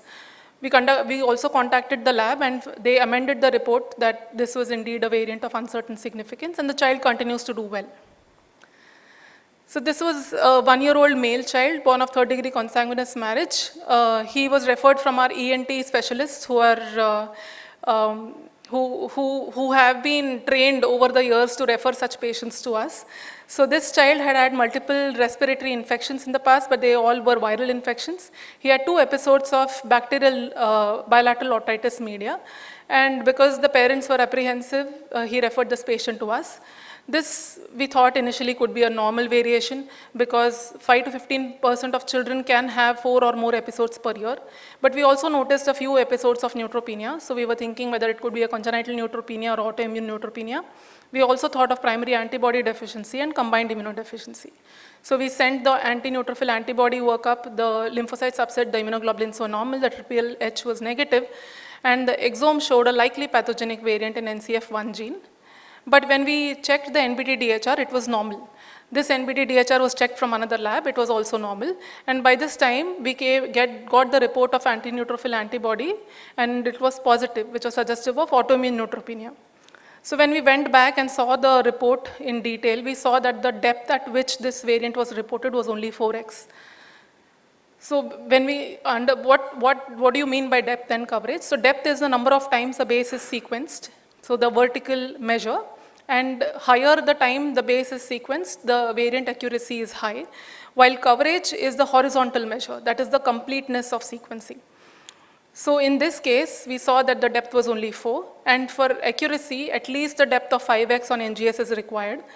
And Sanger is a methodology by which you can prove whether this is a true call or a false call.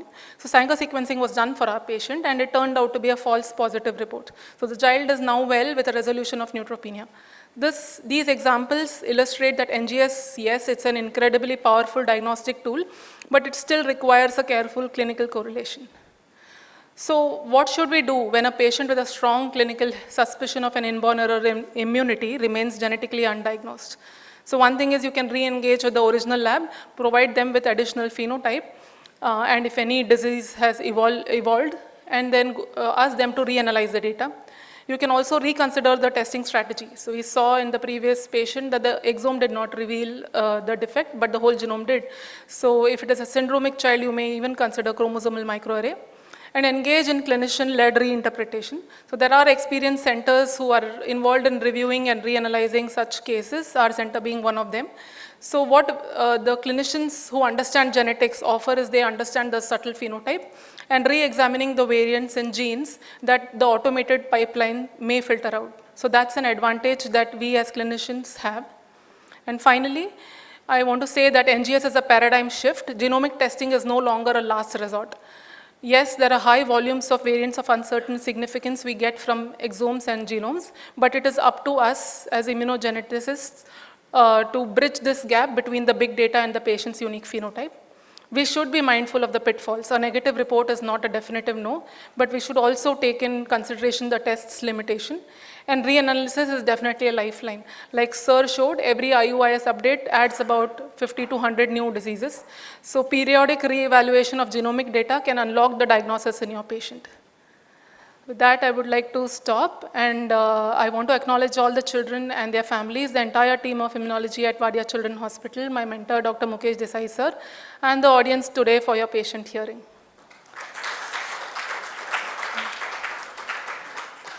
And lastly, I would like to invite all of you to Mumbai. We have a Life at War Series 7, which is going to focus on DiGeorge and other thymic disorders. The QR code for registration is here, and I would love for each and every one of you to be there. Thank you.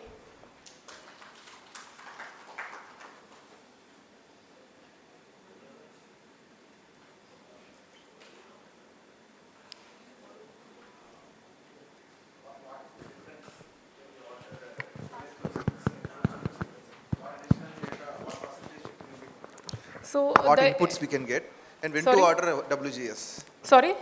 When to order whole genome sequencing. Yeah, so I gave a list of genes wherein a copy number variation is possible. For example, in docket gene deficiency, you can have a large copy number variation. You can have large deletions, which can be responsible for the phenotype, and it is not necessarily a homozygous deletion. There can be compound heterozygous variants. So you can have deletion, which is inherited from one parent, and you can have a single nucleotide variant, which is inherited from the other parent. So with exome sequencing, it's difficult to make out heterozygous deletions very easily. So homozygous deletions can still be, it's easier to make it out, but when it is heterozygous deletions, it is difficult. Because like I told you, you're basically aligning, and there can be differences in the read depths when you look at the different genes. While in whole genome, it is a more uniform depth that you get. So that is the advantage when you look at whole genome sequencing vis-a-vis whole exome sequencing. Internationally, it adds about 10 to 15% of additional cases that you can diagnose with a whole genome sequencing over and above the whole exome sequencing.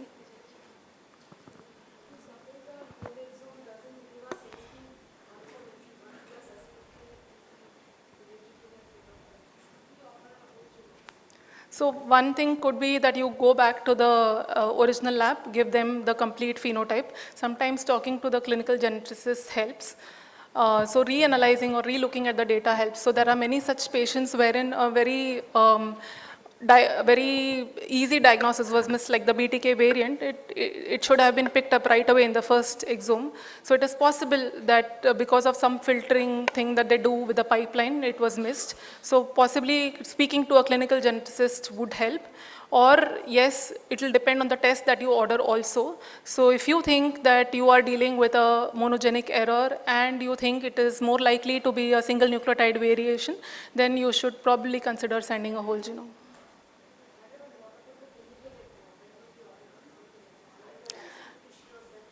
So ma'am, clinical exome and whole exome, they basically use the same thing. It's exome sequencing only that they do.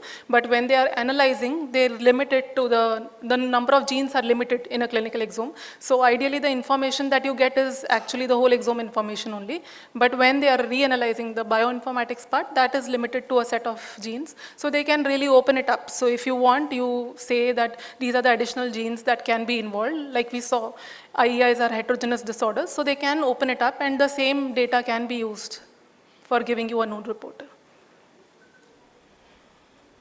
have a very basic question. What is the read depth between the whole genome sequencing and the whole exome sequencing? Yes, sir. And why should I ask for targeted sequences say for example, in patients of somatic mutations I want to pick up, what's the read depth which I should have? Some of our patients of, say for example, I have patient of polycythemia rubra vera, and I also want to look for genetic causes of polycythemia. What is the type of test I should order for? Yes, sir. So whole exome sequencing is usually limited to a depth of 80 to 100. On research basis, they can do it to 50x also, but usually it is 80 to 100, most of the commercial labs that offer. And whole genome sequencing is restricted to about 30x. But remember that whole genome sequencing is a more uniform coverage, while in exome this can go down. On an average, it's just 80 to 100, but some portions can be not covered at all or covered very less. And when we talk about somatic variation, we are looking at a very small percentage. The variant allele fraction is going to be very small. So the depth that you require to pick up these variants is going to be much larger. So usually the NGS panels that are sent for oncology patients, they do it at 500 to 1000x to pick up these small variants. And in IIs also, like NRAS mutations, the rasopathies, they are somatic mutations. So in them also, you could pick it up in an exome, but it will be reported as a variant allele frequency of probably 12% or 25%. So that is also basically because it is a somatic variation. So, but by and large, if you are suspecting a somatic variation, you should be sequencing at 500x to 1000x.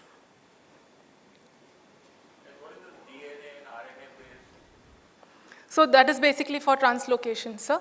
So that is not picked up in an NGS. So what we do is we are looking at the reads. The reads are going to be smaller. So when they are aligned, they don't really understand whether this read is coming from a fusion gene or it is coming from just a different location of the gene. So the RNA adds to that because this fusion gene can be picked up by analyzing the RNA as well. Norms 20 is more beneficial, but by far is it costlier? Yes. So previously when I was doing my fellowship, even a whole exome would cost about 30,000. 5 years down the line, the rates have come down to 7,000. So whole genome sequencing, currently there are labs which offer it at 35 to 40,000. So I'm sure the rates are coming down further. They are almost crashing. So maybe in the next 5 years, we'll be ordering whole genome for everyone. So Dr. Vaishnavi, when do we actually order amplicon sequencing? So, ma'am, amplicon sequencing, again, so in a few patients of ours, we have ordered it. So it's basically to look at whether the variant allele frequency is small. So again, for somatic variations, that's when we really order amplicon sequencing because it is a huge depth that they use. They use it at 500x again. So it picks up the somatic variants much better than the routine tests.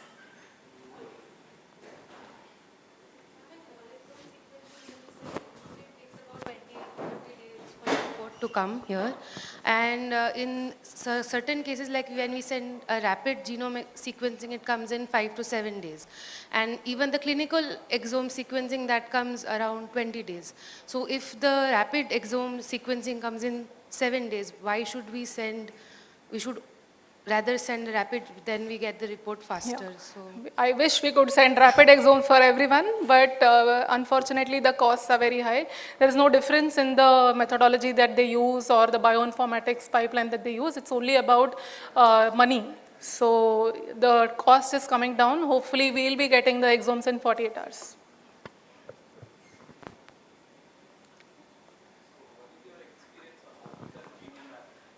On? Variation. So are you doing that? I have small doubt, I might be wrong.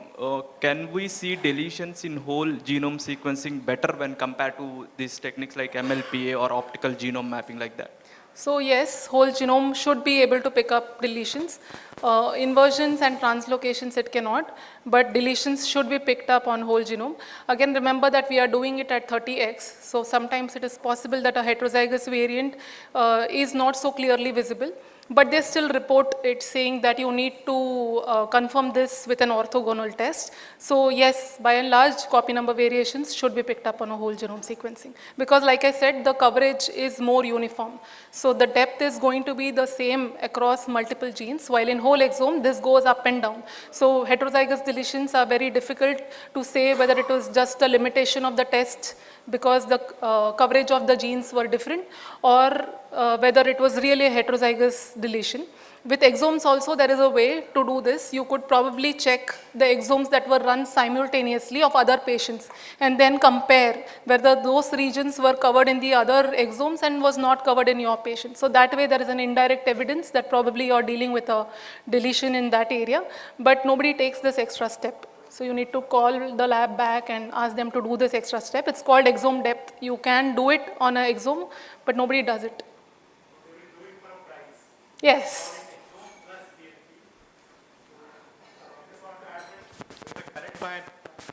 Call copy number variations quite accurately even on exome data, especially if you're using kits from reliable manufacturers, and for each exon, what is the mean depth or coverage for that particular exon. And based on that, you calculate, so for example, the mean is 100 and in your patient it's 50, so you could say that it is, or it is 40, you could say that it's a heterozygous deletion for that particular. So it can be done and the companies are doing it, but they will do it at extra cost, or maybe you have to add, you have to ask them beforehand that you're also suspecting a copy number and then they will do it. So in the child that I showed, where the whole genome picked up, we got back to the lab, the primary lab that did the exome, and then we asked them that this particular deletion was there. Can you relook with the help of exome depth? Then they relooked and they found it. So it was not that the data was not there, but they don't look at it.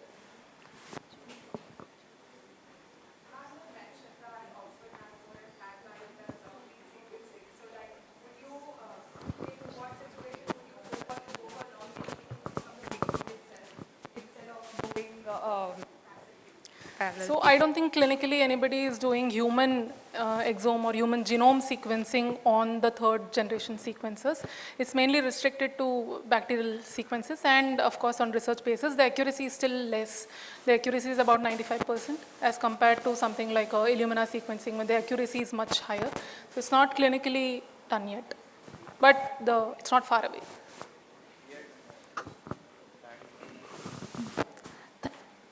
I think we'll have to end it here.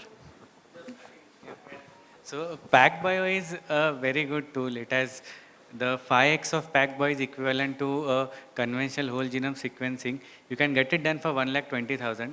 We are doing it in select cases. Yeah, it is not cheap as of now. For ONT, there are labs who are using it for clinical use. There are papers, even in US, people are using it for clinical use. If you want to do a whole genome on ONT, it will cost around 80,000. So it is just the cost. Thank you, Dr. Vaishnavi. Thank you all for your attentive participation. We meet tomorrow exactly at 8 o'clock. Thank you. So tomorrow will be a little challenging day actually. So because the PM has decided to visit the city. And for all along Park Street, because the Maidan is the usual place where the gatherings are happening. So I would request everyone to be here latest by 8. So try to enter the hall by 8, and we start sharp at 8:30. So there will be coffee and some sandwiches also for breakfast. So please be here by on your time. Also tell everyone that you should be here if you want to be here. No, it's a different hall. So the main, what's the name of the hall? It's that side, it's the front side hall. And so we have a small little faculty dinner. I sent a mail yesterday. I would request everyone to come and join us for the dinner. Yes, I sent a mail yesterday, sir.